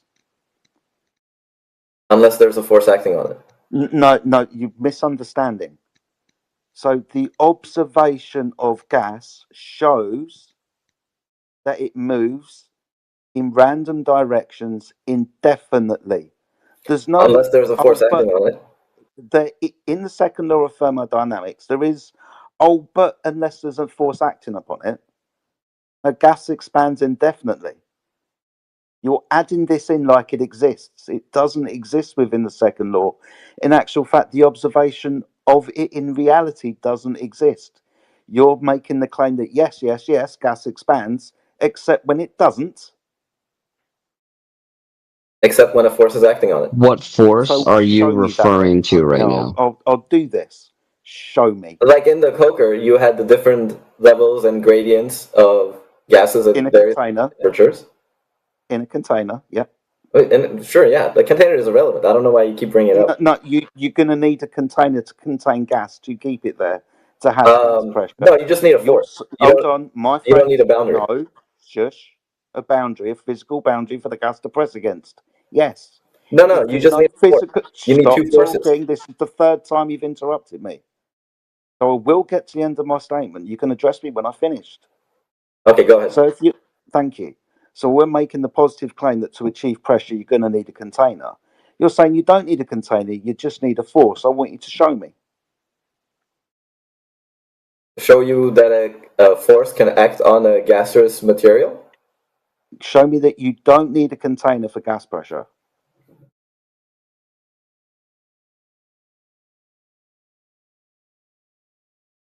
You can't. What do you know about plasma? No, we're talking about gas. I'm not breathing plasma. Plasma is a gas. Yeah, I'm not breathing plasma. I'm breathing oxygen and nitrogen. Keep to the subject. We're talking about gas pressure. Show me that you can have gas pressure without a container, please. Violate that second law. Oh, you just need to apply a strong enough magnetic field, and it'll work. You need to apply a strong enough magnetic field. What happens? What do you need to do to the gas? You need to trap it in the field itself. How do you do that? How do you do that? How do you trap a gas in a magnetic field? Yep. You ionize it. Thank you. Am I breathing ionized gas? Yeah, you are, of course.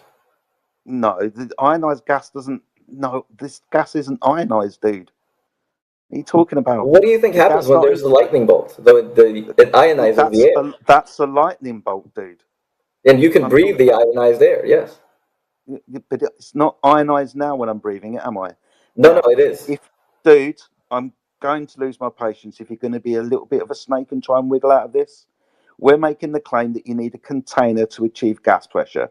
That's a false claim. You don't need a container. Okay, so can you show me scientifically that you don't? Yeah, go do a tour of CERN. Show us gas pressure being contained by gravity. That is your force. No, that's not what I claimed. That's not what I claimed. Okay. So what is the force acting upon it when you say a force acting on it? What is your force acting on the gases? He claimed magnetic field. That's not a magnetic field. Magnetic field creates a barrier, and that's basically a container. We're talking about oxygen and nitrogen. We're talking about the gas that we breathe. This is something that you've added an electric charge to ionize the gas. This is really simple. Can you show us anything in Boyle's law or Charles' law? Come on, dude. Show me that you can stop entropy. In Boyle's? Yeah, they use the same equations for ionized gases. It's the same ones. Do we have them in containers? Yes. No, you don't need a container to have pressure. You don't need. What's the definition of pressure? Wow. Hold on. What's the definition of gas pressure? Well, it's relative, right? It depends on your temperature units and your volume, and it's volume. Yeah. Good. So you're going to need a container then. No. You need a finite extent of space. You don't need a container. A finite extent. What's the definition of gas pressure? You didn't give it. What is it? I don't know. It's the force that the gas exerts upon the walls of its container. No. Yeah. Okay. Let me explain to him. By definition, gas pressure is defined as the force exerted by gas molecules per unit area on the walls of its container or any surface with which it comes into contact. This pressure results from the collisions of gas molecules with surfaces and it can be influenced by factors such as temperature, volume, and the number of gas molecules present. That's the definition. Oh, fantastic. You notice how you didn't mention any containers. He did. What? That was in the second. Force that the Let me hold on, Jedi. Let me say it again. He didn't hear it. Gas pressure is defined as the force exerted by gas molecules per unit area on the walls of its container or any surface with which it comes into contact. Or any surface with which it comes into contact with. Yes, So physical boundary then. which would be a physical boundary, exactly. And the physical boundary is the surface of the planet. Okay, but that's not containment. That's just one surface. No, the definition said or. It's either a container or pressure against a surface. So is the surface of the ground the sky? Go ahead, Jedi. When the gas molecule hits the ground, rebounds and goes upwards, what makes it come back? Yeah, something makes it come back. Yeah, what? Oh, I don't know what it is, but... Okay, I just want to point this out to you. After a gas has hit something and rebounded in another direction, it expands indefinitely. It doesn't come back unless it has a physical interaction with another gas molecule, something solid, or the walls of its container. No physical interaction. And no, you said another molecule. I haven't finished. If there's no physical interaction, the gas molecule will not change its vector. Completely in agreement, yes. Good. So if you've got an open system with nothing physical to press against, the gas will disperse indefinitely. That is correct. Good. So bye-bye space vacuum then. You're breathing because the gases around you are not escaping because they are bouncing off the container. You get that? No, I totally get what you're saying. There's no problem here. But the pressure that you're measuring is against the surface, which is your definition. You already read that out loud. And you don't need a container. You just need a surface to measure the pressure. Which the surface of volume. PV equals nRT. PV, that's pressure and volume. Pressure is solved by force over area. The volume is the size of the container. Okay, yeah. Mic drop. Hold on. Do you know what a tire is? Yes, I know what a tire is. Good. So the consequence of putting gas into that fixed volume is the gas is under pressure. If you've got higher pressure in the tire and lower atmospheric pressure outside, when your girlfriend gets pissed off with you and slashes your tires, the high pressure... Oh, I don't have a girlfriend, so that's a bad example. Good, no problem. But the high pressure will disperse into the lower pressure environment, won't it? Unless it hits something which would force it back, yeah. Yeah, exactly. It has to physically hit something to make it come back. So when you say that the surface of the Earth is a container, no, that's just one surface that's going to change its direction.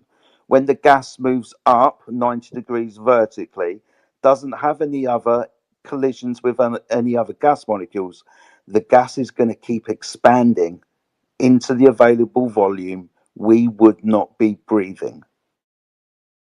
The gas does expand, but then it comes back down. Show me. Show you what? The air you're breathing? You already admitted that. Dude, I'm asking you to show me gas pressure without a container. You've got the belief that up there is an available volume for gas to fill, but it's not going to fill it, right? No, it does fill it. What are you talking about? It does fill it? The atmosphere is full of gas, yeah. What, the vacuum of space? No, the atmosphere has layers. Yes. He's just trolling you at this point. There's a gradient of temperature differentials and densities of various gases. Awesome. And to have all of this, you need what? Pressure. You need a force acting on it.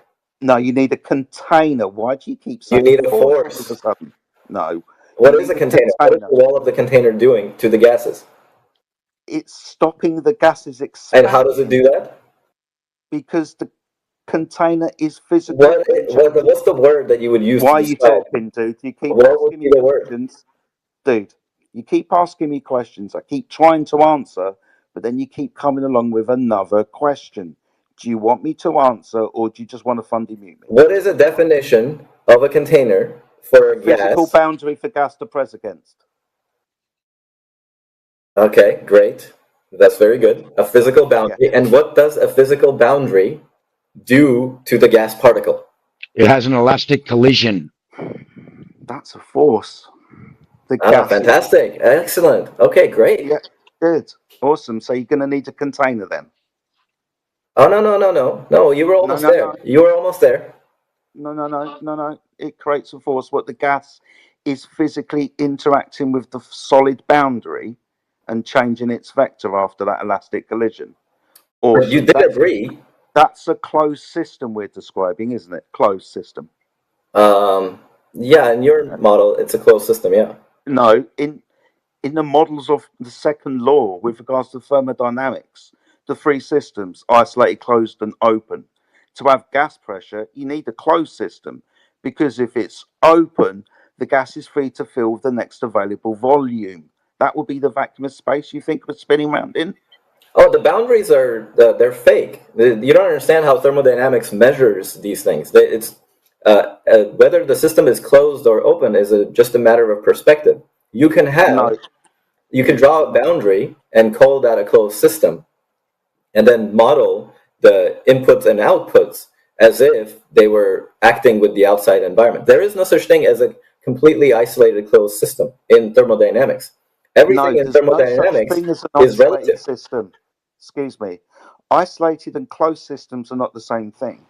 Isolated systems are hypothetical. They don't exist in the natural world. A hypothetical isolated system lets no matter or energy transfer, unlike a closed system which lets energy transfer like heat, but doesn't let physical matter transfer like gas. Whereas in an open system, energy and physical matter can leave the system. If the Earth is an open system, the gas would fuck off. And the gas is fucking off, yeah. Good, and we wouldn't be breathing because we wouldn't have achieved pressure. It's not a binary process. It's not either. Pressure? Huh? What's pressure? The collision of gases or anything really against a surface. Awesome. You need containment for pressure, like the tire. I thought we went past this. We don't need we are using the words right. So you have a gas particle. You have a misunderstanding. But I'm using the words correctly. It's like you don't want to understand. It's weird. Just real quick, some house cleaning, Jedi. Shout out to the 22 listeners on YouTube. Please feel free to join us. As the force the gases exert upon the walls of its container. If you increase the size of the container and keep the same amount of gas in there, gas pressure will go down. If you heat the gas up, gas pressure will go up.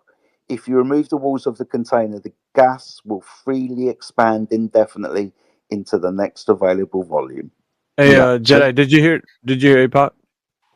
No, I didn't. No, he might. No worries. Yeah, I'm just making sure that he can hear APOC.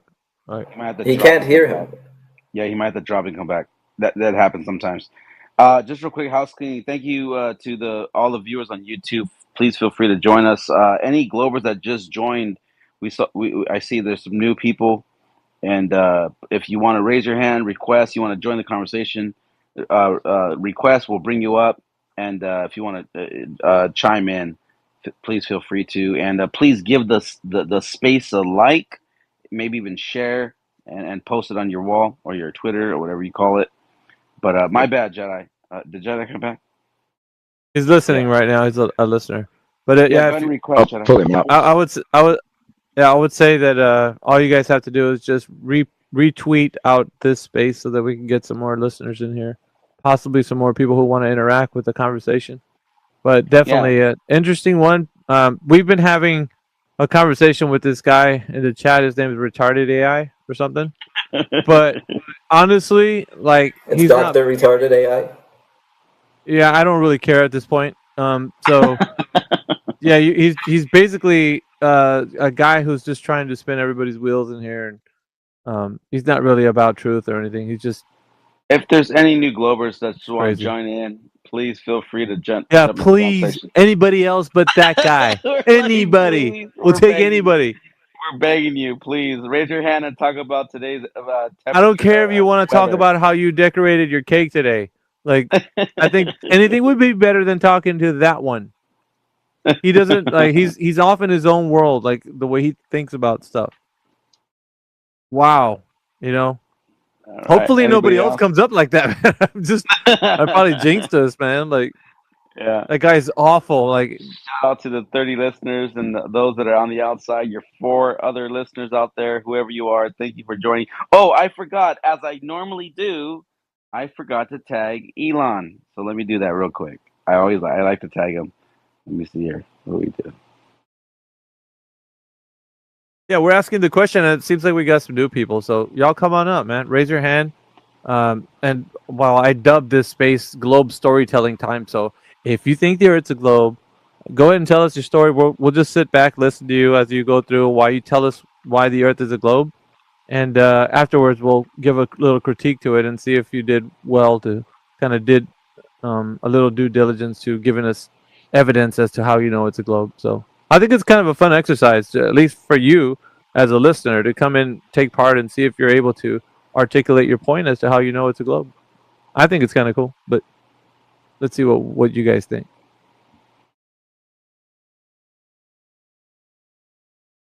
Fingers crossed.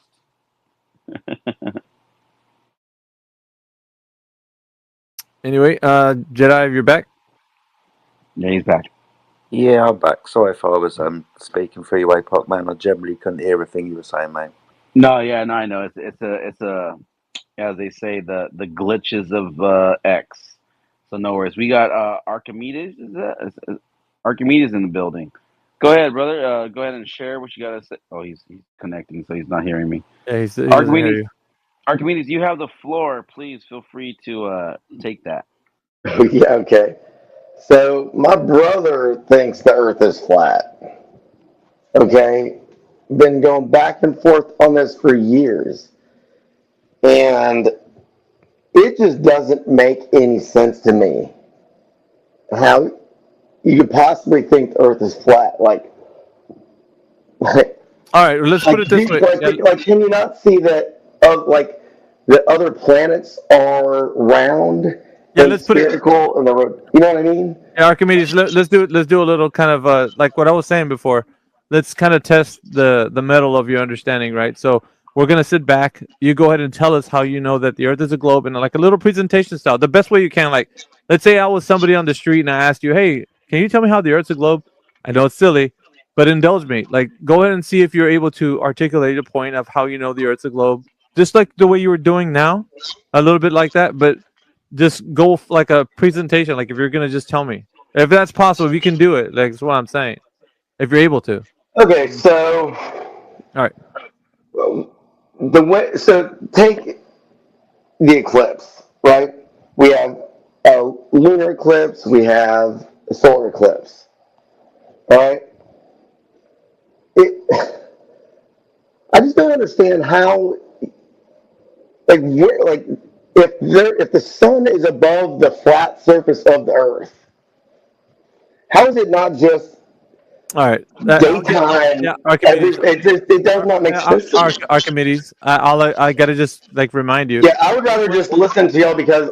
Yeah, but hold on, because I think it's important for everybody to understand that people that think just like you, for them to actually listen to you, go through how you know it's a globe, not how it's flat Earth. Like, pretend like none of this conversation of flat Earth existed, and you were just gonna tell somebody how you know the Earth's a globe. Okay, I got you. Just do that. I want people to hear you actually just come from a place of knowing that the Earth is a globe. And I'll step back so you can go ahead. I guess I'll do my best. So we have. I just look at it like this. Say like rocket science, right? We go up and like Elon Musk. Okay, put it this way: he is launching a rocket in outer space and setting up these Starlink satellites, which obviously work, right? They're able to track them, and they all go a specific path over the Earth. Like, I would love to see, like, and you can clearly see how they track over a sphere, and they're always going to be positioned correctly, and they float in a logical format so that they can have maximum coverage.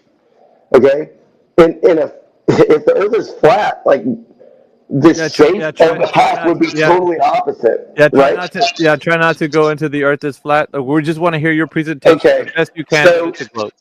So Please continue. I'm just looking at the modern, like in the most modern times, like that's the simplest explanation I can give. Like, I don't Alright, think. so I just real quick, Archimedes, I put in the nest right above us. If you want to go ahead and press play, it's going to show you how it's what's called the ISS path of travel, but it could also be satellites that you're trying to exhibit here. But it Did you does drop go something? into Did you drop something in the notes? Is that what you're saying? in the nest above The us, nest. the Yeah. jumbotron. But let's If you before we go into that back and forth, APOC. Before we do that, I just want him to actually state how he knows it's a globe, and then we'll kind of critique about any information there after he, because I don't know if he was done. So I just want him to finish, like, Yeah. just telling us. I'd like him. I'd like Archimedes to clarify a bit further, yeah, because you keep going into. Look, this just doesn't make sense on a flat Earth, yeah. Well, so I grew up, like, I was a mathematician, right? And you study Euclidean and non-Euclidean geometry, and the radius of the Earth is approximately 4,000 miles, give or take. Like, all the math just works out. Everything that I've ever studied or researched my entire life, and I pretty much trust mathematics and physics, not quote unquote science, but like real, empirical math, like shit you can measure. You know what I mean? I've never. When you're like, okay, we have these live video feeds from SpaceX when they went to outer space. You can clearly see the curvature of the Earth. You're next, Nikki. Hang tight, Nikki. You're next. Yeah, just hang tight a little bit. Yeah, I mean, I guess I would like to hear other people. Like, I'm not trying to. I mean, I just joined this because I thought the conversation was interesting. It is. But I think what's even more interesting, Archimedes, is the fact that we're gonna let people like such as yourself kind of tell us what they know about the Earth being a globe. Now, mind you, do the best you can. I'll tell everybody else, not just you, Archimedes. Just mind you, try not to get into. But this can't work on a flat Earth, or this isn't not flat. Like, try to keep flat Earth aside. Like, just for now, just give us all your evidence of how you know the Earth to be a globe. We want to listen to you guys articulate the point of how you know it's a globe. So go ahead. I think we have Nicole up next, but just hang tight, Archimedes. We'll get back to you and your points. Go ahead, Nicole. So, one way in which I would say the Earth is a globe is that the mere act of questioning whether or not the Earth is a globe could have you drinking a vial of hemlock. In 470 BC, that's recorded history. Socrates, a Greek guy, was born. He liked to talk about, I think, philosophy and stuff. They tell you about him in Western education because he's a philosopher guy. And then basically he was doing some philosophy, and suddenly he was charged with 2 crimes, impiety and corrupting the youth. All right. So suddenly, all right, let's see if we can get this back on track. I think we've gone off the rails here, off the beaten path. I think what we need here is evidence that the Earth is a globe. So you have to tell us that and not get into some type of color commentary. Okay, I got it. Well, I don't know if you got it. That's why I'm actually going through the reason why this needs to be said. Like I didn't think it needed to be said, but now that we're redirecting you back to the past, now that you know, all we're asking for is how you can articulate a point of how you know the Earth's a globe, a geometric shape, if you will. Go ahead, please. I think with the scopes of glass that are built in Greek society that are recorded in Greek, So so no way that you're gonna detail how you know the Earth's a globe. Is that right? No, that's what I would say, because it goes back to like the start of observing the stars. Like that's the beginning of how we later came to know the Earth is a globe. Oh yeah. Once again, and listen, and the only reason I'm saying this is because looking at something other than the Earth is not going to get us there. It's not going to win the day. I think so. For anybody detailing to us that the Earth is a globe, I think they need to stick to the Earth that's beneath their feet and not a star in the Pleiades system. So if you can do so, please, sir, kind sir, just let's talk about the thing that's underneath our feet, right? Let's just go there. I think that would be best. Please continue. I can't prove that. Nobody can. Nobody knows. Oh, excellent. Well, at least for the people who are listening, you heard somebody here who's somebody who thinks the Earth's a globe, can't do it. Now, Archimedes did a good attempt at least to kind of come through and did his best. So I guess Morgan as well. We have Morgan that's also on waiting to speak. Oh, Morgan. Oh, welcome. We can go to Morgan next before we get back to Archimedes. Morgan, if you're there. Oh, so yeah, I'm here. Yep. Same question. If you were listening, how do I know the Earth is? Question. Yeah, just stick to the facts and what you can detail to us about the Earth being a geometric shape. Yep. Well, a spherical shape has, we have two poles, so we have the Arctic Circle and Antarctica. And we know that our globe tilts on an axis and wobbles slightly to a different degree. And we can predict that with seasons, and we also know that with, 30 days of, or what is it, a month of sunlight versus a month of darkness, and then that in the summer solstice and in the winter solstice, and then it swaps and goes to the North Pole and the South Pole. They swap, and they both have different seasons like that. So we know, we've known it for 2,000 years that the Earth is a globe, over 2,000 years. Those two things right there are pretty. You can sail around our Antarctica. That's what else do you guys need? Oh, I'll tell you. Go to the I'll tell you, Morgan. So basically, we're looking for the Earth being geometric shape, which is an oblate spheroid, to be able to be somehow directly measured. And if you're saying that we have to kind of assume that by people traveling over the surface that it's a globe by proxy of traveling, we can't get there. Once again, we need to understand. No, it's charted. It's all charted. Yeah, that's great. Distances that people travel over the surface are not actually measuring any surface curvature. They're just going from point A to point B. So we're not talking about curvature. No. Hold on. We're talking about how we know the Earth is. Yeah. Okay. So you think the Earth as a globe doesn't have any curvature when they travel over the surface? We're not. No. It's relative. Relative. Yeah, but what I'm asking you is that when somebody's traveling over the surface of the Earth, are they traveling over curvature of the Earth, or are they traveling over a globe? Like, what is the difference between those two? Okay,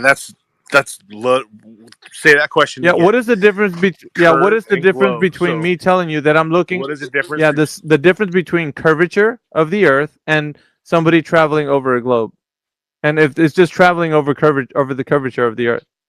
What's the difference between what I'm asking you? Why is there, to you, a distinction between those two? That's a stupid question. Well, I'm asking you because it seems like you had a. No, that's a stupid question. Come on. Okay, so what are you saying? Just say you don't understand it. Hold on. It's not a stupid question. Just say you don't understand it. Sure, I'm with it. You're talking about how a globe looks spherical while you're traveling, and then if you were traveling above the Earth, why it looked like it was curved. Is that what I'm asking you is that hold on, Morgan. That's not it. You haven't got it. So if you're traveling, The question isn't really yeah. clear. So let me make it a little bit more clear. So if you're traveling from point A to point B on any part of the surface of the Earth, right? We got that. If you're traveling from point A to point B, I'm asking the question: how does one know that they're traveling over the curve of the Earth? Because the Earth is a globe, right? It's an oblate spheroid. How does one know that they're traveling over the curve of the Earth? You get it now? Well, that's pretty simple. Okay. You go up. Yeah, go ahead. You go up. Yes, All you right. go up. You go up, and you know what? If you want to talk about planes, that's a really good. Well, did you stop in the middle of what you're? Did he stop in the? I heard him only say go up. I didn't hear you. Let's go to flights. Hey, let's go to flights. Let's go back to the points you made, yeah, because in the first place, we just asked for how you knew it was a globe, yeah, your story, and you. That was one. Hang on. You made some. You made your point. Hold on. Let me finish talking. Yeah, you made your point. So you said you know that the Earth is a globe because you know it has poles. You know that it tilts. You know because of seasons, and that we can also travel. So Alpha's trying to address traveling on the surface, I believe. Alpha, correct? That's correct, AJ. Okay, so let's just finish off with that, traveling on the surface, yeah, and how we know, and how we know that traveling on the surface shows any type of evidence that we're on the globe. But then we can go up, yeah, then we can talk about whatever you want. Well, have you seen flight paths? Yeah, Have you seen? So basically, AJ's trying to redirect you back to this very specific question that I was asking. The very specific question that Yes. you're asking is, okay. So are you saying that we can only measure it by going outside and No, walking? I'm asking because you're saying that traveling over the surface, like people did a long time ago, right? Hold on. Let's go back to the question. Traveling over the surface. Okay, so how are we? Hold on. How are we traveling over? I don't the know. surface? You tell me. You're the one that brought it up. No. You tell me. It's my question to you because Morgan? you brought up traveling. Morgan, Okay, am you I stated. flying? Hang on, Okay, am I flying Morgan, over the surface? you stated. Hold on. Am No, I flying Morgan, over the you actually surface? stated that we can sail around Antarctica. Yes. Okay, so we're sailing on the surface. So how is that showing that we're on a globe? Okay, so I live in San Diego, California, on the Pacific Ocean. Okay. How come when I'm on the shore and I watch sailboats sail away, they disappear from? Oh, you're asking us You a asked us question earlier, and we gave you a demo hold on. on Wait the a other second. space. Wait a second, gentlemen. Oh, wait, Morgan. hold on. No. Here we go. This Morgan, is awesome. you're asking. No, this isn't awesome yet because he's asking us a question. We don't want him to ask us a question. This is a presentation. He was asking me how I sail. Morgan, we're asking. How would I notice Brother, hold on. Now I'm gonna have to get control. Just relax. Yeah, I'm gonna have to mute everybody. So check this out. It's very simple. The only thing I'm asking is with his mode of travel, which is sailing, which AG just pointed out. How does he know he's traveling over the surface? And then he proceeded to ask us a question. But he had a question on the table, which is how does he know when he's sailing that he knows he's traveling over the curved surface of a globe? So that question needs to be answered, not ask us another question. Do you understand? It's not getting good until he answers that question. We're waiting on that. All right. I've unmuted. Watch out for the double mute, though. Do you mean that you think you're gonna just fall or No, what, Andrea. What do you mean? No. Hold on. Andrea, you can speak shortly if you can just. Him not knowing doesn't matter that he's not on him not knowing about the curvature or how the ocean works while he's sailing doesn't change the shape of the globe. Okay, Morgan, hang on. Andrea, please stop. Morgan, I think you're really misunderstanding. Yeah, so if you have a look at the title, we've got globe storytelling time. Yeah, so we are asking you for your evidence of how you would know that you're living on this sphere. If I was just to run into you as a stranger on the street, that how you could explain to me, you know this fact, yeah? Like, for example, listen, Morgan, I know it's a sphere because I see boats that sail over the horizon. I've seen these photographs or pictures from space, yeah, etc., like that. So the claims again that you made was that you know it has poles, you know that it tilts, you know that we have seasons, and you know that we can sail around Antarctica. Now you've given that forward as an evidence that you know we're living on the globe. So how is sailing on the surface of the ocean giving you any evidence to support that belief that you're on that globe? I mean, if I was to run into you on the street, I'd be asking you the same question. Well, how about this? How about watching the sunset and noticing that it doesn't change size whatsoever? You're diverting from the question again. Hold. Can I finish? Gosh, you guys, as soon Morgan, as you're diverting. You're missing the point. You're going off to sunsets. We're still sailing. Tell them the story, bro. Yeah. Tell them the My question was, Morgan, how does sailing around Antarctica, as you stated, give me any evidence that I'm living on a globe? Answer, please. Well, if you go in the right season, you'll notice that you're in daylight the whole time. Have you done this? Okay. Have you done this? How is that possible on a flat Earth? Have you done this? Hang on, Jedi. Sorry, Jedi, I don't want to interrupt, but Morgan, You notice stop, when you please. sail around. No, I need to stop you, Morgan, because you've misunderstood again. Okay, you have misunderstood. We're asking for your evidence, not what you believe is or is not going to work on a flat Earth. Again, it's just when I hang on. Told you. You rounded out your whole statement. Charted water. You rounded out your whole statement that this could not possibly happen the way the sun takes its path on a flat Earth. Yeah, and again, we weren't talking about the sun. We're talking about you sailing on the ocean, traveling on the ocean. That's going to give us some sort of indicator that we're living on a flat surface. So we don't want you to finish. We don't want you to finish. Hang on, it's not about proving the sun's not local, because again, you're trying to Morgan, you're trying to disprove flat Earth. We're not trying to disprove flat Earth. We just want to hear your direct evidence on how you know it's a globe, not disproving flat Earth, not talking about what would or wouldn't work on a flat Earth. Like I said, if I ran into you on the street and you asked me, how do you know that we're living on a globe? Well, I would have to think about it and say, well, you know what? When I was standing on the beach, I seen a boat sail over the horizon. I've witnessed some pictures from space, and, you know, these things make me believe that I am on a globe. It actually has nothing to do with flat Earth, yeah? So we're just asking you again. All of the other planets are round and the sun is round. No. Again, you're misunderstanding as well in the middle of my conversation, trying to explain. So please just listen. So Morgan, if you'd like to have another go, of course. Okay, we're trying to clarify how sailing around Antarctica is going to show that you're on a globe without absolutely flat Earth. Absolutely. That'll show. Sailing. Okay, do you want me to show another way? I mean, absolutely sailing around Antarctica and noticing 24-hour sun will absolutely show, and the globe predicts it perfectly. Oh my God, you don't even. You're absolutely 100, and we can chart it, and the waters in the. You're spiraling, dude. All right, so I think what we can do is, I guess he just has his head filled with.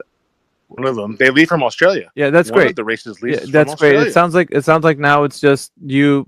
Now number two. No, there isn't no number two. Like okay, I live in California. All right. What about sunsets? I can prove that the sun's not local.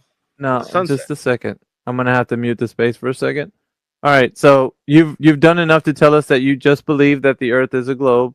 There has been no evidence. We're asking for you to tell us in any way that you can that there's evidence that backs up the information, the assumption that you live on an Earth that's a globe. So all you're telling us is these claims that you think you live on a globe because of all these things you're telling us. But there's no evidence that you're telling us that the Earth is a globe via any of these things you said. So there's no way that we're getting globe from that. It's just that you're telling us, well, the sun rises, therefore the Earth's a globe.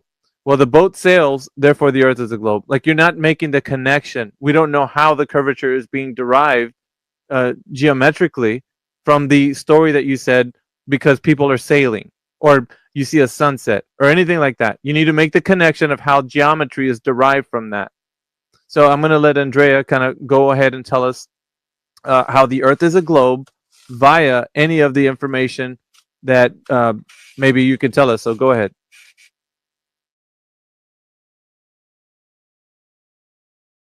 Watch out with the double mute. It happens. So go ahead.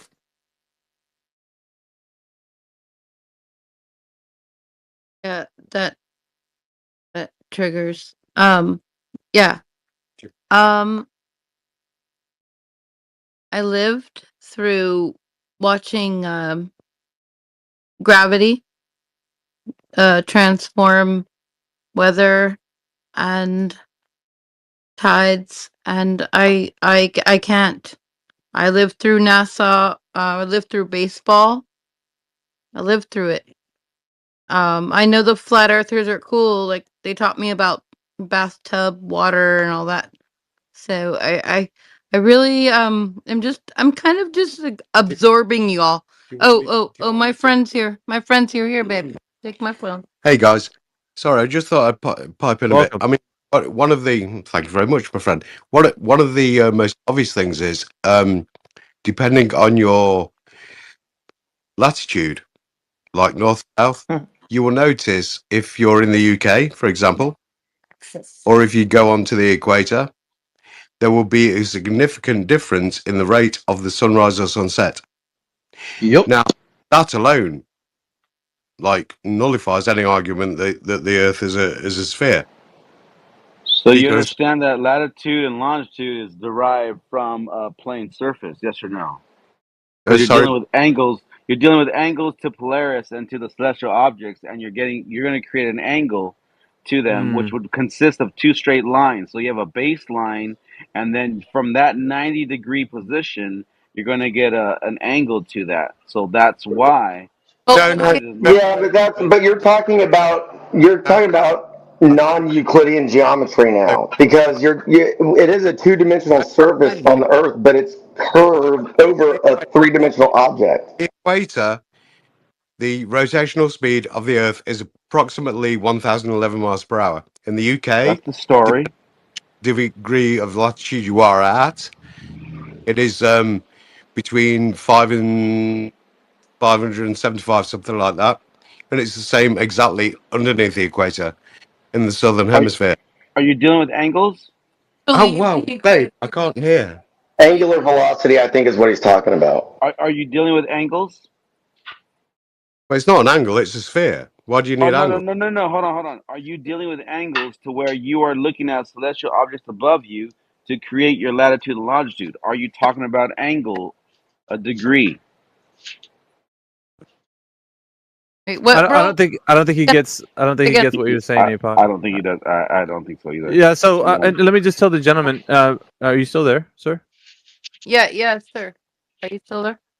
I don't want to be. I don't want to be. No, I'm just saying. So this was your explanation of how you know that the Earth is a globe by this method that you just described. Well, what do you think it's not? Are you? No. I'm. Yeah. It's upon you to disprove, not us to prove. Yeah. Hold on a minute. Hold on a minute. So if I could just talk to him for just a second. So all of this is right now.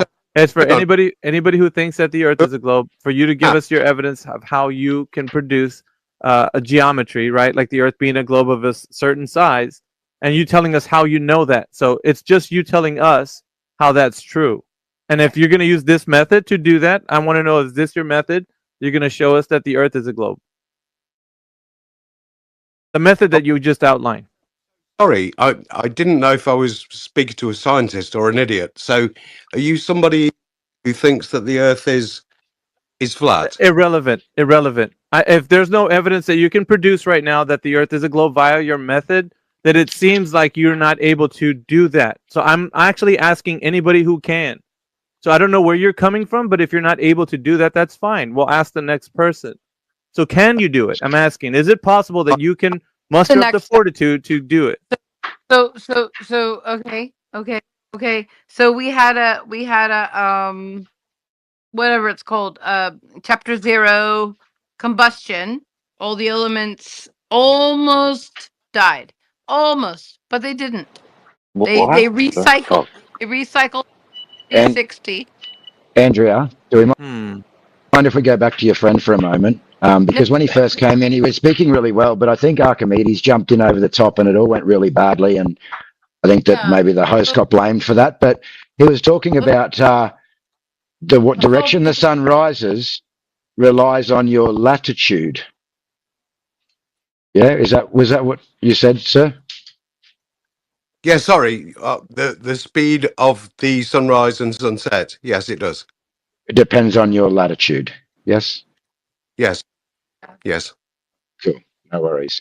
So do you know how that latitude was derived in the first instance? I do not.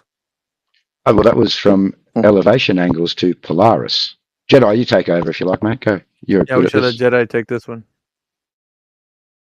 Well, yeah, as soon as you invoke a latitude on the surface of the Earth, you're invoking a coordinate system. Sure.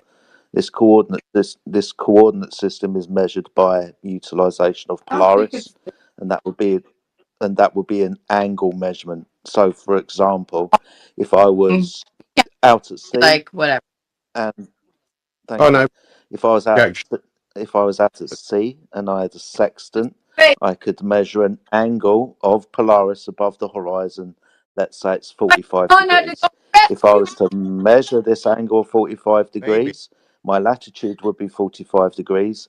That measurement is an angle, it's an elevation angle taken from a horizontal plane. That horizontal plane is the Earth.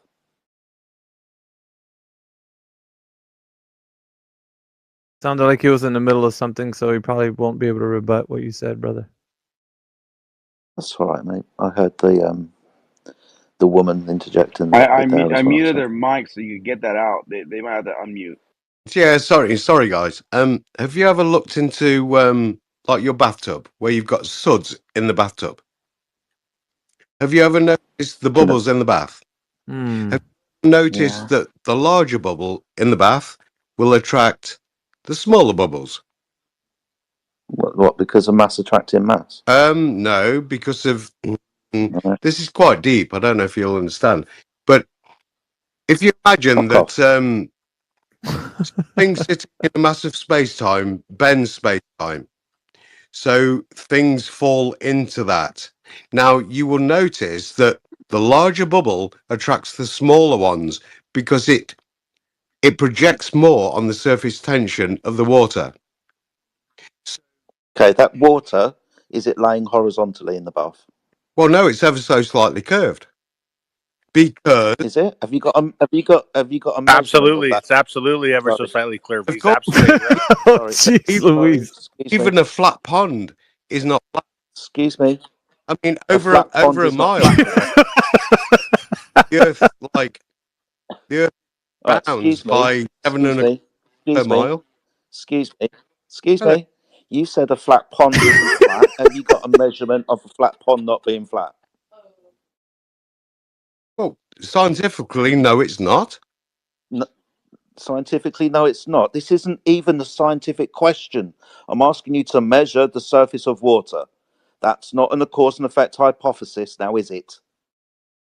No, but it's a good example of how gravity works. If you can extend your Do, imagination to that do, point. excuse me. Can you measure the surface of the water to show that it displays convexity, that it's curved? Can you do that, please? Well, over the surface of an ocean, you could. Could you?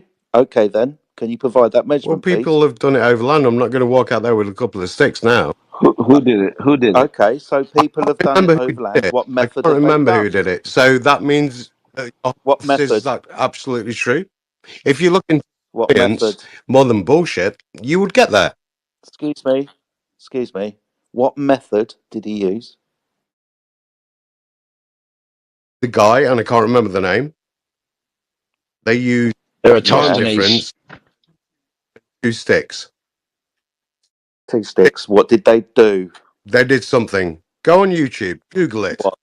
No, They dude. did something. I'm asking you. Hold on. I'm asking you because you're the one who's giving this in evidence. I'm I've not been talking about Aristotle's for the just last 10 years. I know exactly what was done. It's interesting that you don't. Well, I do. He Another, in Alexandria, he put up a stick during the another, summer solstice. Ahmed, another thing is can you just if you hold if on 5 seconds, Ahmed, and you can chat again, but just let if Andrea you here get finish. a meteorite with a circumference of more than 200, like what is it, 200 kilometers? It's either 20 or 200 kilometers, babe. But that will become round because the gravity of the mass will squish it into a round shape. Like a tire. Not like That's really, but yeah. okay. Oh, what? All right. So this is really weird. I I'm appreciate loving your it. story about what I'm gravity. freaking loving it. Yeah, I appreciate your story about what gravity does. We can get to gravity in a minute. I'm still asking you I'd for a rather go on direct to gravity measurement. now and understand why the moon is flat also and why Jupiter's flat. No Everything's one. All right, flat. dude. All right, He's dude. Two jumping. seconds. No, no one here has said the moon's Well, flat. so Now, why would why so Dark. why wouldn't it be? excuse me, I think the moon's excuse me. dark on one side of the moon. Do you guys He's think being the moon's dark? absolutely terrible. I think Sorry, Jedi. It's the moon- they have a whole conversation between themselves and they forgot about you. because I Hold on, I had to mute the space. All right, so I'm sorry. It's just a little comical. My bad.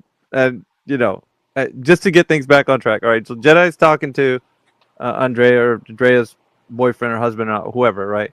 So I guess he wants to pick up there from that conversation. I'm just gonna unmute. Watch out for the double mute. So here you go.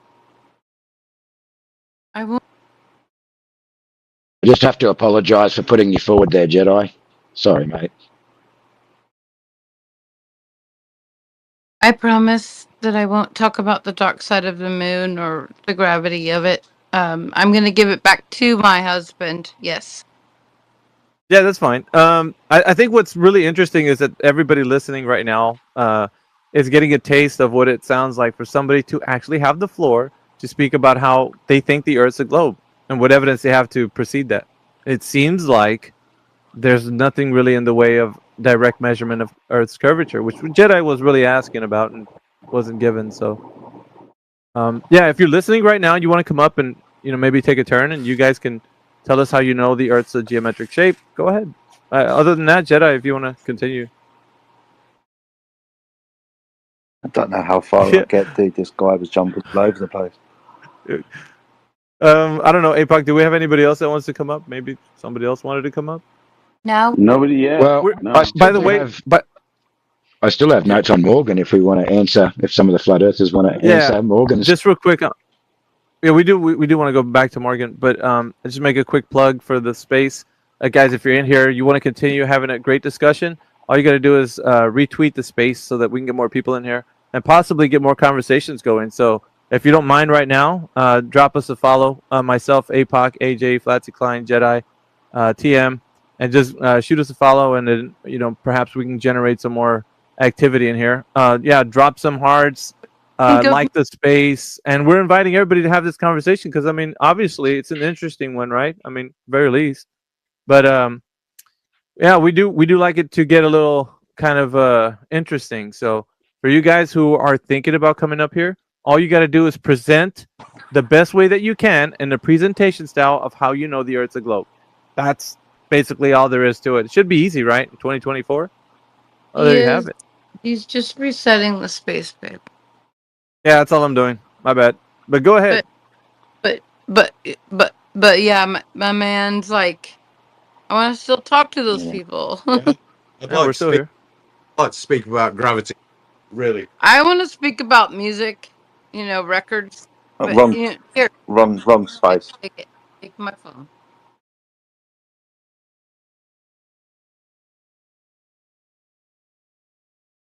Yeah, No other than that, proof we could talk to Morgan, I guess, AJ, if you want. Yeah, it's some notes on Morgan. Perhaps you want to do. Real quick, Morgan. You talked about flights of airplanes. I posted up in the nest the data that's taken from a software of how planes, the way they travel, and usually you look at these flight trackers from a bird's eye view. But the thing that I posted is something that was shown a long time ago. One of these programs, they show the view of the planes traveling from the side view. And if you look at it, they go up, they go across, they go down. There's nothing curving about it. And this is the data that's literally being represented, for our amusement at this point, because we can actually show how things go up, they go across, they go down. In this case, planes. What do you think about that, Morgan? How do you feel about this data that's taken from this app? Yeah, How do you feel yeah, about it's that? amazing. Sorry, may I just hop in here? Right, so sorry, I had some flying lessons quite a while ago, and my instructor said, "Look, when you see the globe and the trajectory of the aircraft going from let's let's say London to California, it looks like it's going up and down, okay? But if you actually draw that on a globe, right, or you take a globe and you draw a straight line between London and California, right? So if you look, and then you turn the globe, it looks like it's going up and down because that's the curvature. Try it. Try it on an apple. Maybe you're not. Okay. Maybe you don't understand what I posted. But what I posted is the raw data of the elevation, pitch, yaw, and roll of the planes, and they literally show them going horizontal to the plane. Horizontal, by the way, you cannot find on the surface of the Earth. There's no horizontals on the surface of a sphere. It's only over a planar surface. So, Morgan, go ahead. You're the one that I addressed, so go ahead. Okay, so besides what you're saying about any kind of data that you shared, we're talking about actual flight paths. Now, if you're talking about flight paths on a flat Earth, which I think you are, a lot of airlines that fly only in the southern hemisphere completely debunk any kind of flat Earth. They never cross the northern Really? hemisphere. Do you have a flight Now that has flown north to south in a straight line? Do we have that? Look up. None of them exist. QA Qantas flights from Santiago, Chile to Australia. You can book a flight right now. Everything that APOC just said to you just went straight over your head, didn't it? Doesn't matter. Doesn't matter. No, through doesn't. one Hold on. ear and out We're the talking other. about. Okay, first off, if you were to map the flights that you're talking about on the flat Earth, none of the miles match up. None of the miles match up. None of them. Map? And not only map? that, but some of the flight patterns you guys try to show map? say that certain flights have to cross the northern hemisphere in order to get to Australia. What map? It's not true. It's complete. It doesn't work. What map? And if you look up, go ahead. What map are you using? Come on, let's. You He's guys asking you a question. Hold on, so Buck. He's asking you a question like 3 or 4 times, Morgan. You're not hearing him. Can you hear Jedi? What map are you using? What is the question? What map am I using? What map am I using? I'm looking at airlines that sell tickets that fly in the southern hemisphere only. Morgan. So when you say it wouldn't work on a flat Earth, what map are you using? What map are you using? You're saying it doesn't work. You're making the claim it doesn't work on a flat Earth. Yeah. So I'm asking you what map you're using when you make the claim it's not working. Which map? What everyone else used, the map of the globe. So the map of the globe. I'm looking at airline tickets. There are different maps of the globe for different purposes. Okay, let me clear it up, Morgan. What projection? Wait, hold on. Morgan. What projection are you guys using? Morgan, it doesn't matter what projection. What projection of the globe are you guys Morgan, using? it's not about what projection of the globe we're using. You've made a claim that these flights won't or can't work on a flat Earth map. Okay, so what flat Earth map are you presenting these flights on that they do not work? Gosh. what is the one that you guys use? We This don't. archaic map that you guys use. A We don't. freaking what is it? It's a projection. It's It's a projection. I forget the name of it. So what you're The claiming? AE. Oh, sorry. Go, Jedi. I'll let you cook. Hold on. I can get it for you guys. I can Sorry, get it. are you talking about the AE azimuth or equidistant map?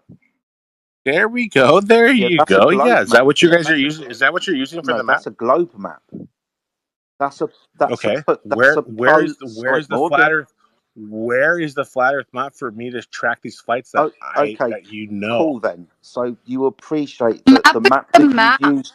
Excuse me, young lady. Shush. So you appreciate, young man, that when you say that these flights don't work on a flat map, I've just educated that you're using a global projection. So they haven't worked on your false dichotomy, then, have they? This is talking about what you guys No, use as that's flights. what you used. No, this is what No, you guys I use. don't I've use looked it. at all the YouTube Sorry, videos. us guys. Okay, That's a yeah, okay, stereotyping you don't. fallacy. You don't. Don't Hold tell on. me to You're hold not on. the only. You're not the only. You're not the only You flat know, earther every in the world, second you sir. two argue the Jews are playing you Hold like fiddles. Just Okay. wondering, you. Sir, you're not the only many flat of earther in the you? world. You guys use the projection of the Sorry, dude. globe, and you know Sorry, it. dude. Well, How many of you guys have tried astral projection or remote viewing? Oh my. Has nothing to do with All the right, shape we're of the getting Earth, way brother. off topic here, So guys. listen, I Morgan, let me clarify something for you. Morgan, please. Now, I understand what you're stating, that some flat earthers are going to claim a projection. Now, nobody here has claimed any type of projection, and I would state to any flat earther that is claiming a projection of the globe as a representation of the flat earth map that they would be wrong, as they have no way, because you have no consensus. as they have no way of verifying. You have absolutely Morgan. no consensus. Okay, Is it a rect? we have no way of verifying that map.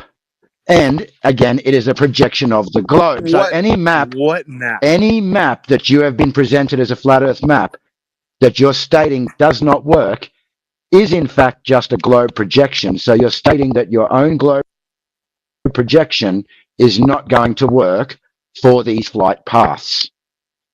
We don't measure those flight paths You on just the said that globe we projection. love our You have actually just done that by stating that no flat earth you map. guys do. You I've stated that seen no the flat earth. videos. You guys draw straight Morgan. lines on a flat map. And is that map of the globe? You draw straight representation. lines, You and it explain does the not math, work. brother. Could you please And you explain know, the Morgan, rectangular Andrea, or please stop. Morgan, No, these I'm not maps gonna that are stop. being presented with these straight lines by some so-called flat earthers, right? Are those maps ultimately a projection of the globe? I think you know the answer to that question. Why are you asking me? But you just called it a globe, bro. I'm asking you. The projection. I'm asking you because you keep on claiming that these are flat earth maps because you've seen flat earthers use them. I'm explaining that regardless of whether the flat earther uses them or not, the maps that you're claiming do not work are globe projections. Yeah. Yeah. So what you're claiming is your globe projections cannot work with flight paths. No, I'm claiming the flight paths that you guys draw on that projection don't work. No one's drawn any flight path on any projection. Oh my gosh! And the projection, regardless, many YouTube. the projection, regardless. Oh my gosh! Come on, sir. You're blinded. Projection that has been drawn by someone speculating, regardless, is on a globe projection. And like I stated, I would correct anyone who speculates. Yeah, the map is just used as a reference, as a visual to give you the path, what the path would look like.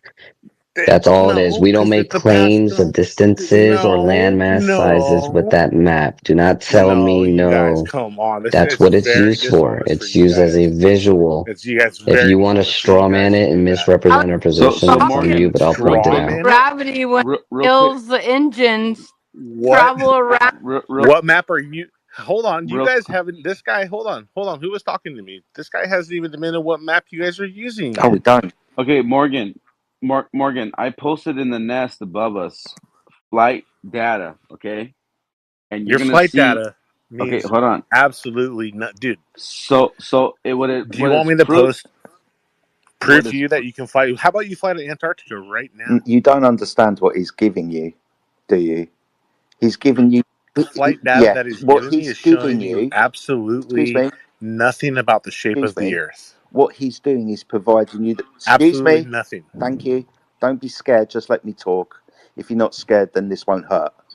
What he's providing you is the pitch data for an aircraft which flies horizontally, keeping its altitude parallel with the horizontal reference below. Aircrafts fly horizontally. What the pitch data doesn't show is the pitch of the aircraft pitching downwards to negotiate a curve at 2,700 feet every minute. The aircraft That's is, ridiculous claim that you even say that you're not a excuse pilot and me, you know it. that's what the pitch, excuse me, Yeah, you should excuse excuse me, yourself. that's what the data shows. What I'm data? a pilot. Excuse me. I No, you're posted it. none of you are Excuse pilots. What do me. you mean I'm not? None of you. I had to fly Go a look up plane. Qantas.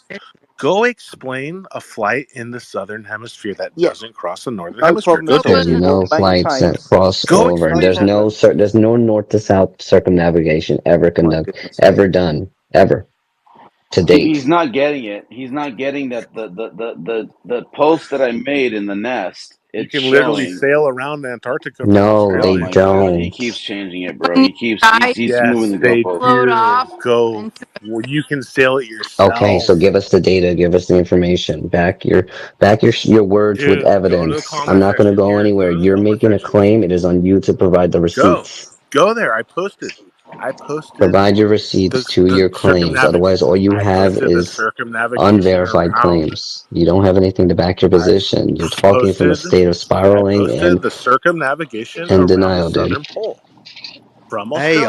I got You're really close denying. to the edge recently and absorbed so much You guys are sustainable completely energy from a not flat. listening to me.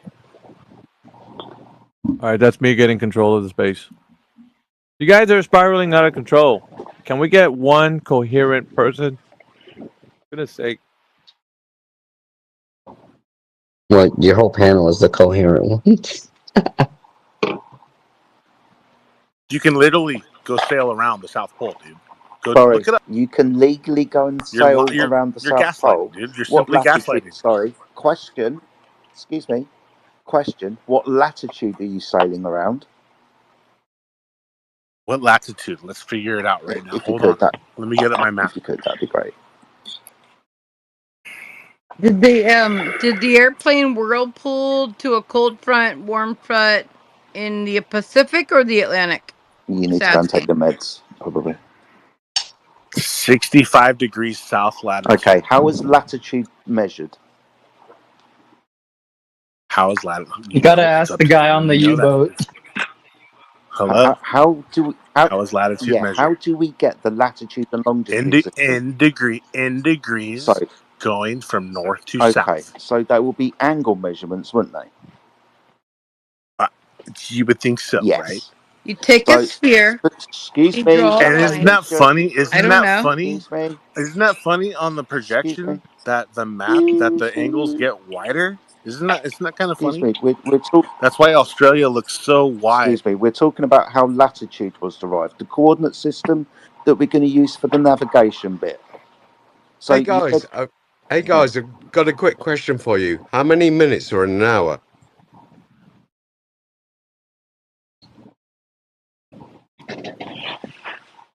I'll repeat that. How no one wants to talk are to you. in 1 Not hour? about the flat Earth, then we don't want to talk to you. Because you hate polar latitudes. Not at all. I'm just asking the question. I'm wondering if anybody. You guys all hate polar. You hate polar latitudes. You probably hate penguins. I You don't hate hate flat them, my earthers. friend. That's why you're Love in here innovation. trolling them. You probably hate So, penguins. does anybody know how many minutes are in 1 hour? 60 minutes. Does anybody know why No, it's it's actually 56 minutes and 4 seconds. Go Google it. Get back to me. Oh, that's what you say at Big Ben, exactly. And that's also why we had to bomb your King Hotel David in British Palestine and force you weaklings out of the Middle East.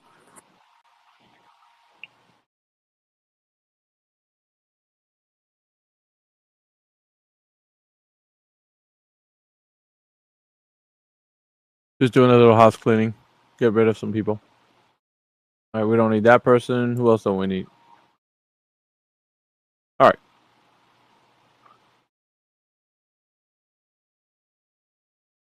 I don't know why you get muted either, AJ. I think you're a co-host. You shouldn't get muted. It's weird. Yeah, I don't know. I was just about to stop it myself, actually. Sorry, Alpha. You just beat me to it. But I think Andrea can probably step down as well because a lot of the interruptions coming from Andrea. Right. Yeah, we'll do that. Copy that. All right. All right, who else we have in here? Just good old Morgan and Archimedes. Well, we do have Morgan's claims here still, yeah, to begin with. We know that the Earth has poles. We know that the Earth tilts. We know because of seasons. So that's his answer for the tilt. Right, and we can sail. Now, we've covered the sailing. We've covered the air.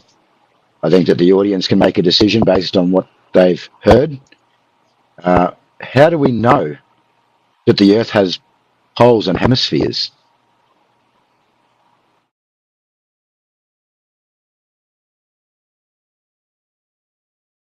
Morgan? Because of the seasons and because there's 30 days of night at one pole and 30 days of dark at the other, and then it swaps in 6 months.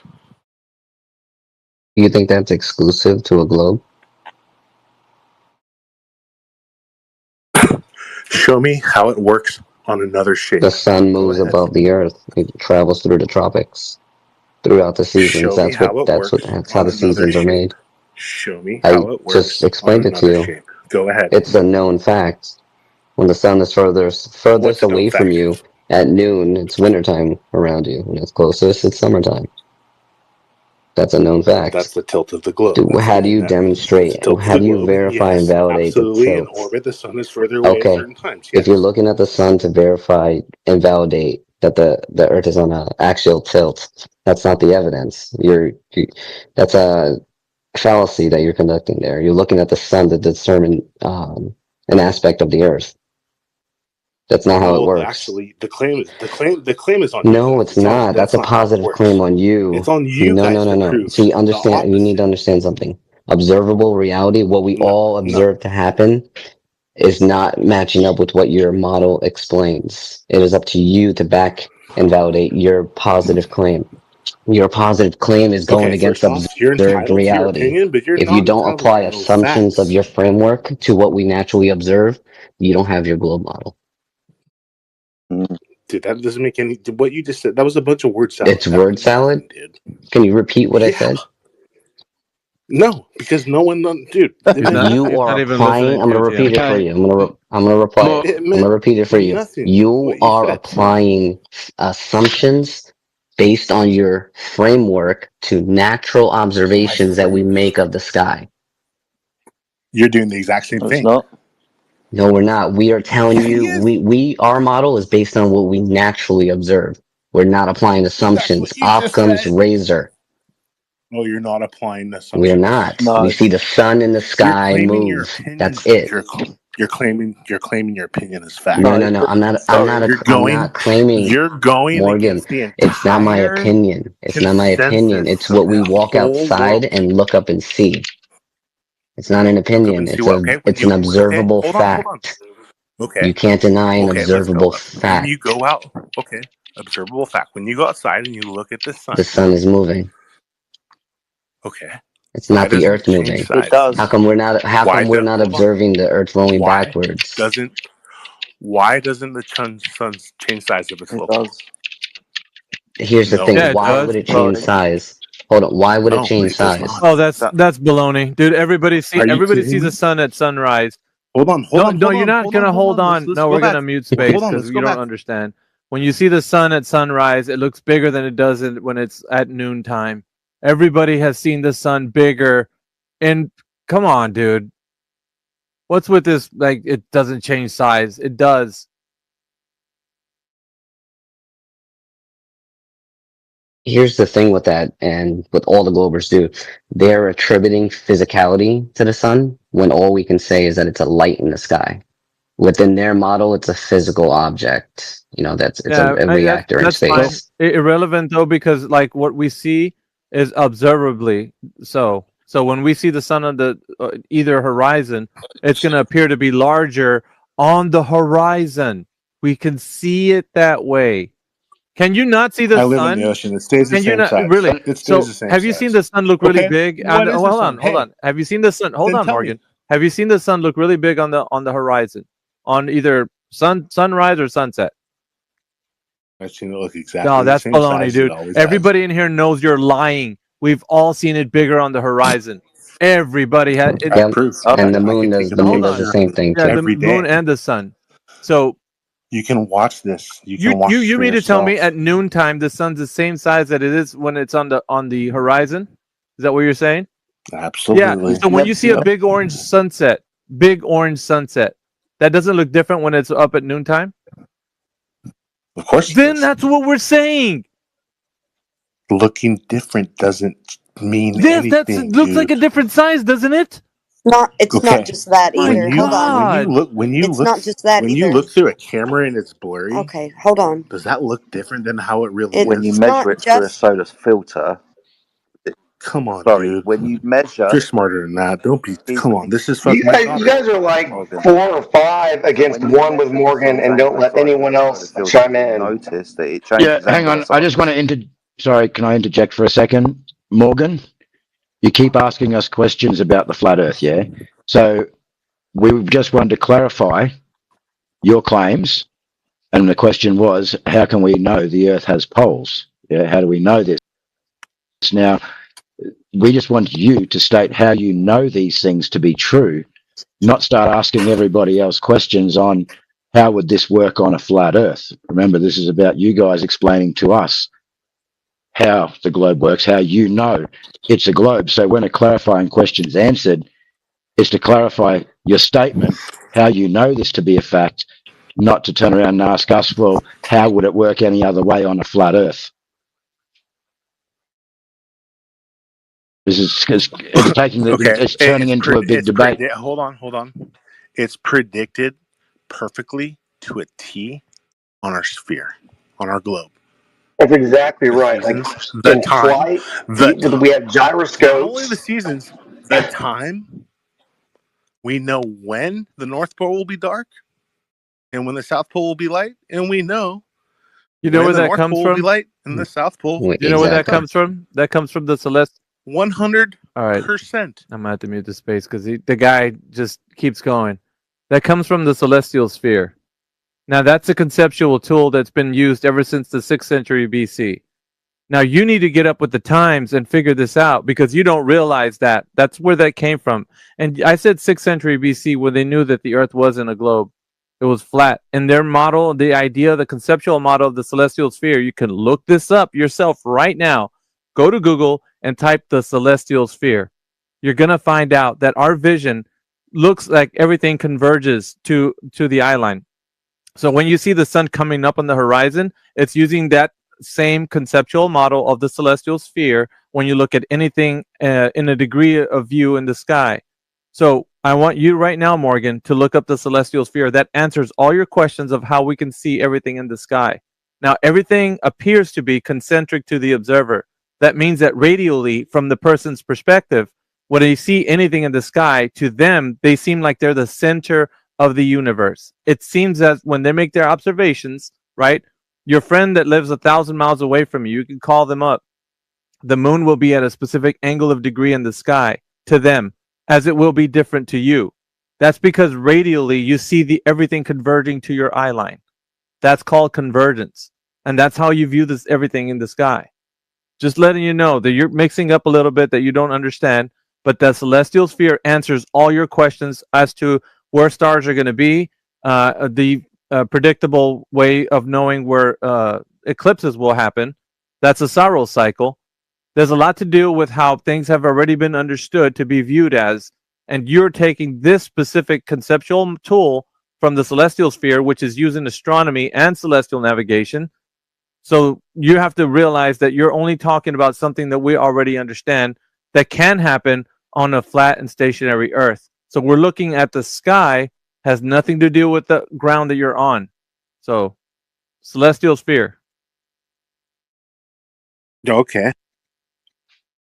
All right. So I think we've covered that topic. Now this one again is for the flat earthers, because again, remember, we have the globe evidence being presented, and then we have the flat earthers having the opportunity to answer what was presented. Yeah.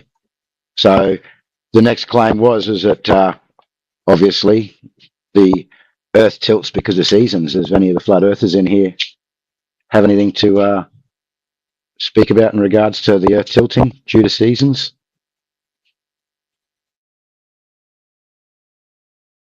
Yeah, in order for the Earth to be tilting, the presupposition or begging the question fallacy of the Earth being a globe that's tilting would have to be in place, and that would have to be established prior to the derivative information of knowing that something's tilted for that to be the case.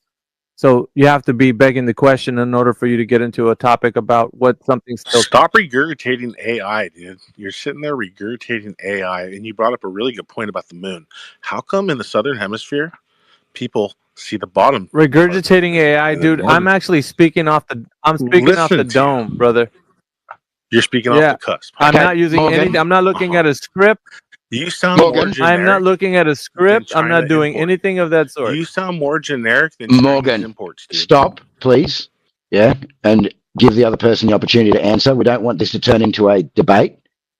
Yeah, you had your opportunity in the beginning to present your evidences, and now, like I said, we're going to refine. We're going to go through those. We're going to just have a go through those evidences. You haven't disputed one Okay, of them. that's. It's crazy That's how fine. Alpha speaks and it hurts his ego. Okay, Morgan, I'm just going to need you to control yourself. Just keep yourself on mute until Alpha's finished. Yeah? Otherwise, I will have to move you down. So, Alpha, if you can just finish where you're at, please, because you did get cut off. Yeah, so basically he's trying to say that we haven't refuted any of his points. I went thoroughly to refute the point that he's saying that this can only happen on a terrestrial sphere, when I told him that everything that his understanding is built upon, astronomy and celestial navigation, is derived from the celestial sphere. And unbeknownst to him, because he doesn't realize it, he has never looked into it, but once he does look into it, he's going to realize that the understanding ever since the 6th century BC, right? The Chaldeans have been doing this a long time ago. So their post-dictions of what they've seen in the sky, the cyclical nature of the heavens, right? All this has been cataloged ever since the ancient times. So for you to understand that, you need to actually pour yourself over the research and look into this. But what happens is you fill your head with all this nonsense of this globe mythos, and you come in here and thinking that we're reading off some kind of script. You fail to realize you've never done your research. You don't know what you're talking about, and you're probably only coming off of Discovery Channel thinking that you know what you're talking about. This subject that we're talking about, it's very deep, it's intricate. There's many different avenues to it. Most of us have studied for years, so we don't need to look at a script. We can just tell you plainly from all the research that we've, all the research we've done. So if that's for you, but we have refuted everything because you think you live on a globe. You haven't substantiated in any way. We're only telling you that the observations you're making have been done by people who think or knew that they weren't living on a globe in the 6th century BC. Of course, they were all, understanding that what they see in the sky and how it's observed to them can be replicated in a specific model called the celestial sphere, but you can do it in a little diorama that can show an arcing over their heads, like the way the sun appears to look like it arcs over the sky, stuff like that. But it's an appearance of how vision works over the the Earth that you're looking upon. So I don't think you understand what convergence is. I don't think you understand what perspective is. And so you don't know all of these things. As things move away from you, they get smaller, apparently. the angle of view, Oh, the angle of absolutely. view, Perspective. yeah, the angle Yes. of view that Yes, you you brought up have from the perspective. ground up.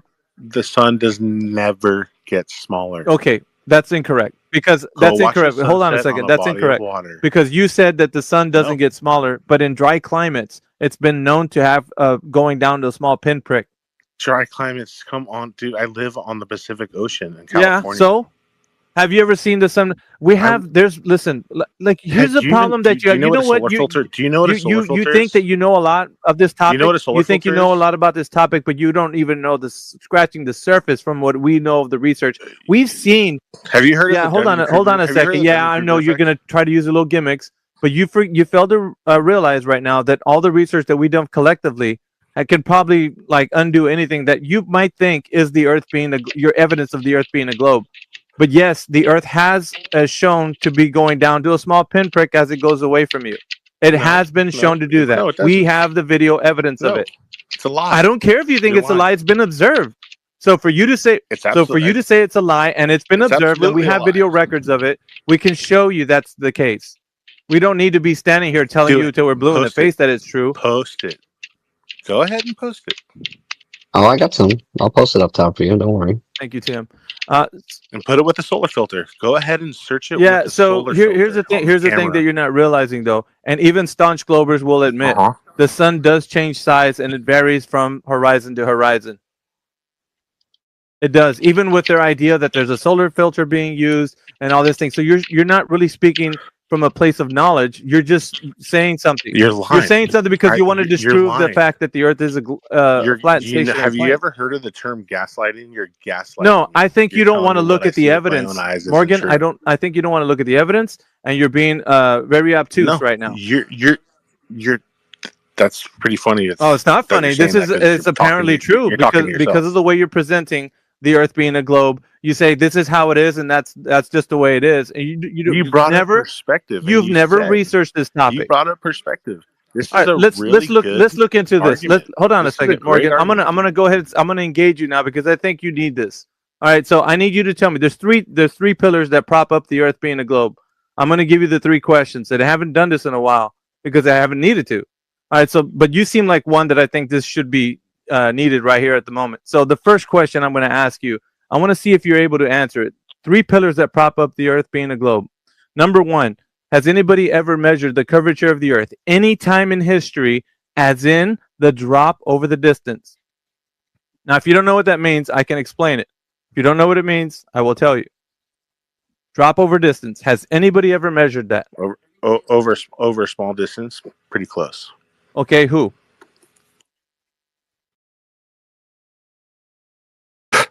How about our Navy for one? Who? Are you an American? Are you United States Who citizen? has measured the drop over distance, Morgan? Our Navy. Who? When they fire their weapons over the ocean. The drop over distance That's all measurement. Let me put it to you this way because I don't think you know. I don't think Go you're look it really up. you really Go- don't understand go. what I'm talking about. So I'll just tell you. I'll just Yeah. tell you. You're trying to bring up 8 inches per No, square. I'm trying to mile or tell you that something like if that. it was measured, so the surface being a globe, right, with a curving surface, you'd be able to measure that. Now, if that's true, the measurement would be apparent to everybody. We could all make this measurement, which means that Guys, which means that with a tangential line on top of a curved surface, any amount of curve that would drop away from that tangential line, we'd be able to say that's how much the Earth is dropping away at a distance. So drop over the distance is very important. So guys in the Navy have confirmed over 30 miles away. They have already concluded that even their commanders are like, yo, or whatever, their superiors have been like that we can't, that doesn't even make sense mathematically. They've even done Yeah, let me- that based upon their height and the let me ships just and walk shit. them through the three Snipers, questions because when I do the three long-range questions, shooters, I would appreciate if come on. everybody just You to guys hang are tight for just a moment. ballistics. You don't know ballistics. Yeah, let me just whatsoever. because he gets sidetracked. So just for the three questions, gentlemen, ladies, just please let me walk you through them real quick with them, okay? Just for that, and then you guys can come back in. All right, so Morgan, I want you to focus. I'm asking for drop over distance measurement, and so if that has been done at any time in history, I need you to go ahead and tell me who's done that.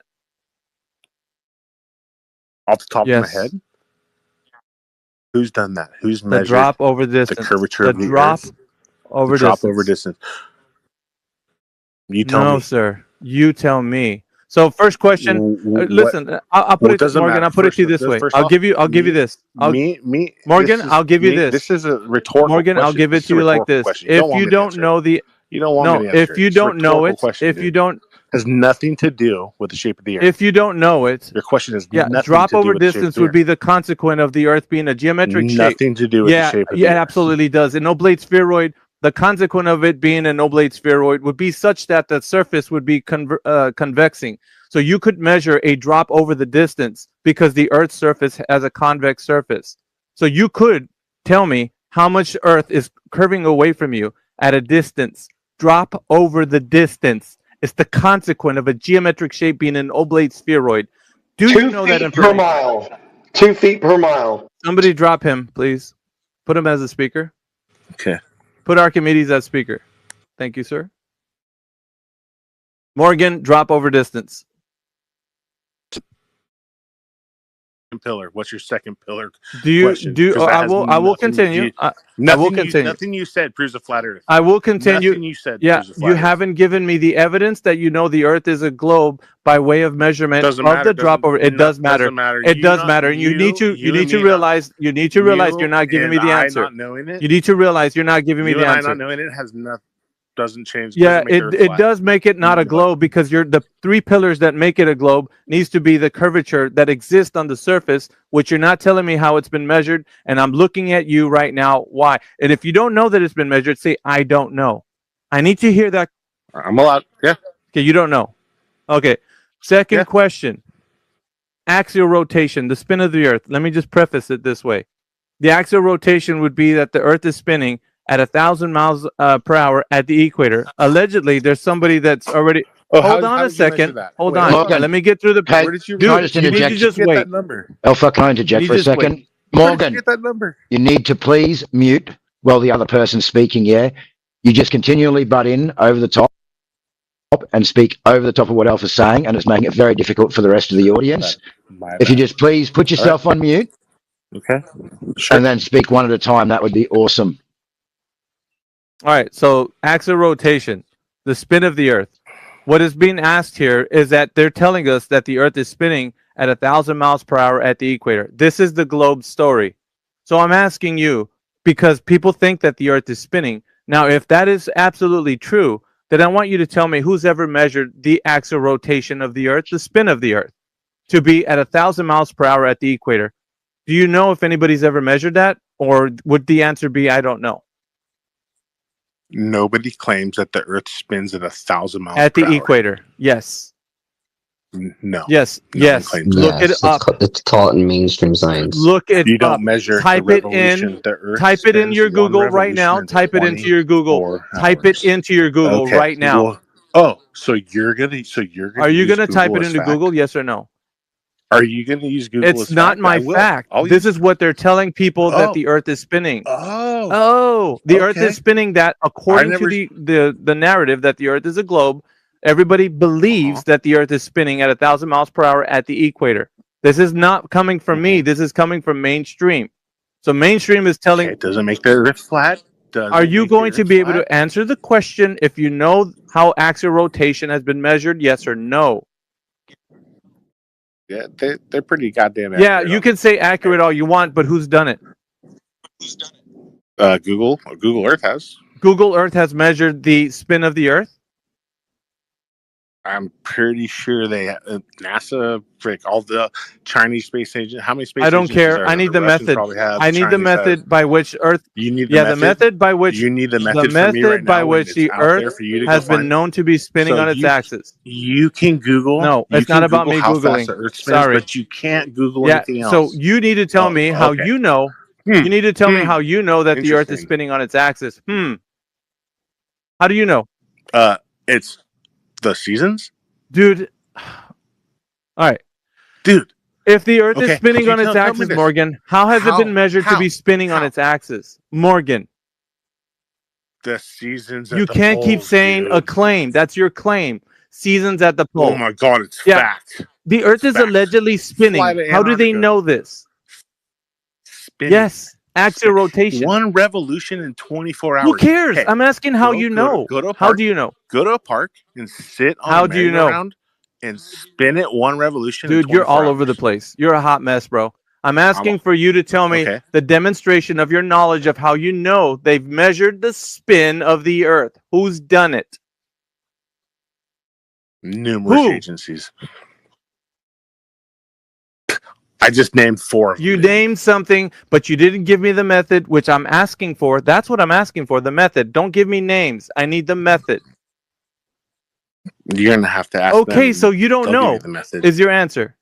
Neither do you. I don't care. I'm Neither do asking you for the globe tenants, 3 of them. Okay, doesn't make the number 2 doesn't make the Okay, Earth so flat. do you know? Third Yes question. or no?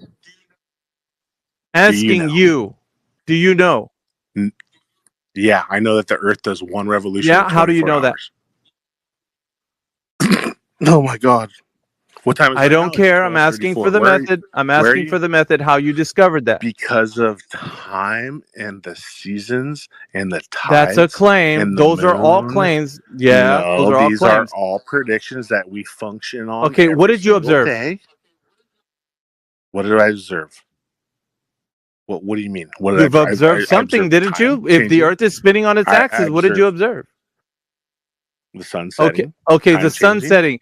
Tell me seasons how you changing. know that the Earth is moving with the sun setting. Tell me. Well, you brought up perspective. How do you So know we the know Earth it's is not moving when local. you see a We sunset? know because there's no possible No, that's way not it. for the No, it's sun not to be about no smaller. possible way. Yes. I need you to tell me how the Earth is moving by seeing a sunset. Tell me directly. How do you know it's moving by seeing a sunset? Okay, when you have a ball. We don't have a ball. mass, like We the don't have a sun. ball. We're asking. We No, we don't have a when the ball. sun- the No, sun- we no, don't we have do. a ball. The sun is a ball. We do not have a ball. Yeah. We're asking. You didn't. Yeah, You the failed sun. on the curvature. You What failed is on the the sun? curvature question. You want me to Yeah, no, I explain don't to want you your in layman explanation. I want the terms method. how I know the sun rotates, or the moon and the Earth rotates around the sun. That's what you want me to explain. No, I didn't ask That's for what you all want me to that. do, right? I've only asked for the Earth spinning on its axis. That's the only thing I'm asking about right now. About 23 degrees. Okay, Yeah. how do you know it's spinning on its axis? You said sunsets. No, I said seasons for the axis. Okay, so how is the sun spinning on its axis because of seasons? Because we know where the poles tilt towards the sun as we Are you rotate through assuming that the Earth is a globe so you can have poles and tilt? Are you assuming that the Earth is a globe tilting on its it works? Dude, I'm asking perfectly a on question, sphere. answer it. Are you assuming? Absolutely. Okay. Absolutely. I'm not assuming. I know it's a consensus. No, I don't It's care not about assuming. consensus. How many people think that the Earth? You don't care. How You many don't people care. think the Earth is on its axis tilting is irrelevant? I want to know how you know that's true. It's observable. What is? The seasons. So what? I see seasons happen. The 30 days of sun. Yeah, at but the what does Arctic that tell and the you? 30 Listen, days of dude, night Morgan, you know at what? the You're so much filled with all this information that you think that the Earth is already a globe that you fail to realize you don't know how to It's just so describe. easy to You prove do it's not not know flat. how to No, hold describe. on, No, hold we're not on, holding hold on. on. It's We're not way- holding on. Hold on. It's way easier No, to it's prove. not. Way easier to I've prove it's asked for not axial flat. rotation measurements. I want you to tell me how it's been measured to be spinning on its axis at 1,000 miles per hour at the equator, and why that's even being told to people. Why is it being told, and why do people even think it can be measured? Okay. Do you know? Why Yes or not? no? I We're don't gonna move on to understand. the third point because I need to know if you know or not. Okay. What's the not? I can tell you, but you gonna wait or no? I'm gonna wait till you tell me, but go ahead. It better be something about the Earth spinning on its axis. Spinning on Yep. its axis. Yes, we know No, that. we don't. Yep. Okay, we know that there's 24 hours in a day, and that half of the Earth is light and half of the Earth How do you is know that? dark. How do you know that? Well, where do you I don't live? care. I'm asking you a question. Do you know how time zones work? You don't listen. I'm asking. Just tell me specifically how you know. Do you know how the sun? Because the sun comes up. Okay, right? And the Earth is rotating around You're the sun. assuming And it's as we rotating. rotate towards, You're assuming it's rotating. it works You're perfectly. assuming it's It works rotating. perfectly to a T. You're assuming it's rotating. I'm gonna keep saying it until you realize you're No, assuming it's rotating. you're assuming it doesn't. I don't have to assume. I see the sun move across the sky from east to west. You're assuming it Every single day. I look at the sun. doesn't yeah, matter what. Doesn't yeah, it matter does. what It matters you because our see. observations matter. Okay. When we look at the sky, look. Let me tell you something. So your Yeah, observation. So you're turning your observation into it a is fact. a fact. The sun moves across the sky from east to west. Answer my question. And you know what? It doesn't get Does smaller. the sun move across the sky It from east to stays the west? same Answer. exact size. Does the sun move across the sky east to west? Depends on where Does you are. it move from east to west across your sky, Morgan? Depends. Who on cares where you are? It's going to on move east to west. the- is. Answer the question. Does the sun move across the sky east to west? Yes.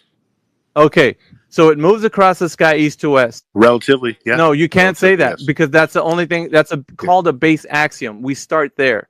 So we start from where what we can observe. Our observation is that the sun moves across the sky from east to west, from our horizon to the other horizon, from east to west. That's what we witness every single day. The sun moving across the sky. And on the West Coast. So and on the West Coast, as the season doesn't matter. goes We're not and talking changes about that towards yet. the end We're of not the year, talking about it that goes yet. more Stop. towards the Stop. We're not northwest, talking about that yet. northwest. It's No, predictable. we're not talking about that yet. We can do it to a T. So we see the sun move across the sky east to west. What you need to realize is where do we take it from us observing the sun move across the sky from east to west? Because we see the sun moving. Okay, what's my point is, So when what? do you start thinking that the earth is moving and not the sun? Oh my No, God. he's not going to help Because- you. You're a liar. Okay. First off, perspective is a really good way to know. Really? Tell me what in perspective tells you Yeah. that you don't see the sun moving, but that the earth is actually moving. Tell me what in perspective helps Okay. you realize that. I'll tell you why right now. Because it doesn't change size whatsoever, which means that we're much smaller than the sun. And we're probably How do you know? rotating You're making around all these assumptions, into it. dude. These are all assumptions. Dude, You don't know any this of is this. the consensus. No, who cares about Oh, we do. consensus? 100 people can say that all of this is correct, and every single one of them can be It's wrong. observable. It's observable. Watching it set below the horizon. Set below the is horizon? enough. Wait a minute. What's below the? What do you Yes. mean set below the horizon? You've never witnessed the sun set below the horizon. You've only seen it I set can- at the horizon. Morgan, Okay, and you're telling me I've never watched the sun go from the bottom all the way to the top below the ocean. below the ocean. What are you talking Yeah. about below the ocean? You've never seen the sun go A below the sunset. ocean. You're getting comical now. Listen, and we're Okay, off the beaten path. First of all, you right now have not established how the base axiom where we see the sun move across the sky from east to west, how we know we don't see the sun moving when that's what everybody witnesses, how we don't see the sun moving and how we know the earth is moving. You haven't established that yet. Yeah, because it's not local. That If has it was- nothing if to it was do. local, That has if nothing it to was do with moving- the earth moving. If the sun was moving above us and going away, coming up over our head and going away at sunset, it would be local. And it would Dude, change angular You- size. I'm asking due to how you perspective. know that the That's how earth I is know moving and not the that the- sun. That's how I know the sun is something we are rotating Yeah, around. but we witnessed the sun move across the sky. It's a simple No, observation. you're not simply observing your assumption, dude. You're observing incorrect. I'm observing incorrectly. So think- you say that all Yes. millions of people that live on this earth, right? Every single body that's been on this earth, right? We've seen the sun move Mhm. across the sky from east to west. We're all just wrong. Yeah. The people that think the Earth's So flat, we yeah. don't witness the sun moving across the sky anymore from east to west. Well, it doesn't make the Earth flat. I'm not If you talking think- about if that. We're you talking think about that- axial rotation. hold Morgan, on. keep up with the conversation. We're talking about axial No, rotation. I am. If you think that makes the Earth flat, then No, yeah, we're you're wrong. talking about the earth spinning, dude. It's your case Dude. for you to present how you know the earth is spinning around. yeah. That's what we're talking about. Yep. 20 day, 20 day, half day, Half day, half night. So 24 what? hours, You haven't time, established how the earth prediction. is moving we around. know exactly the listen, time. We know the days. I'm we know gonna the let you seasons, do we know this. I'm gonna everything. let We you do this predicted- because this pretty much become like circular already, where you can't establish the fact that you know that the sun, or excuse me, that the Earth is moving in an I've just actual told you numerous rotation? No, things you completely there's ignored. nothing you presented with empirical evidence that the Earth is moving, spinning around. So 24 hours So in a what? day. You didn't Doesn't establish matter. that the Earth is in motion. Half day, half You didn't night. establish. Okay, You where's didn't the sun establish then? that the Earth is in Hold on. motion. Where's the Who sun? cares? You didn't establish that the Earth is in motion, Morgan. Who Yeah. cares? Yeah, Who because you cares? didn't establish. You haven't Let established. me just do You this. haven't established anything. All you've tried to do is tell me that I'm wrong. You didn't establish the fact that the Earth is in motion. Yes, the sunset is proof that our globe rotates around So our sun. the sun moving across the sky, the sun moving across the sky. I have to mute you because I think you're about a few sheets to the wind. So the sun moving across the sky, and we see the sun moving, is evidence that the Earth that doesn't look like it's moving is actually moving. So the thing that's not moving, or it appears that it's not moving to us, is the thing that's actually moving, and the thing that is moving is the thing that's not actually moving. Is that correct, Morgan? Did I get that right? What we see that's moving in the sky is actually not moving. But the thing that we're standing on that doesn't appear to be moving is the thing that's actually moving. Is that true?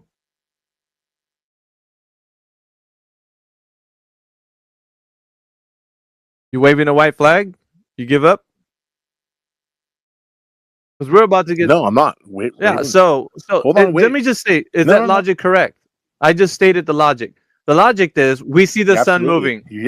Yeah, your logic is 100% Really? correct. We see the sun moving across the sky, but in fact, it's not moving. But the Earth that doesn't appear to be moving under our feet, yet that's what's moving. Mm-hmm. Is that correct? Absolutely. And the globe being halfway. And the globe being. Absolutely. You didn't proves. establish the globe. You gave up the first point. You couldn't provide evidence of curvature. Second, axial rotation. Axial rotation, you haven't demonstrated that you know that the Earth is in motion. You're making this too easy. No, it's not easy for you because you're struggling to realize there's no evidence you're producing. You're giving me all your assumptions. I just told you. You're I just assuming told you that half of the globe is dark. Half of your globe, which you're making an assumption that it's already a globe, Morgan. Dude. It is a fact. It's not a fact, dude. You just made it a globe. Well, first of all, the Earth is a globe. Half the globe. So half the globe. Half the globe. Not dark and half. So your assumption is half the globe, which is your assumption. It's a globe already. It's a globe, Morgan. Okay. Let's pretend it's no. We're not going to pretend anything. All we need is empirical evidence. Let's pretend it's not. We don't need to pretend. We don't need to pretend. Half of where we don't need to pretend. Half of where we live. Is dark, and half is light. Okay, so here's the most important part of what I'm going to say. Half of where we live. Have you ever seen? Have you ever seen the Earth? Have you ever seen? Yeah, let's talk about your proof. Have you ever seen half of the Earth, or at least the full Earth, to say what half is? Close. Where? If you astral projected out into reality and been able to look down or something, or what am I missing here? Renditions from space stations. Renditions from space stations. Really? So renditions from space stations. So whatever they're showing you. I mean, the ISS, the International Space Station has a 24-hour live. So what, dude? We're talking about how you, as an individual, can empirically find out whether or not the Earth is spinning on its axis. Now you're giving us renditions of somebody else's information given to you via a live feed. Now I'm asking you, Morgan, because it doesn't seem like you're applying yourself. We're using only you and no one else. This comes from you. How do you know the Earth is spinning on its axis? That's what I'm asking you. And you haven't given that. I don't want to hear about some other pictures or videos or whatever. I told you half of the and Earth I asked you, dark and half have you ever seen the whole Earth? Light. To say that half of it is being lit and not lit? We know it for a fact. No, this is not a fact. This is all assumption based. Oh, this is all you telling me. No amount of gaslighting. No, this isn't gaslighting. Empirical evidence starts from how you can do it from a primary source. The primary evidence that you, as an individual, can come up with the information to solidify the point that you are the only one that can tell me how the Earth is in motion and it's not the sun that's in motion. Not looking at live streams from whatever, YouTube or anywhere else, NASA. I want you as a person be able to tell me how the Earth is I in just motion. did. Not appealing. Don't I appeal told to you with videos. night and day. Don't appeal to videos. I just told you night and day. It's Yeah, absolute night and proof. day. So we see the sun. And we We see the observe it. sun. I Listen, observe dude. We it. see the sun move. Yeah, I you see the observe night sun and move day. across the sky once again. What are we gonna go from that? And then it goes away. And then it sets to never be seen. Okay. So how can you tell me? And then it So comes how can you back. tell me that the Earth is moving when we see the sun moving? Because of when that, how else would it Because happen? the What other sun's shape does it moving. happen on? That's Tell me. how. Duh. Oh, because the Yeah. sun's moving. No. Really? Yeah. Really. Above the earth? Above a flat Well, plane? it's not happening over a globe because you haven't produced the evidence that it's Come one. on.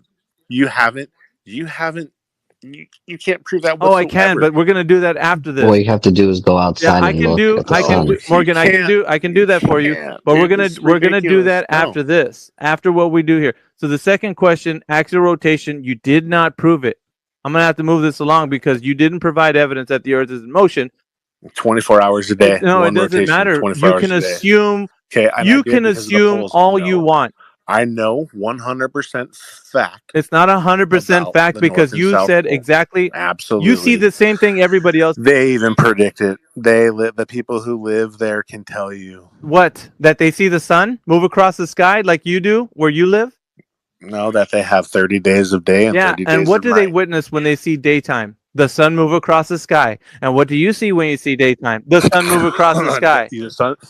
If you think the sun moving across the sky, it makes the Earth It's flat. not about making it Come on, flat. come But it's what it Come is on, is dude. You yeah. for What how it is, Morgan. It's not about making it flat. It's about making you understand that the idea of a heliocentric globe Earth doesn't exist because we only witness the sun move across the sky from east to west. So that is dispelling of your mythos that you think that we're in a heliocentric, universe. That you think that you're revolving around the sun when we see the sun in motion. We see it moving across the sky from east to west. And so does anybody else that lives in another geographic location. They see the sun move across east to west just like you do. So that's pretty simple. It's basic. But take what he just said about us. He takes the sun moving in the sky as evidence for the globe. Well, Isn't that ridiculous? exactly? yeah, exactly. Yeah, you're ridiculous, dude. So it's a you're double saying standard. just It's a you're double arg- standard. exactly. So I'm Yeah, ridiculous. but yeah, you guys it's a aren't. double standard what you just laid out. It cannot be a flat Earth because the sun moves across the sky, but it can be a globe because the sun moves across the sky, according to you. That's a double standard you set up. That's It a is. double standard, really? So in one instance, the Earth can be a globe because of the sun, and in the other, it cannot be flat because of the sun. It's a double standard. You just applied that. Oh, you didn't know you just did that, Morgan? Well, yeah, you did. You applied a double standard. Can't really talk because you keep Well, you're not muting muted now, using your voice, aren't you?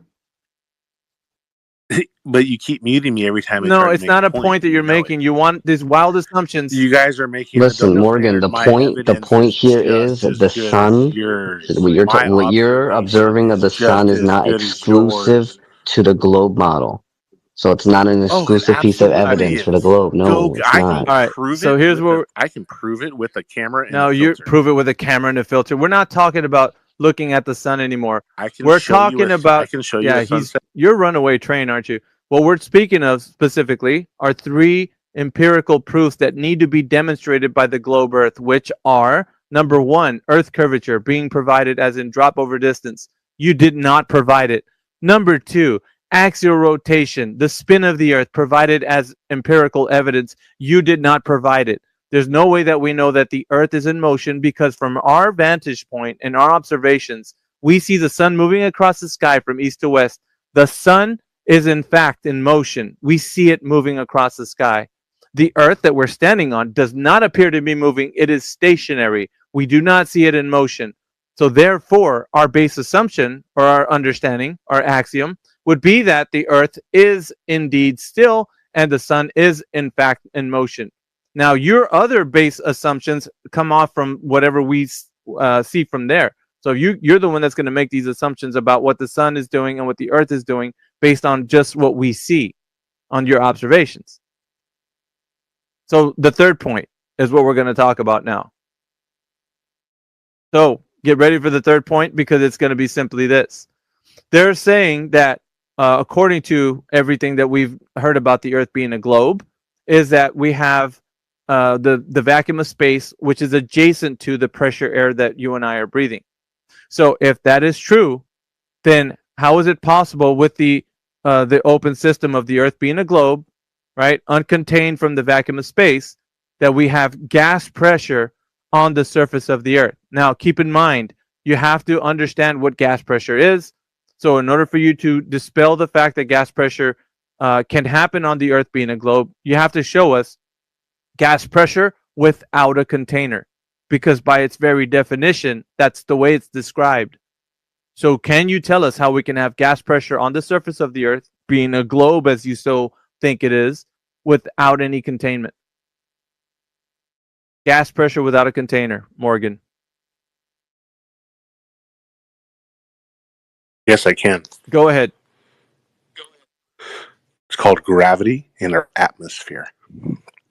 Okay, so show How me, can you demonstrate show that? me, show me gravity being a container for gas pressure. Gravity holds our atmosphere. Yeah, which wonderful contains story. I need a demonstration. I need our a gas. demonstration of gravity being a container for gas. You're living on it. Okay, now go from the bottom Yeah, of the don't mountain. appeal to Like, your go living to on it. Mount No, Go don't to Mount appeal to your Everest. living on it. So a demonstration, Go to Mount Everest. demonstration would be you actually being Go able to demonstrate. Mount Everest. Go to Mount Everest. All right.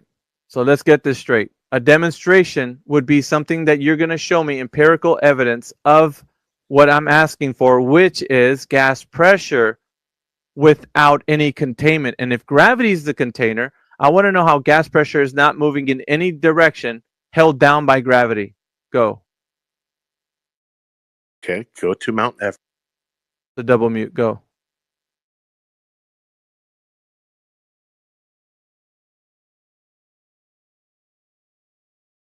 Try again.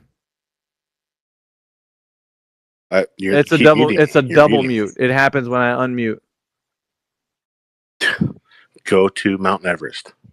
Explain why you lose oxygen when you go to the top of the mountain. I don't need to explain to you anything. I need you to explain to me. No.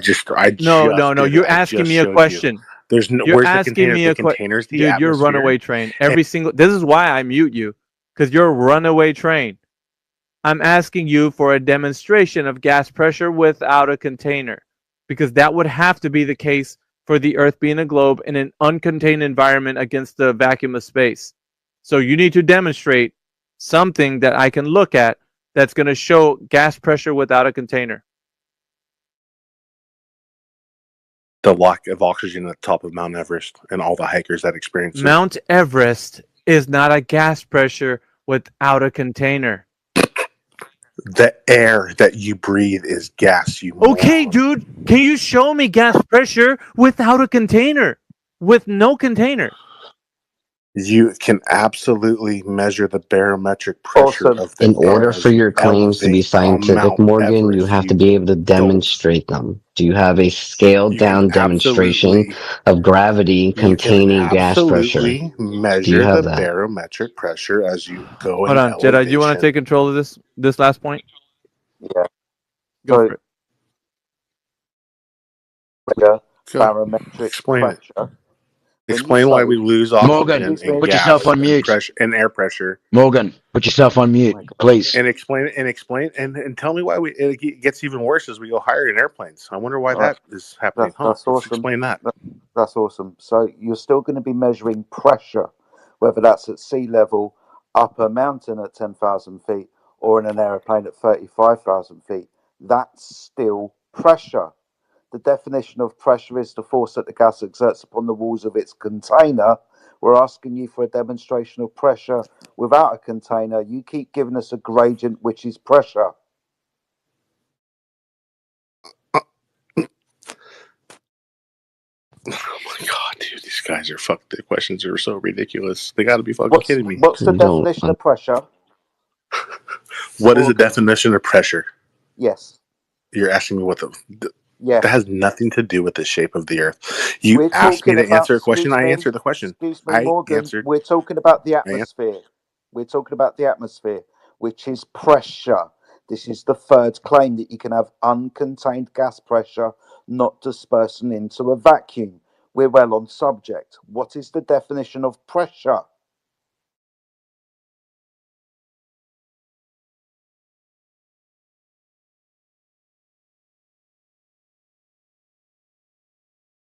It's okay. You can Google it. Can I ask a question? What's the definition of gas pressure, You Morgan? keep saying without a container. Do you guys? What does Do that you mean? guys? Let's hold on. Do you guys know about pressure in the ocean also? No, we're not going to talk We're about that. talking about gas. We're talking about gas. We're gonna. So we get more pressure in the Gas ocean as we go pressure. closer to the center Focus of the on Earth. what's being said. Track with the dialogue, sir. Gas pressure. Gas. Okay. Yeah. Track Gas. with a Oxygen dialogue. is a gas. Nitrogen, helium. Those are all gases. Gas They're all pressure, measurable. not water pressure. Why? Helium, oxygen, hydrogen. Nitrogen. Those are all gases. Pressure. We Pressure. lose that pressure Pressure. in elevation as we go What higher. is the definition of gas pressure? Gas pressure is the measurement of gas within a certain realm. No, that's not the definition of gas pressure. Would you like me You to know give what, it to dude? you? The definition of gas pressure doesn't make the Earth I feel You like don't know the definition. you're very intellectually dishonest, excuse yeah, me. because you knew that the answer there was a volume, yeah? You thought about it and you had to change the answer. Okay. Volume? Going to take away your sky vacuum. Are you telling me we can't measure gas within our atmosphere? Are you going to tell me what the definition of gas pressure is? Are you going to tell me that we He's can't measure evading. oxygen He's levels, evading. nitrogen levels? Do it for He's you. evading. Hold on. Tell me. Do I have to do it for you? Are you going to tell me that we can't measure oxygen? He's evading. That's what he's doing. Yeah. You've got a choice. You can define gas pressure for me, or I can define it for you. Which one? You want to use the word container, and I told you what the container Stop is. evading. No. I told you what the container is. I want you to define gas pressure. What is it?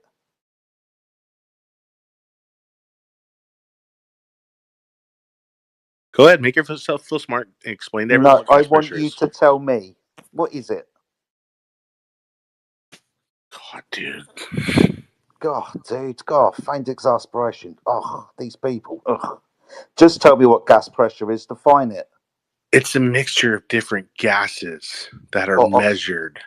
Measured how? What is the necessary antecedent for gas pressure? What must you have for the gas to pressure? What do you need? In the fucking word. PRESS. It's gonna need to You what? need temperature. You need containment for the gas to press against. No. And you need volume. Volume? That's interesting. What's that?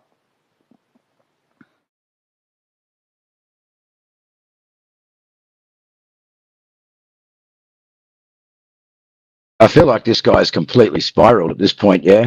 I mean, everyone can clearly see. Are you telling me Hang atmosphere on. isn't a real word? Everyone can clearly see that you haven't been able to answer these questions directly, yeah? Yep. And So also, we've also answered all of your other points that you brought forward. Whether you accept those answers or not, they have been answered and the audience has heard. But we do have quite a few new people in the audience. I think we have about 50 people in here at the moment. So maybe, and a few that have had their hands up for a while. So maybe we want to. Yeah, we're going to move it along, right along. So I'm just going to go ahead and wrap up the 3 points. So with that.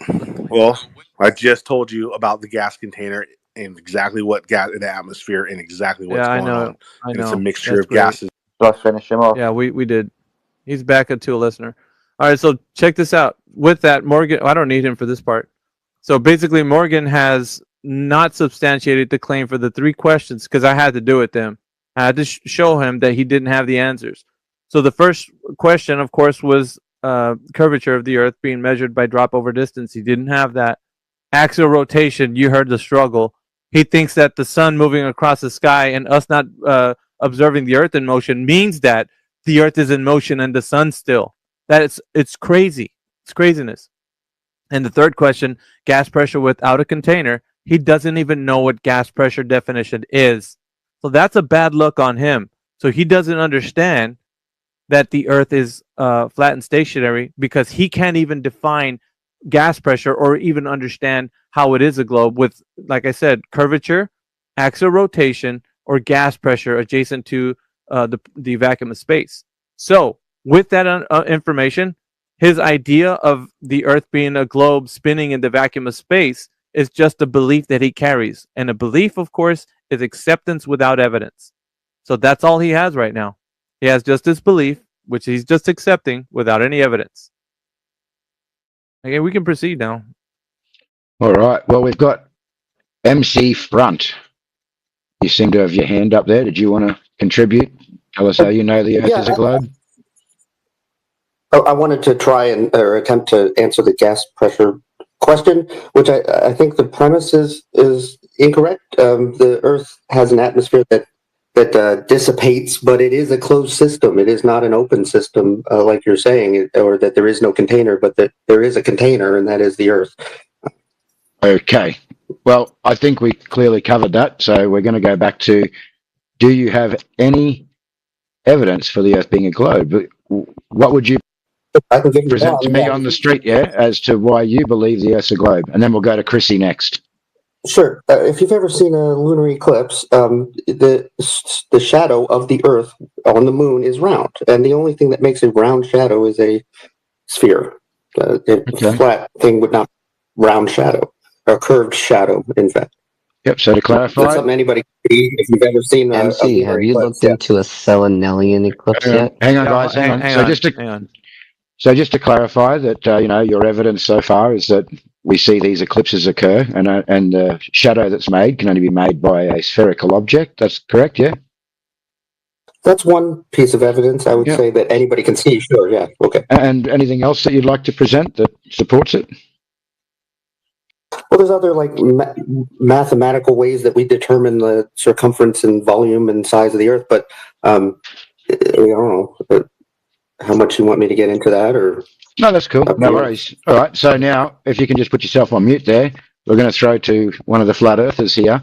So the first one was that you believe the shadow cast can only be cast by a spherical object. So any of the flat earthers want to take that one? Yeah, just real quick. Chrissy, I guess wants to speak. Oh, okay. Yep. All right. Yeah, I want to answer him. Okay, Chrissy. So let's take this logically, right? We're assuming what we're walking on by looking at something in the sky. Can we just not do that? That would be nice, because things in the sky are in the sky. And you can say about a light bulb that it's a light bulb, but that doesn't tell you anything about the floor. So this has nothing to do with the Earth being flat or round or anything. Yeah. So, but to address his notion, okay, why is the shadow never aligns? It never aligns on the moon exactly to where the sun's position is. So okay, let's just, I'm going to refocus what's being said here so we can directly answer what he's asking.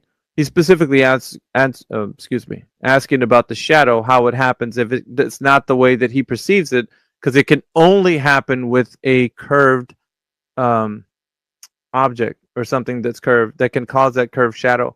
And I would say to that's incorrect, because we have a demonstration actually that has a guy putting a flat board with the shadow over something that's curved. And so what happens is that that straight curved shadow, or the straight shadow, when it goes on the curved surface of the orange, it looks like it's causing a curved shadow. So it's not just something that's curved that's the only thing that can cause that curved shadow. Something that's actually straight can cause that curved shadow as well. So you're incorrect on that. We've already seen demonstrations of that, MC. But how does a Well, I've straight actually seen a straight edge? demonstration where they took a spherical object and casted the spherical object's shadow onto another spherical object, and it makes an S, Makes like it, a yeah. sine wave. Yeah, it's like a sign. So Yeah. yeah, that's you can't have that with these objects. It Yep. has to be a like a disc doing casting the shadow. Yep. Well, hold up like a basketball and look at its shadow. It's going to be a curved shadow. Yeah, but if you Is put what a, if you put something like a straight board across the surface to casting a shadow, as it starts to creep up along the basketball, you'll see it looking like a curved shadow. So it doesn't have to be. It doesn't have to be something else that's curved, getting in front of, like blocking the light on that basketball. You know, to be casting a curved shadow. It can be something straight.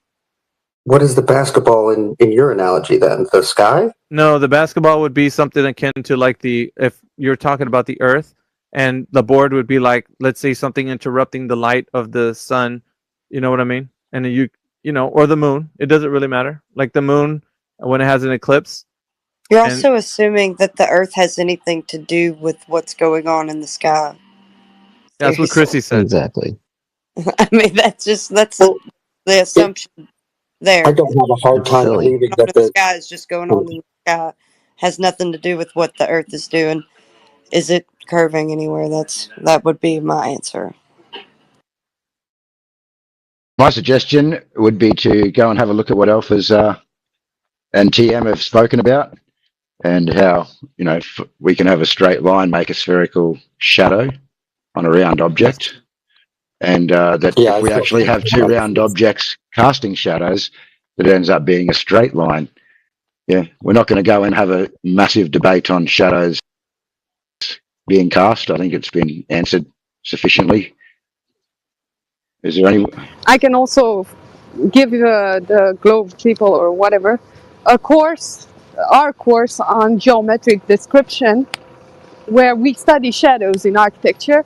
And yeah, if two objects are spherical and one is obscuring the other, usually the shadow is a straight line. Yeah. It's geometrically proven and taught in universities. Thank you for that, Chrissy. Yeah, so we all believe this, MC, but it's only a belief until we actually investigate further. So you need to go and investigate further. All right. So who else do we have in here? Would anyone else like to come up and let us know how they know that they're living on a sphere? And we've dubbed we've dubbed the space Globe Storytelling Time. So if you guys are out there, listen, if you think that the Earth is a globe in any way that you can present it, go ahead and do so. We do challenge people when they come up here, so don't be alarmed. We're going to do that, but we will critique what you say afterwards. It kind of like what AJ's been doing, and also just to plug to the space. If you like what you hear and the way we go in with these arguments, just go ahead and drop a follow to all the people on the panel. Myself, AJ, Flatsy, Klein, Jedi, TM. We appreciate that. Also, 24/7 Flat Earth. There's a user that's in here right now. I want you to go ahead and follow that one as well, because we're live streaming on YouTube as well as in here. So this is a recorded space, but we're also live streaming on YouTube. We got some viewers over there as well. And if you go to the 24/7 Flat Earth icon that's in here with us, you go to like that page or follow them, then you'll see that where the YouTube link is as well. So you can follow us there. But definitely, we have these spaces. This is a continuing series for us. We just came on X like not too long ago, a couple weeks ago. So 24/7 is a brand, and we're like it consists of, like, in here so far it's just me, AJ, Flatsy, Klein, and Jedi at the moment from the 24/7 group. But yeah, if you like what you're hearing, we continually do this. So we've been doing it on Discord. We also have a Discord link. Click on my profile. And on my profile, you'll find the Discord link to our Discord channel, where we have tons of information, terabytes of information about Flat Earth. All you got to do is go check it out. So I want to redirect you to our Discord as well. It's on my profile. And there's tons of stuff, probably more than I can even talk about in this call. So yeah, we appreciate everybody that's come here. You guys are invited to come up here if you think the Earth is a globe, and we'll go ahead and give a talk to you. But yeah, I'll kick it back to the panel.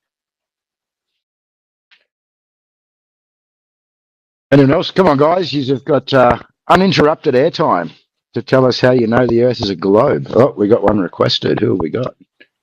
Can I throw in a question or two? I don't find it hard to believe that the Earth is the thing that's spinning, and that we don't see that we see the sun go back and forth. Just because it's a matter of perspective.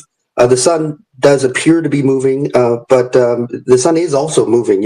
Everything is in motion relative to itself. So, like, we're moving around the sun, and the sun is moving itself around the in orbit of the galaxy, and the galaxy itself is moving towards this thing called the Great Attractor, and then all of this is based on observations we see, like using telescopes and stuff. Do you think that they're all just making it up, or like the things like the seasons changing and Well, explanation for hold why on a we have second. winter and Yeah, hold summer? on. Yeah. We don't observe anything of what you just said. Nobody's made that observation, sir. Well, I'm asking, like, what is the explanation for some of these things, like eclipses or the seasons changing, or how radio waves work and why you need repeaters or towers? So and stuff like that? right. So we first have to establish the premise whether or not you know the Earth's a globe by way of directly measuring the surface to be the surface curving. So you have to first establish whether it is a globe for you to continue with any idea of how it is. So in order to do that, you have to ask yourself, how do I know if it's a globe? Let's find some evidence, right? Let's present some evidence. And so that's what we're asking for you to do. You've already attempted once to, put forth some idea that you have, but it still doesn't equal that you have this knowledge that the Earth is a globe. It's just your assumption that it is.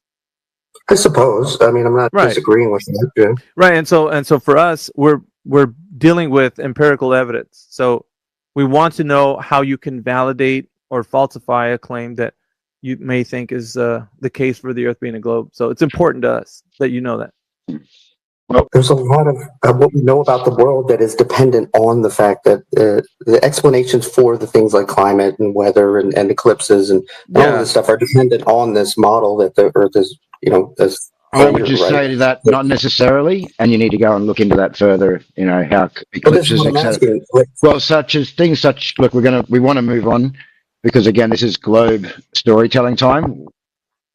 We're not necessarily just here to answer questions. We want to hear how the Earth is a globe from your point of view, yeah? And I know everyone wants these questions answered, yeah? But I'd invite you across to our regular Discord server if you'd like to discuss that. So... Yeah, okay. Yeah, fair enough. You said there was dead air, so I was posing my question. That's okay. That's cool. No worries. So we've got Hendrik up here. Hendrik, have you got some evidence on why you believe the Earth is a globe? I don't believe the Earth is a globe. Earth is flat. Hendrik. Oh, you believe it's flat? Yes, I'm positive it's flat. Oh, shout out to the flat earther joining us. Appreciate you, Hendrik.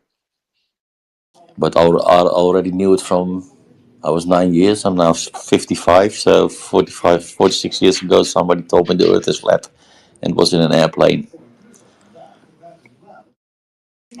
So, and it's you can't see any curves when you fly. You can't see any curves. I'm a seagoing captain. I have never seen curves. Water can be bent. So, the first proof that the Earth is a globe somebody has to show it to me, because I don't believe it.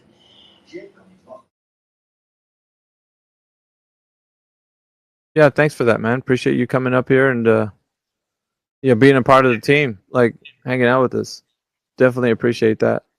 But we're gonna ask the panel if anybody else here wants to come up. All you got to do is raise your hand or request to speak, and we'll bring you up as a speaker.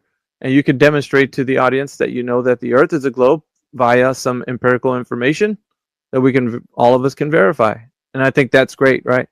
We're sharing information as I'm not just assuming something. I'm going to go ahead and demonstrate to you how I know what I know. So it's possible that you know that the Earth is a globe, definitely be able to show it to us. Hey, if nobody else is going, I just shared a video. Now, whether anyone wants to accept video evidence or not, I understand. No worries. All right.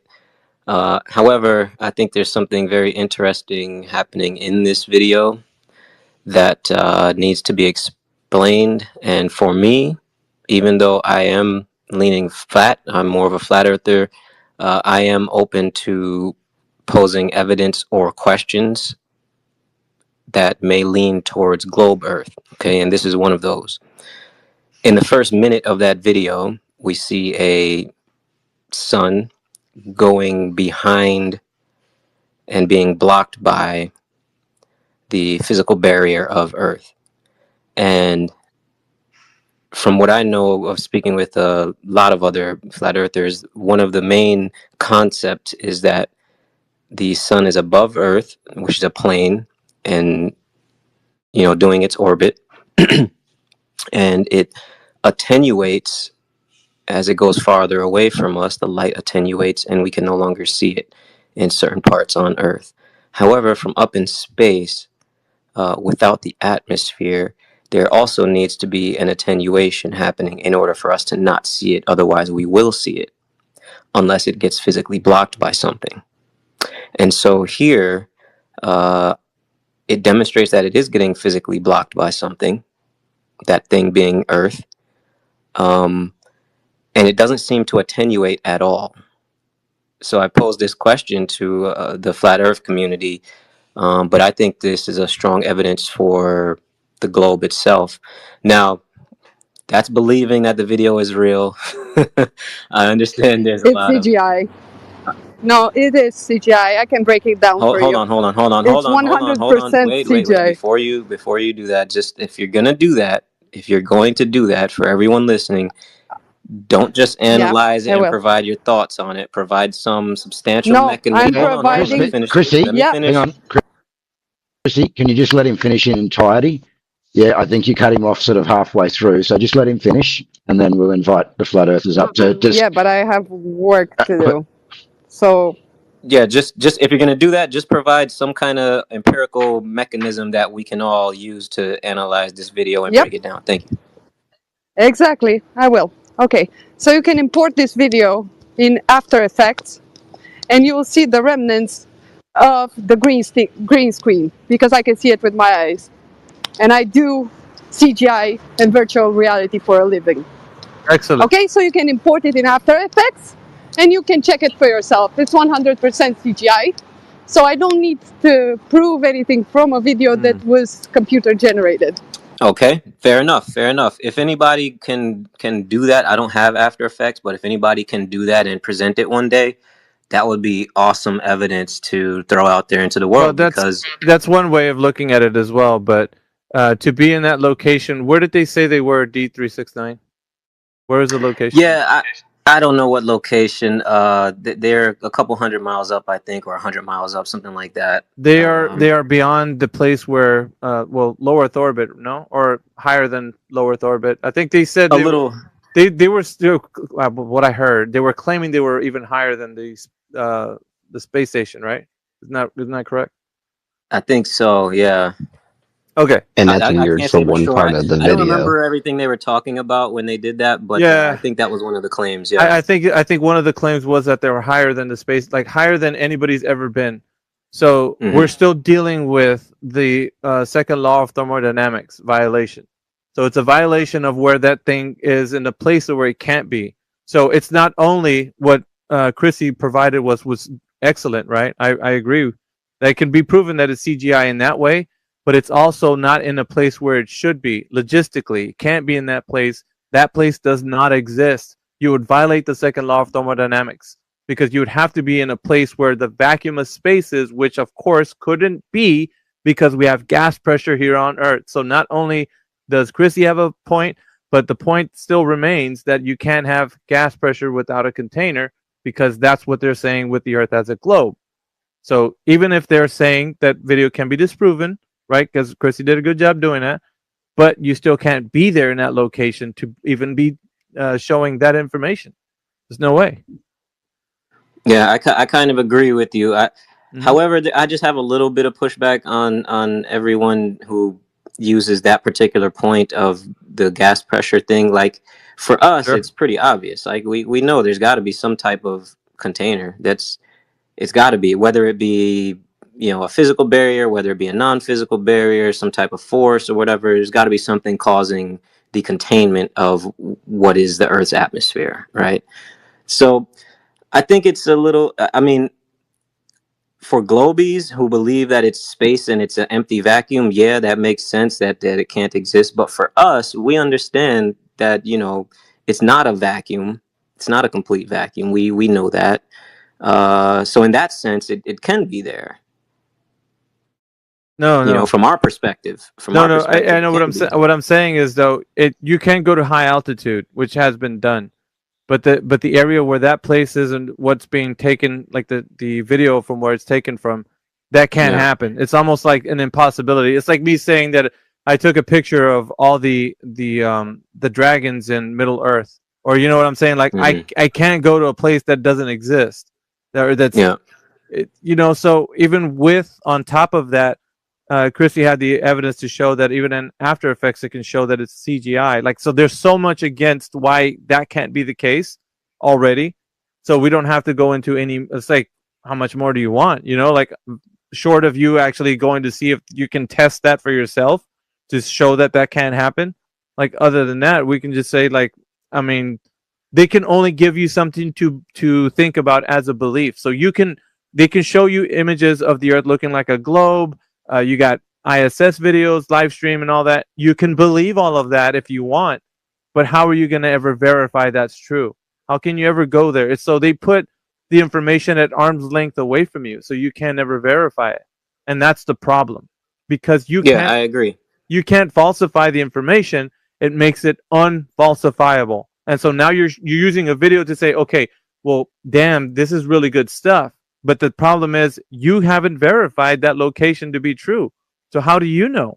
You know what I mean? So now you're just arguing from a standpoint of credulity because you want it to be so. Agreed. And that's no. It's a big problem. Not that I want it to be. Not that I want it to be. That I'm open to both sides. Now, one thing is with the flat Earth. Are we saying that? Are you specifically saying that we can't go up 200 miles? Is that impossible on the flat Earth model? Yeah, that would be in the location or region of space considered to be beyond the Kármán line.